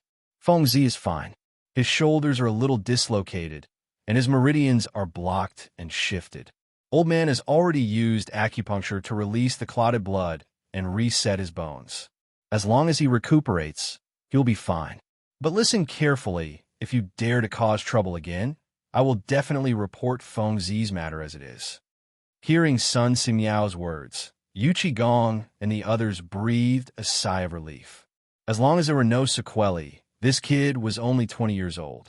After a few days of recuperation and some nourishing ingredients, he would be able to jump around again. In the end, Yu Qigong still held back. Otherwise, would his shoulders be as hard as a sheep's head? Coupled with Zhang Feng's miraculous alcohol, Sun Simiao could only relieve the blood clot on his arm and then reposition it. At this moment, his mind was still filled with the word alcohol. Sun Simiao took a look at the fist-sized porcelain bottle of alcohol that he had gotten from Zhang Feng. He happily went to brew the medicine for Zhang Feng, and while he was at it, he also went to study the gunpowder potion. As soon as Sun Simiao left, Yu Qigong and Cheng Yaojin went straight to Zhang Feng's bedroom. Shiva, who was at the door, pretended not to see anything and went back to training with Cheng Chumo and Scarface Jia Daoren. As soon as the six of them entered, they could smell the smell of alcohol in the air. They couldn't help but look at each other. There was still some left? What time was it now? Could it be that he was secretly drinking just now? Zhang Feng leaned against the pillow with difficulty. As if he could see the intentions of the four, he hurriedly said, "This is alcohol. You've seen idiot way before. If you want to drink, I don't care. But please go down a mountain and drink. I still have half a jar here. It's enough for you to die." Yu Shernan and the others didn't understand what it was. After Cheng Yaojin explained, they could only rub their noses and pretend they didn't hear anything. They pointed at Zhang Feng's arm. Yu Shernan asked, "The smell of alcohol on you, is it alcohol?" "Yes, old Yu and the others know. I haven't used this before, but this time it's all thanks to this thing. Otherwise, this kid really wouldn't be able to escape this time." They couldn't help but criticize in their hearts. Was this thing really that magical? However, Zhang Feng didn't dare to elaborate. There was only a little left of this thing now. If he didn't save a little, he might run into another idiot one day and finish it for him. If he encountered such an emergency, he wouldn't even have a place to cry. Yu Qigong stared at Zhang Feng with red eyes and said, "Feng Zi, are you sure you're okay?" Zhang Feng's face was pale as he grimaced. He raised his right hand with difficulty and instantly grimaced in pain. Then, before Zhang Feng could finish, Yu Qigong saw this and began to undress with a serious expression. He also took out the broom behind the door and threw it to Zhang Feng. "Feng Zi, this time I was reckless. You can scold or hit me if you want. But after that, can you take responsibility for this manufacturing workshop? I promise that I'll give you as much as you deserve. I don't want a single cent. However, you should know that many of our brothers in the army don't have enough food to eat or warm clothes to wear. Every winter, many people freeze to death. It's going to be winter soon. Old you, really don't want to see the tragic state of our brothers back then. In the end, they froze to death in that place in order to protect their home. In the end, even their corpses didn't come back. Although I'm a businessman now, but..." As he spoke, Yu Qigong had already taken off his clothes, leaving only his undershirt. Yu Shernan and the others were also touched. They looked at Zhang Feng without saying a word. Zhang Feng sighed and said, "When did I say I wanted to hit you? Even if you didn't say it, I would still sell these things. I promise you, I'll let you take full responsibility for this matter." Chapter 977. Yu Qigong was like a child as he walked away happily. Zhang Feng sighed indifferently. Ouyang Sun and Chu Suiliang opened their mouths, but in the end, they left Yu Shernan behind and left silently. Yu Shernan and Cheng Yaojin carried Zhang Feng from the bed to the lounge chair at the door. Cheng Yaojin wanted to say something a few times, but when the words reached his mouth, he couldn't say anything. Zhang Feng also saw the strange look on their faces. He smiled and said, "Mr. Bashi, old Chun, what kind of relationship do we have? If you have something to say, just say it." Old Yu is a straightforward person. Although the first time we met was a little unpleasant, I am not a person who holds grudges. Young man, please don't blame old Yu for this. Yu Shernan smacked his lips and said, "Are you wondering why we, the high and mighty scholars, have such a close relationship with businessmen like Lao Li and old Yu?" Zhang Feng didn't want to know that it was all fake. In this era, among the scholars, farmers, and businessmen, merchants were the lowest position. They were reviled as porters who bought low and sold high, and so on. But this was the market economy. If it weren't for their existence, how could taxes and the circulation of goods be promoted? However, these scholars were all high and mighty characters. Normally, these merchants would have to salute even if they saw a Confucian scholar, let alone these famous Confucian scholars. However, since the beginning of Chong and University, the relationship between Lao Li and Yu Shernan, as well as Sun Simiao and the others, was as good as brothers. This made Zhang Feng curious. Zhang Feng nodded his head and said, "I hope that teacher can clear up my doubts. However, I'm also very curious. Lao Yu is a frank and upright person. Even if I made such a big joke with him before, Lao Yu didn't complain at all. But today, when we talked about the textile factory, why did his temperament change so much? Also, why would a brother be frozen like that?" With his hands behind his back, Yu Shernan gazed at the dazzling sunlight in the east. Narrowing his eyes, he said, "You might not be aware of this, but I'll have to start from the previous Yangguang Army's expedition to Goguryeo. 300,000 soldiers were buried there. Do you think you can sit back and relax just because you're a commoner, a merchant, or a descendant of an aristocratic family? You're wrong. At the end of the Sui dynasty, there were 72 rebellious kings and 36 bandits who wreaked havoc in the world. How could there be a paradise in this world? At that time, old Yu and the others were hot-blooded Yus who cared about their country and the world. But what happened in the end? Have you ever seen someone who was so hungry that they could only eat tree bark and roots to survive? Or have you ever seen people who eat rice and meat in order to survive? I've seen it. At this moment, Yu Shernan's entire body was trembling. His face was pale, as if he was recalling those tragic scenes. After a long while, he continued, "Originally, they were preparing to seek a living because of the disaster that befell their families. But when they saw these things on the way, they were all hot-blooded youths. Which one of them didn't want to quell the chaos and return peace to the world? But everyone has their own ambitions. From that time, we met in Chong, in city, and prepared to work together for the sake of the world. Don't ask how we met. After so many years, what you can see is our present. But what about what you haven't seen? So don't blame old Yu. At that time, after he joined the army, he was full of mettle. When he returned to the village, he basically brought all the youths in the village with him. But it was also on that winter day that he was stationed in Liangzhou because of military orders. Those from his village were not so lucky and became part of the army. In the winter of the 13th year of the Day dynasty, more than 30 of his brothers and more than 100 of his village's descendants were attacked by the Sui dynasty soldiers and the Turks who took advantage of the chaos to raid the south. In the end, they were forced to enter Mount Chilian. At this point, Cheng Yaojin saw that Yu Shernan's voice was trembling. So he sighed and said, "That batch of military supplies was basically the first batch of military uniforms for the frontline soldiers to pass the winter. But how could 1 or 200 people resist 3,000 Turks? There were also Sui dynasty soldiers chasing after them. No one knew how they stopped those people. By the time we received the news, it was already the next day. When old Yu and I arrived, we saw that Mount Chilian was littered with corpses, all of them Turkic corpses. When we reached the summit, we saw that the ground was littered with Turkic corpses that had been tied to trees, Some of the soldiers had bitten a Turk's ear or a piece of flesh to death. Cheng Yaojin's eyes were red.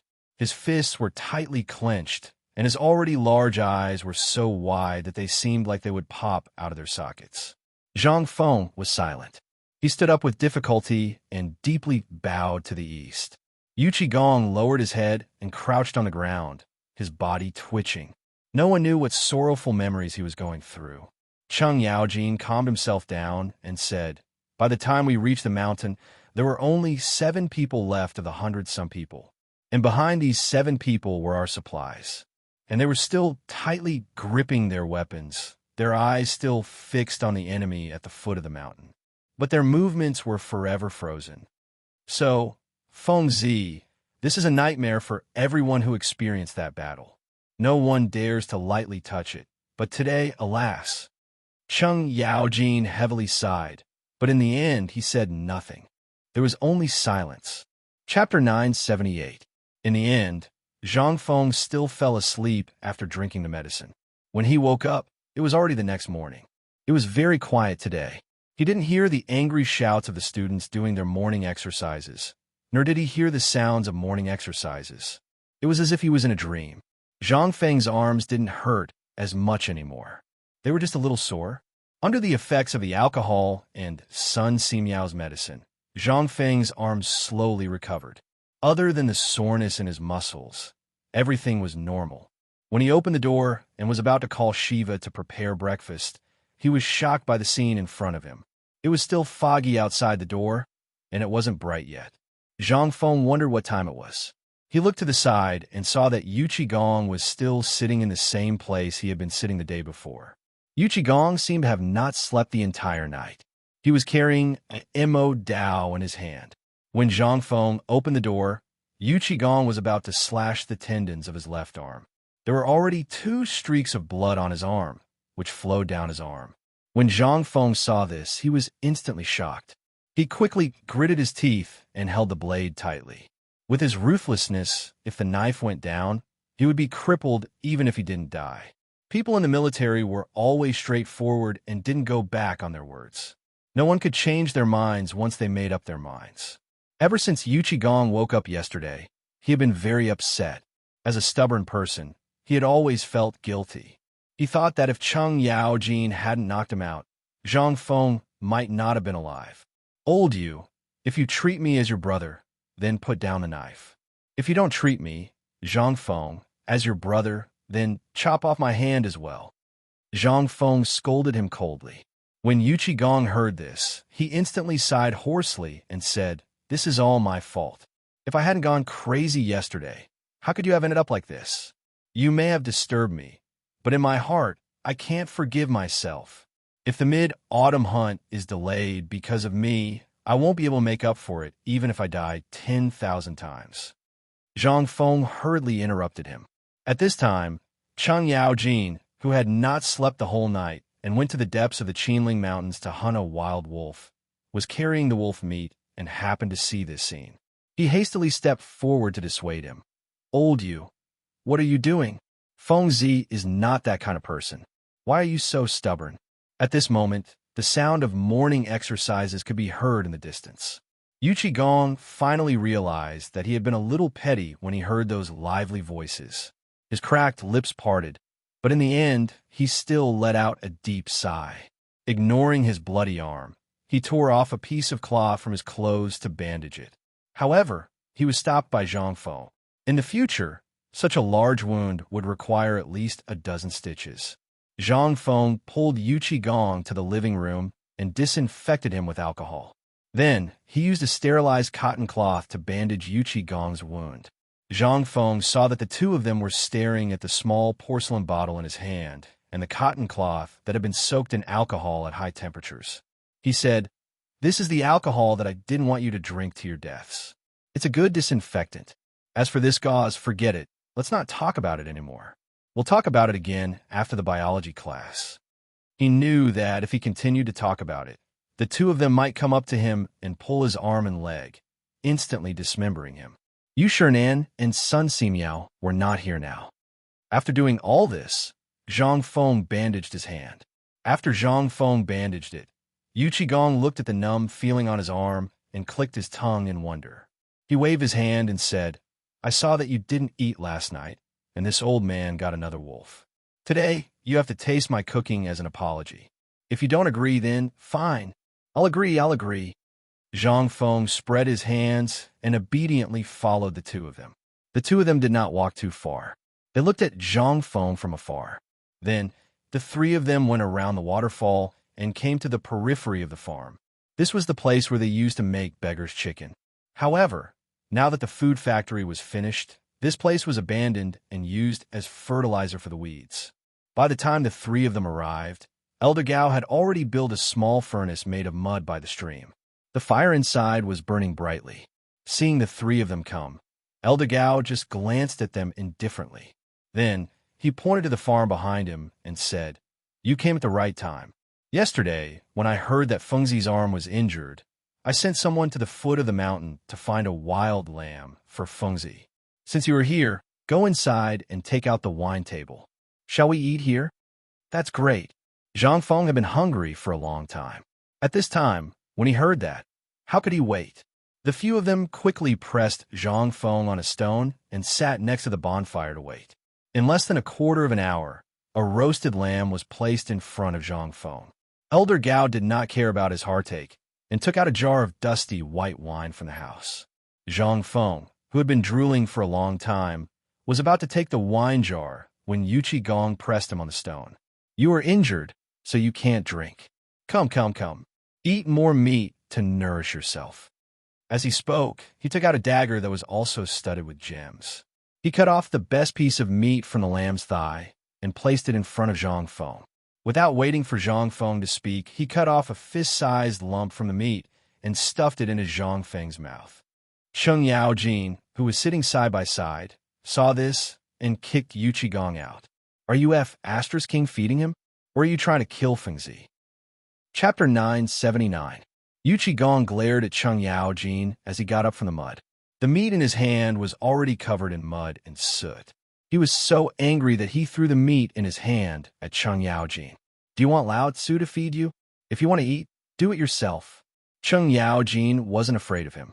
He took the meat and deftly stabbed it with a dagger. Then, he placed it over the fire and shaved off the muddy parts. He ate with relish. Yu Qigong was so angry that his whole body trembled. Elder Gao hurriedly advised, All right. How old are you? Why are you still fighting over food? It's not like it was 10 years ago. Fengzi is a cultured person, unlike a barbarian like you. You have to eat properly. No wonder Lao Li always scolded you at home. Look at you. How old are you? What are you still doing here? Hearing that, Yu Qigong and Cheng Yaojin sat down angrily. Zhang Feng, on the other hand, had a very satisfying meal. He didn't know how Elder Gao had marinated the meat. There was even barbecue seasoning and a strong smell of pepper and cumin on the meat. Wild mutton had a strong gamey smell to begin with, but after being marinated like that, there was no gamey smell at all. There was even the smell of sandalwood. Coupled with the clear sky after the rain, Zhang Feng couldn't help but eat with great relish. He hadn't eaten properly during this period of time. It was rare for him to be so rough. However, Yu Qigong had to be put aside. That old man seemed to feel guilty. He kept stuffing meat in his Zhang Feng's mouth. He would stuff whatever meat was good in his Zhang Feng's mouth. Lamb tendon, lamb tenderloin. Zhang Feng ate until he was about to cry. Most importantly, he wasn't allowed to drink. Smelling the delicious white wine and seeing the three people continuously gulping it down, Zhang Feng was envious. Finally, after Yu Qigong snatched a lamb leg from Cheng Yaojin, Zhang Feng didn't know whether to laugh or cry. He stopped Yu Qigong. Old you, are you trying to choke me to death or stuff me to death? You lost your mind because of your past pain and unintentionally hurt this kid. But this kid isn't a baby, right? Putting aside your age, I reckon that you guys are all my uncles. But thanks for not abandoning me. We've become brothers. I originally planned to have a good chat with you early in the morning, but then I saw you like this. How can I endure this? Hearing Zhang Feng's words, Yu Qigong put down the meat in his hand. He sat opposite Zhang Feng and chuckled. Your words are enough. But of course, you can't accept Lao Tzu's apology. Lao Tzu has been through all sorts of situations in his life. What hasn't Lao Tzu seen in his life? Previously, in the military, there were countless people who died at the hands of Lao Tzu. Even if he was wrong, Lao Tzu used his fists to force him to be straight. At most, he'll pay with his life. Lao Tzu has lived enough in this life. That time at Mount Chilian, he's already indifferent to life and death. When Cheng Yaojin heard this, he and old Gao sighed. Nothing came out of their mouths. Yu Qigong paused, but his lowered eyes were instantly filled with anger. He clenched his fists tightly and said, "In my place, people can die of old age, of illness, of being burned to death, chopped to death, drowned to death, scolded and trampled to death. There are many ways to die, but there are only two ways that are not allowed, and that is to freeze to death and starve to death. These are the most despairing and painful ways to die in the world." Lao Tzu has been in this world for so many years. Even though I've left the military, I'm still considered a soldier, and I still hope that my children will enter the military in the future. Yes, I hope that no one will starve to death or freeze to death in the future. I hope that one day, the people of the Tang dynasty won't freeze to death or starve to death. I hope that they can have enough food and clothing. Even if you want Lao Tzu's life, you can have it. Lao Tzu doesn't have a single complaint. At this moment, Zhang Feng finally understood. No wonder Tai Niu and the others are so strong. It's all because of you. But don't worry. Once my textile factory is implemented and the firearms are successfully developed, it'll be enough to protect the people of the Tang dynasty, even if we don't expand our territory. Seeing that the topic had returned to the textile factory, Cheng Yaojin said, "I heard that you're going to use the waterfall for your textile factory? How many people do you need?" Zhang Feng nodded. "Yes. After all, human labor is limited. Even if they don't sleep for a day and a night, they can only spin 30 feet of cloth a day. That's already the limit. But I have a way here." Yu Qigong and the other two heard this and asked in unison, "What way?" "Using the natural advantages of the waterfall, we can make 12 water wheels. Using the water wheel's linkage, we can drive 100 to 300 large looms to weave cloth at the same time. And we only need 3 to 5 people to watch over it. And using the water wheel's linkage, one large textile machine can spin 1 bolt of cloth a day. 300 looms." Zhang Feng's voice stopped abruptly. He stared at the three and asked, "How many bolts of cloth do you think we can spin?" Chapter 980. For the next 3 days, Jingshu and Zhang Yuyao once again moved back to the mountain. The main reason was that Zhang Feng was too unreliable. As soon as they left, Zhang Feng was almost strangled to death by old Yu. When the old village head and the old scholar found out, the two old men almost used a kitchen knife to skin old Yu Sheng. But fortunately, Lao Li called old Yu to Luozhou in time to deliver a batch of cement. This prevented the old scholar and the old village head from getting what they wanted. However, they once again pushed the two women to Zhang Feng. They glorified it by saying that they had to protect the Zhang family's property. Otherwise, if everyone did this, what would the old Zhang family have? When Zhang Feng's doll came out and asked Lao Tzu for some special skills, what would he Zhang Feng have at that time? The two women seemed to know about the matter between Zhang Feng and Yuer, but the Tang dynasty was good. The atmosphere was simply loved and hated by Zhang Feng.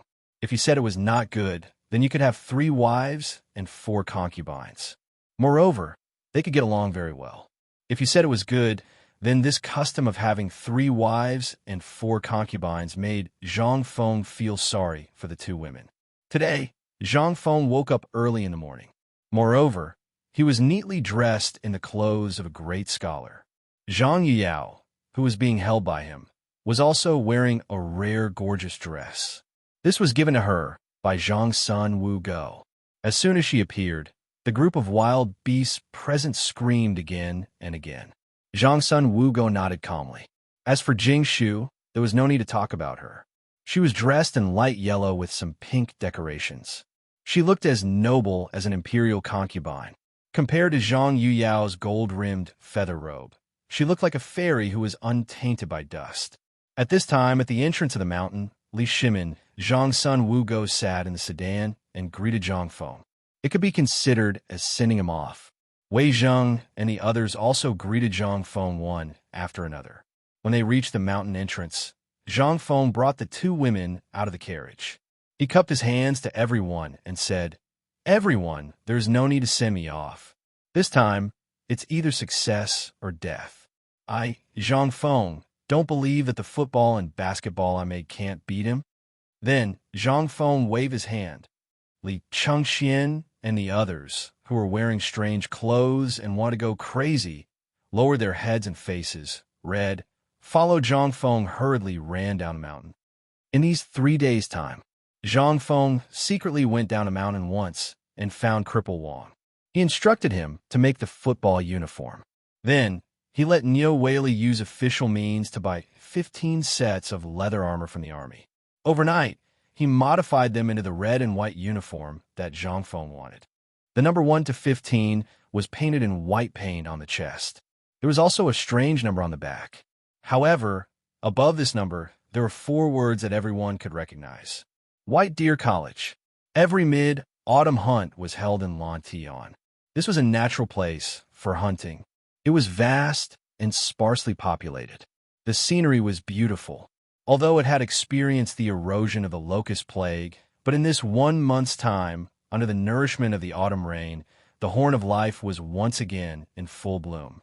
The group of people went out of the range of Shao Mountain and headed west. As long as they followed the official road by the Wei River, the next town that appeared would be Lantian. Along the way, because there was only 1 day's time, they met up with the people from the Ministry of Works and Ministry of Rights at the Wei River Bridge. After completing the registration, they leisurely walked towards Lantian. Along the way, they spent another 2 days. In these 2 days, they were basically students from the 2 major colleges, plus students from the 4 major colleges of Hongwen and Chang University. They also hunted together, cooked together, and so on. There was nothing wrong with other things. 2 days' time passed in a flash. 2 days later, Zhang Feng stood in the middle of an open field and looked around. Li Chengxian smiled and asked, "You're looking for Erpy Gully, right?" Zhang Feng asked in surprise, "Is it here?" Li Chengxian nodded. Hearing this, Zhang Feng hurriedly squatted on the ground and looked at the stones on the ground. "Almost took one. Come over and dig it up to see if there was a coal mine below." Seeing this, Li Chengxian hurriedly dissuaded him. "You'd better stop. As far as I know, this is Erpy Gully, but it doesn't mean that this place is full of coal mines, right? I've already sent someone to inform Old Niu. Perhaps Old Niu will come over at night. You should prepare first. We'll depend on you later." Zhang Feng still didn't understand what Li Chengxian meant. Beside a river in the open field between 2 mountains, rows of tables and chairs were already placed. The students participating in the mid-autumn hunt were all standing upright in their respective colleges' seats. White Deer College and Chang and University stood in their respective seats. Without waiting for Zhang Feng to ask, a boy servant from the Ministry of Works glared at Zhang Feng with a sullen face and complained, "Seeing that this is your first time participating in the mid-autumn hunt, we'll let you off this time. Why aren't you going over quickly? We're waiting for you in the mid-autumn hunt." Chapter 981. Mid-Autumn Hunt.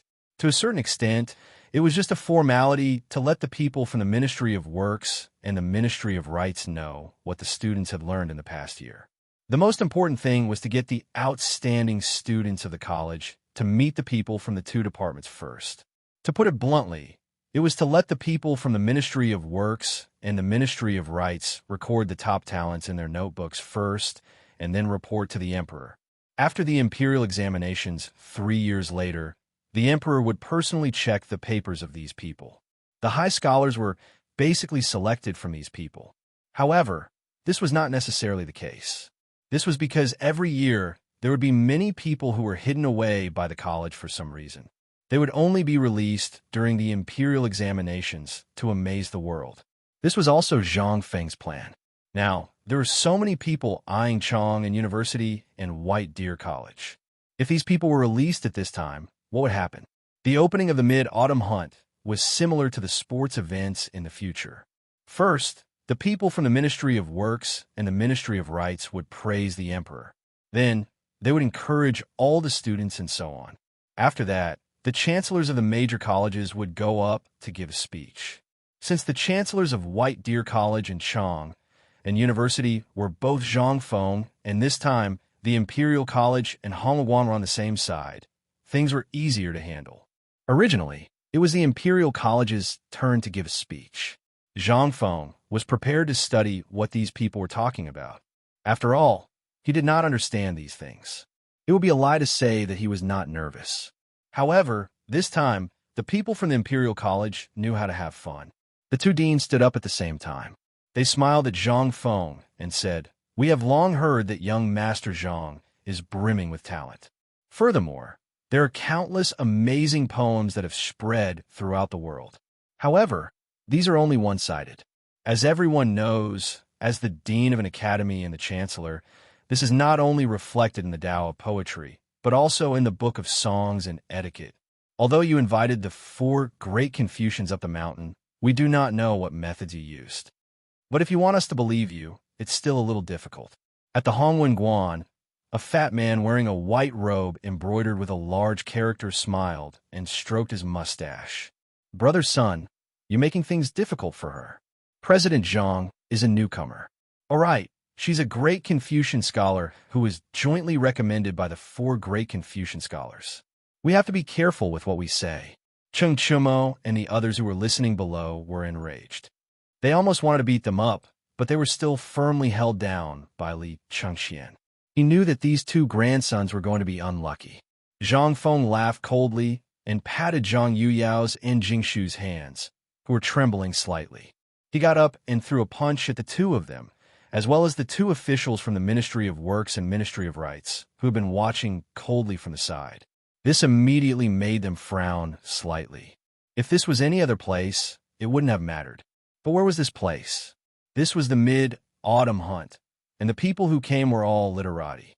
This kind of etiquette was simply a kind of contempt for them.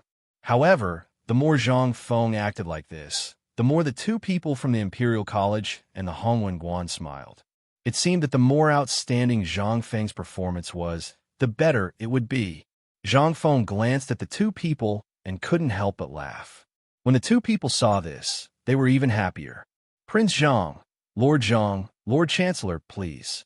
Considering that you're the youngest great Confucian scholar in Chang, and in even the entire Tang dynasty, I'll give you the opportunity to be the first to give a speech in this mid-autumn hunt." Zhang Feng asked with a smile, "May I ask who you are?" The Imperial College's chancellor sneered and said, "My surname is Sun, and my name is Yin Bo. I'm a chancellor of the Imperial College, grade 5. "Oh, Yin Bo, hello. Are you sure you'll let me speak this time?" Yin Bo was stunned. He didn't know what Zhang Feng meant, but he still nodded and said, "Let's begin. Let's not waste everyone's time. Since Brother Yin Bo has spoken, then this humble Zhang will speak a few words this time." Zhang Feng waved his hand and said, "I'm sure everyone knows about the Chang University and White Deer College, right? The reason why I set up the college was to let the people of the Tang dynasty escape from poverty. I believe that everyone has seen the incident caused by the locust plague. Let's not talk about what White Deer College did. These are all small matters. As long as it can benefit the people of the world, we'll do it. Let's not talk about what the college did for now. Let's talk about wait." The guy surnamed Sun couldn't stand Zhang Feng anymore. He hurriedly interrupted Zhang Feng and said, "President Zhang, this is the mid-autumn hunt. Let's talk about the mid-autumn hunt." Zhang Feng curled his lips and said again, "The reason why I set up the college was to let the people of the Tang dynasty be illiterate. What I want to say is that as long as you're not blind, you can see that in the Tang dynasty, from the opening of the waterway trade route, to the emergence of the salt-making technique, to the trade with Jinla, these are the foundations that made the Tang dynasty grow stronger day by day. Think about it. What does a strong country need? What it needs is more people who can read. Don't ask me why I want everyone to be literate. Look at how many barbarian merchants there are during this period. If all of us are the same as before, how can we continue to do business? What does being illiterate mean? It's a matter of a country's reputation. What does a strong country need first? Of course, it's national strength.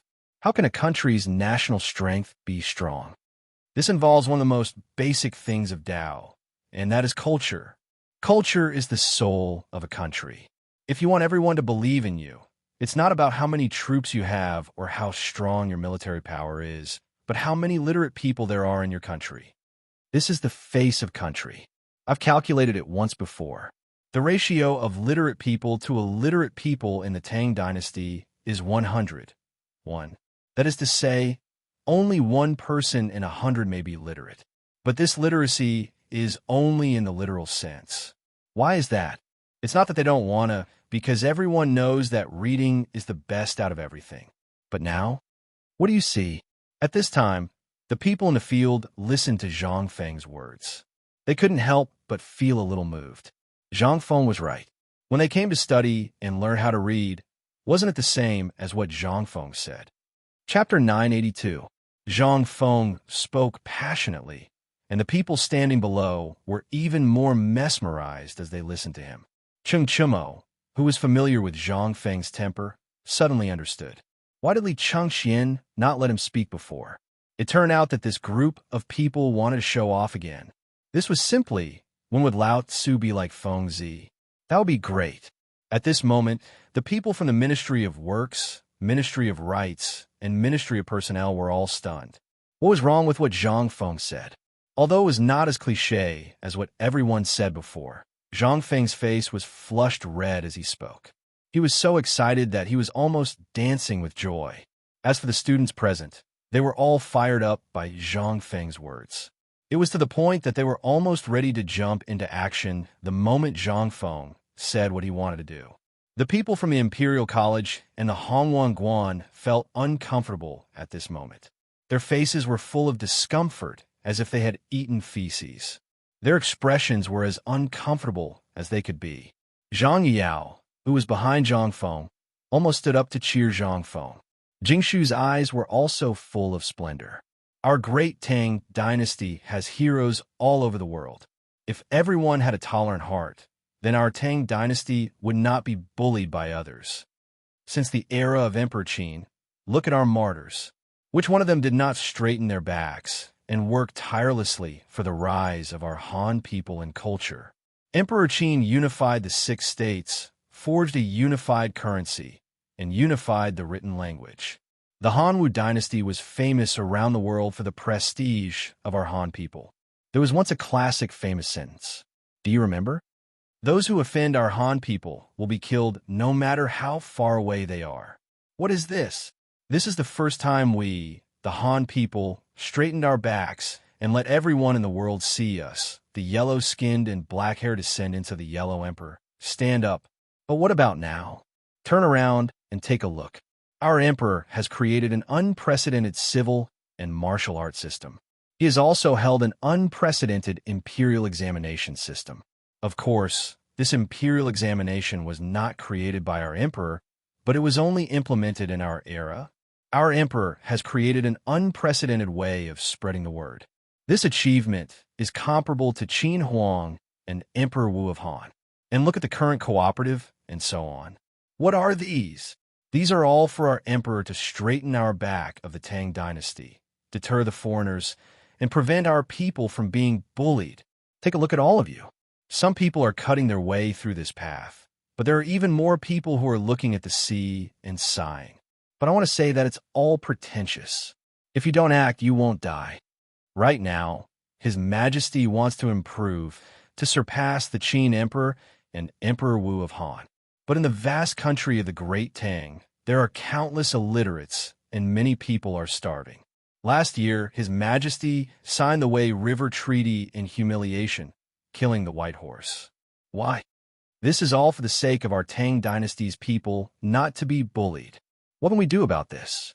We have to shoulder this heavy burden and contribute to the rise of the Great Tang. That's why some people say that my White Deer Academy is dancing on the brink of death. There are even some people who say that if I pay a little bit of my master's money and find a master, not only will I be able to learn a thing or two, I'll even be able to earn a little bit of money. There are also people who say that your academy is breaking the rules and that the academy needs to charge a high fee to show its status. However, in my opinion, all of this is bullshit. Whether a person is high or not depends on whether he works hard, studies hard, and achievements. relying on the heavens, relying on the earth, relying on relationships, and relying on parents. We're those. Those are all cowards.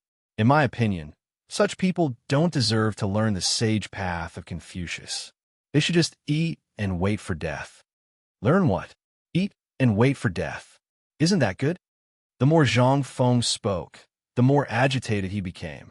He even said all the things that he wanted to say. This time, Zhang Feng didn't just say it for the students present and the people from the Ministry of Works, the Ministry of Officials, and the Ministry of Rights. He mainly said it for the large number of people outside and the students who were preparing to enter the college in advance to watch the Mid-Autumn Hunt. Every year, the Mid-Autumn Hunt was a show of the country's desire for talents and grace. It was also a time for the country to identify talents in advance. It was also a time for the major colleges to prepare to recruit talents. Because at this moment, all the men of the right age in the Tang dynasty and the surrounding areas would come wave after wave. Even a month ago, they came to watch the hunt. This was the time to show whether the college was strong or not. It was also the time to decide whether the college would be able to recruit top talents in the next 3 years. At this moment, after hearing Zhang Feng's speech, a loud voice shouted from the top of the mountain in the distance, "Good! Well said. If one is to be President Zhang, one might as well go home and raise pigs." President Zhang, does White Deer College still want people? President Zhang said it so well. One more. One more. One more. One more. Chapter 983. At this moment, Li Chengxian and the others couldn't help but be stunned as they looked at the boiling scene.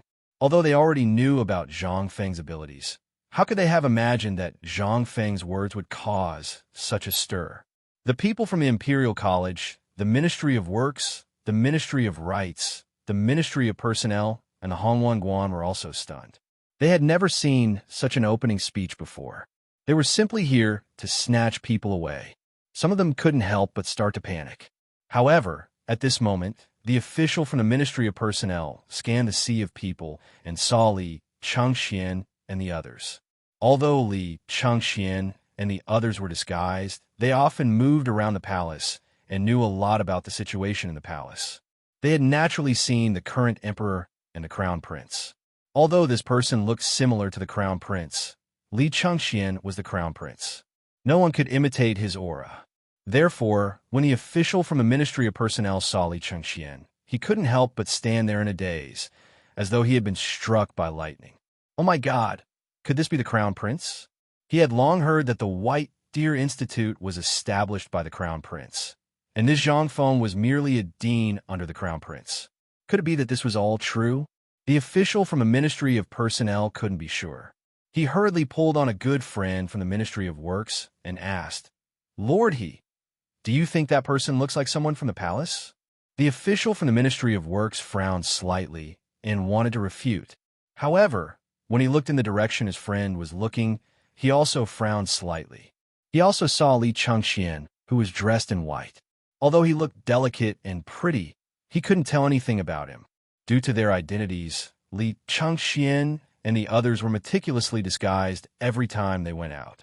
Therefore, although everyone could tell something from his refined movements and expressions, if they didn't interact with Li Chengxian and the others often, even their childhood playmates wouldn't be able to recognize him, let alone outsiders. At this time, official He from the Ministry of Works stared at the official from the Ministry of Personnel in shock and said, "I say, old Qian, are you blind from old age? Wasn't the crown prince always in the palace?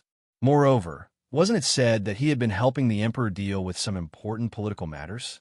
How could he have the time to come here and fool around? Besides the laws of the Tang dynasty." Without waiting for him to finish, the official from the Ministry of Appointments, old Qian, waved his hand with a pale face and whispered into his ear, "Have you not heard the rumors in the palace?" "What rumors?" "Master," he couldn't help but ask. "That's right. I've heard people say that His Majesty and the dukes would often leave the palace in disguise. Moreover, White Deer College seems to have been set up by His Majesty and the others. Even retired emperor is the honorary vice dean of White Deer College." When Lord He heard this, his frown deepened. As a rank 4 official of the Ministry of Works, he knew some things in great detail. However, When he heard his old friend say this, he couldn't help but frown. After thinking about it carefully, he heaved a deep sigh of relief. He patted the shoulder of the official from the Ministry of Personnel. "Old Chien, I'm telling you the truth. You're too nervous. If these things were true, why didn't Lord Zhang's son tell us? No matter what, we're an urgent department. If these things were true, why didn't we receive any news?" During this period of time, His Majesty and the Crown Prince have been terribly busy because of Chong An's economy and the market at the foot of Shao Mountain. In addition, Zhena's request for help has kept them busy. How could they have the time to leave the palace? Think about it carefully. Is Lord Zhang's son in the palace or the Ministry of Personnel every day? Have you heard about Lord Zhang's son leaving the palace? Moreover, you said the retired emperor is the vice dean of White Deer College. Aren't you thinking too much? The relationship between His Majesty and retired emperor has just improved. Why would retired emperor come out to mess around? Lordy patted the shoulder of the official with the surname Qian and smiled confidently. Old Qian, you're really ignorant. This is what retired emperor values the most. Do you think retired emperor will break his own rules and do this kind of thing? Do you think His Majesty and Empress will allow him to do this? Hearing this, the official with the surname Qian from the Ministry of Personnel heaved a deep sigh of relief. Indeed, the rules established by the retired emperor stated that no member of the royal clan was allowed to use any form to side with anyone. Although the rumors about the White Deer Academy were getting more and more ridiculous, even if he was beaten to death, he wouldn't believe that the retired emperor would do such a thing. Hearing Lord He's words, Lord Qian's complexion turned slightly better. The gaze he used to look at Li Chengqian and the others was no longer that respectful. Now that you've said it, it seems that I was really a bit too nervous. However, look at this brat's mouth. He really knows how to talk. Lordy glanced at Zhang Feng, who was talking incessantly and passionately, and nodded speechlessly. At this moment, Zhang Feng didn't notice, but Li Chengqian and the others had already noticed the abnormalities of the officials.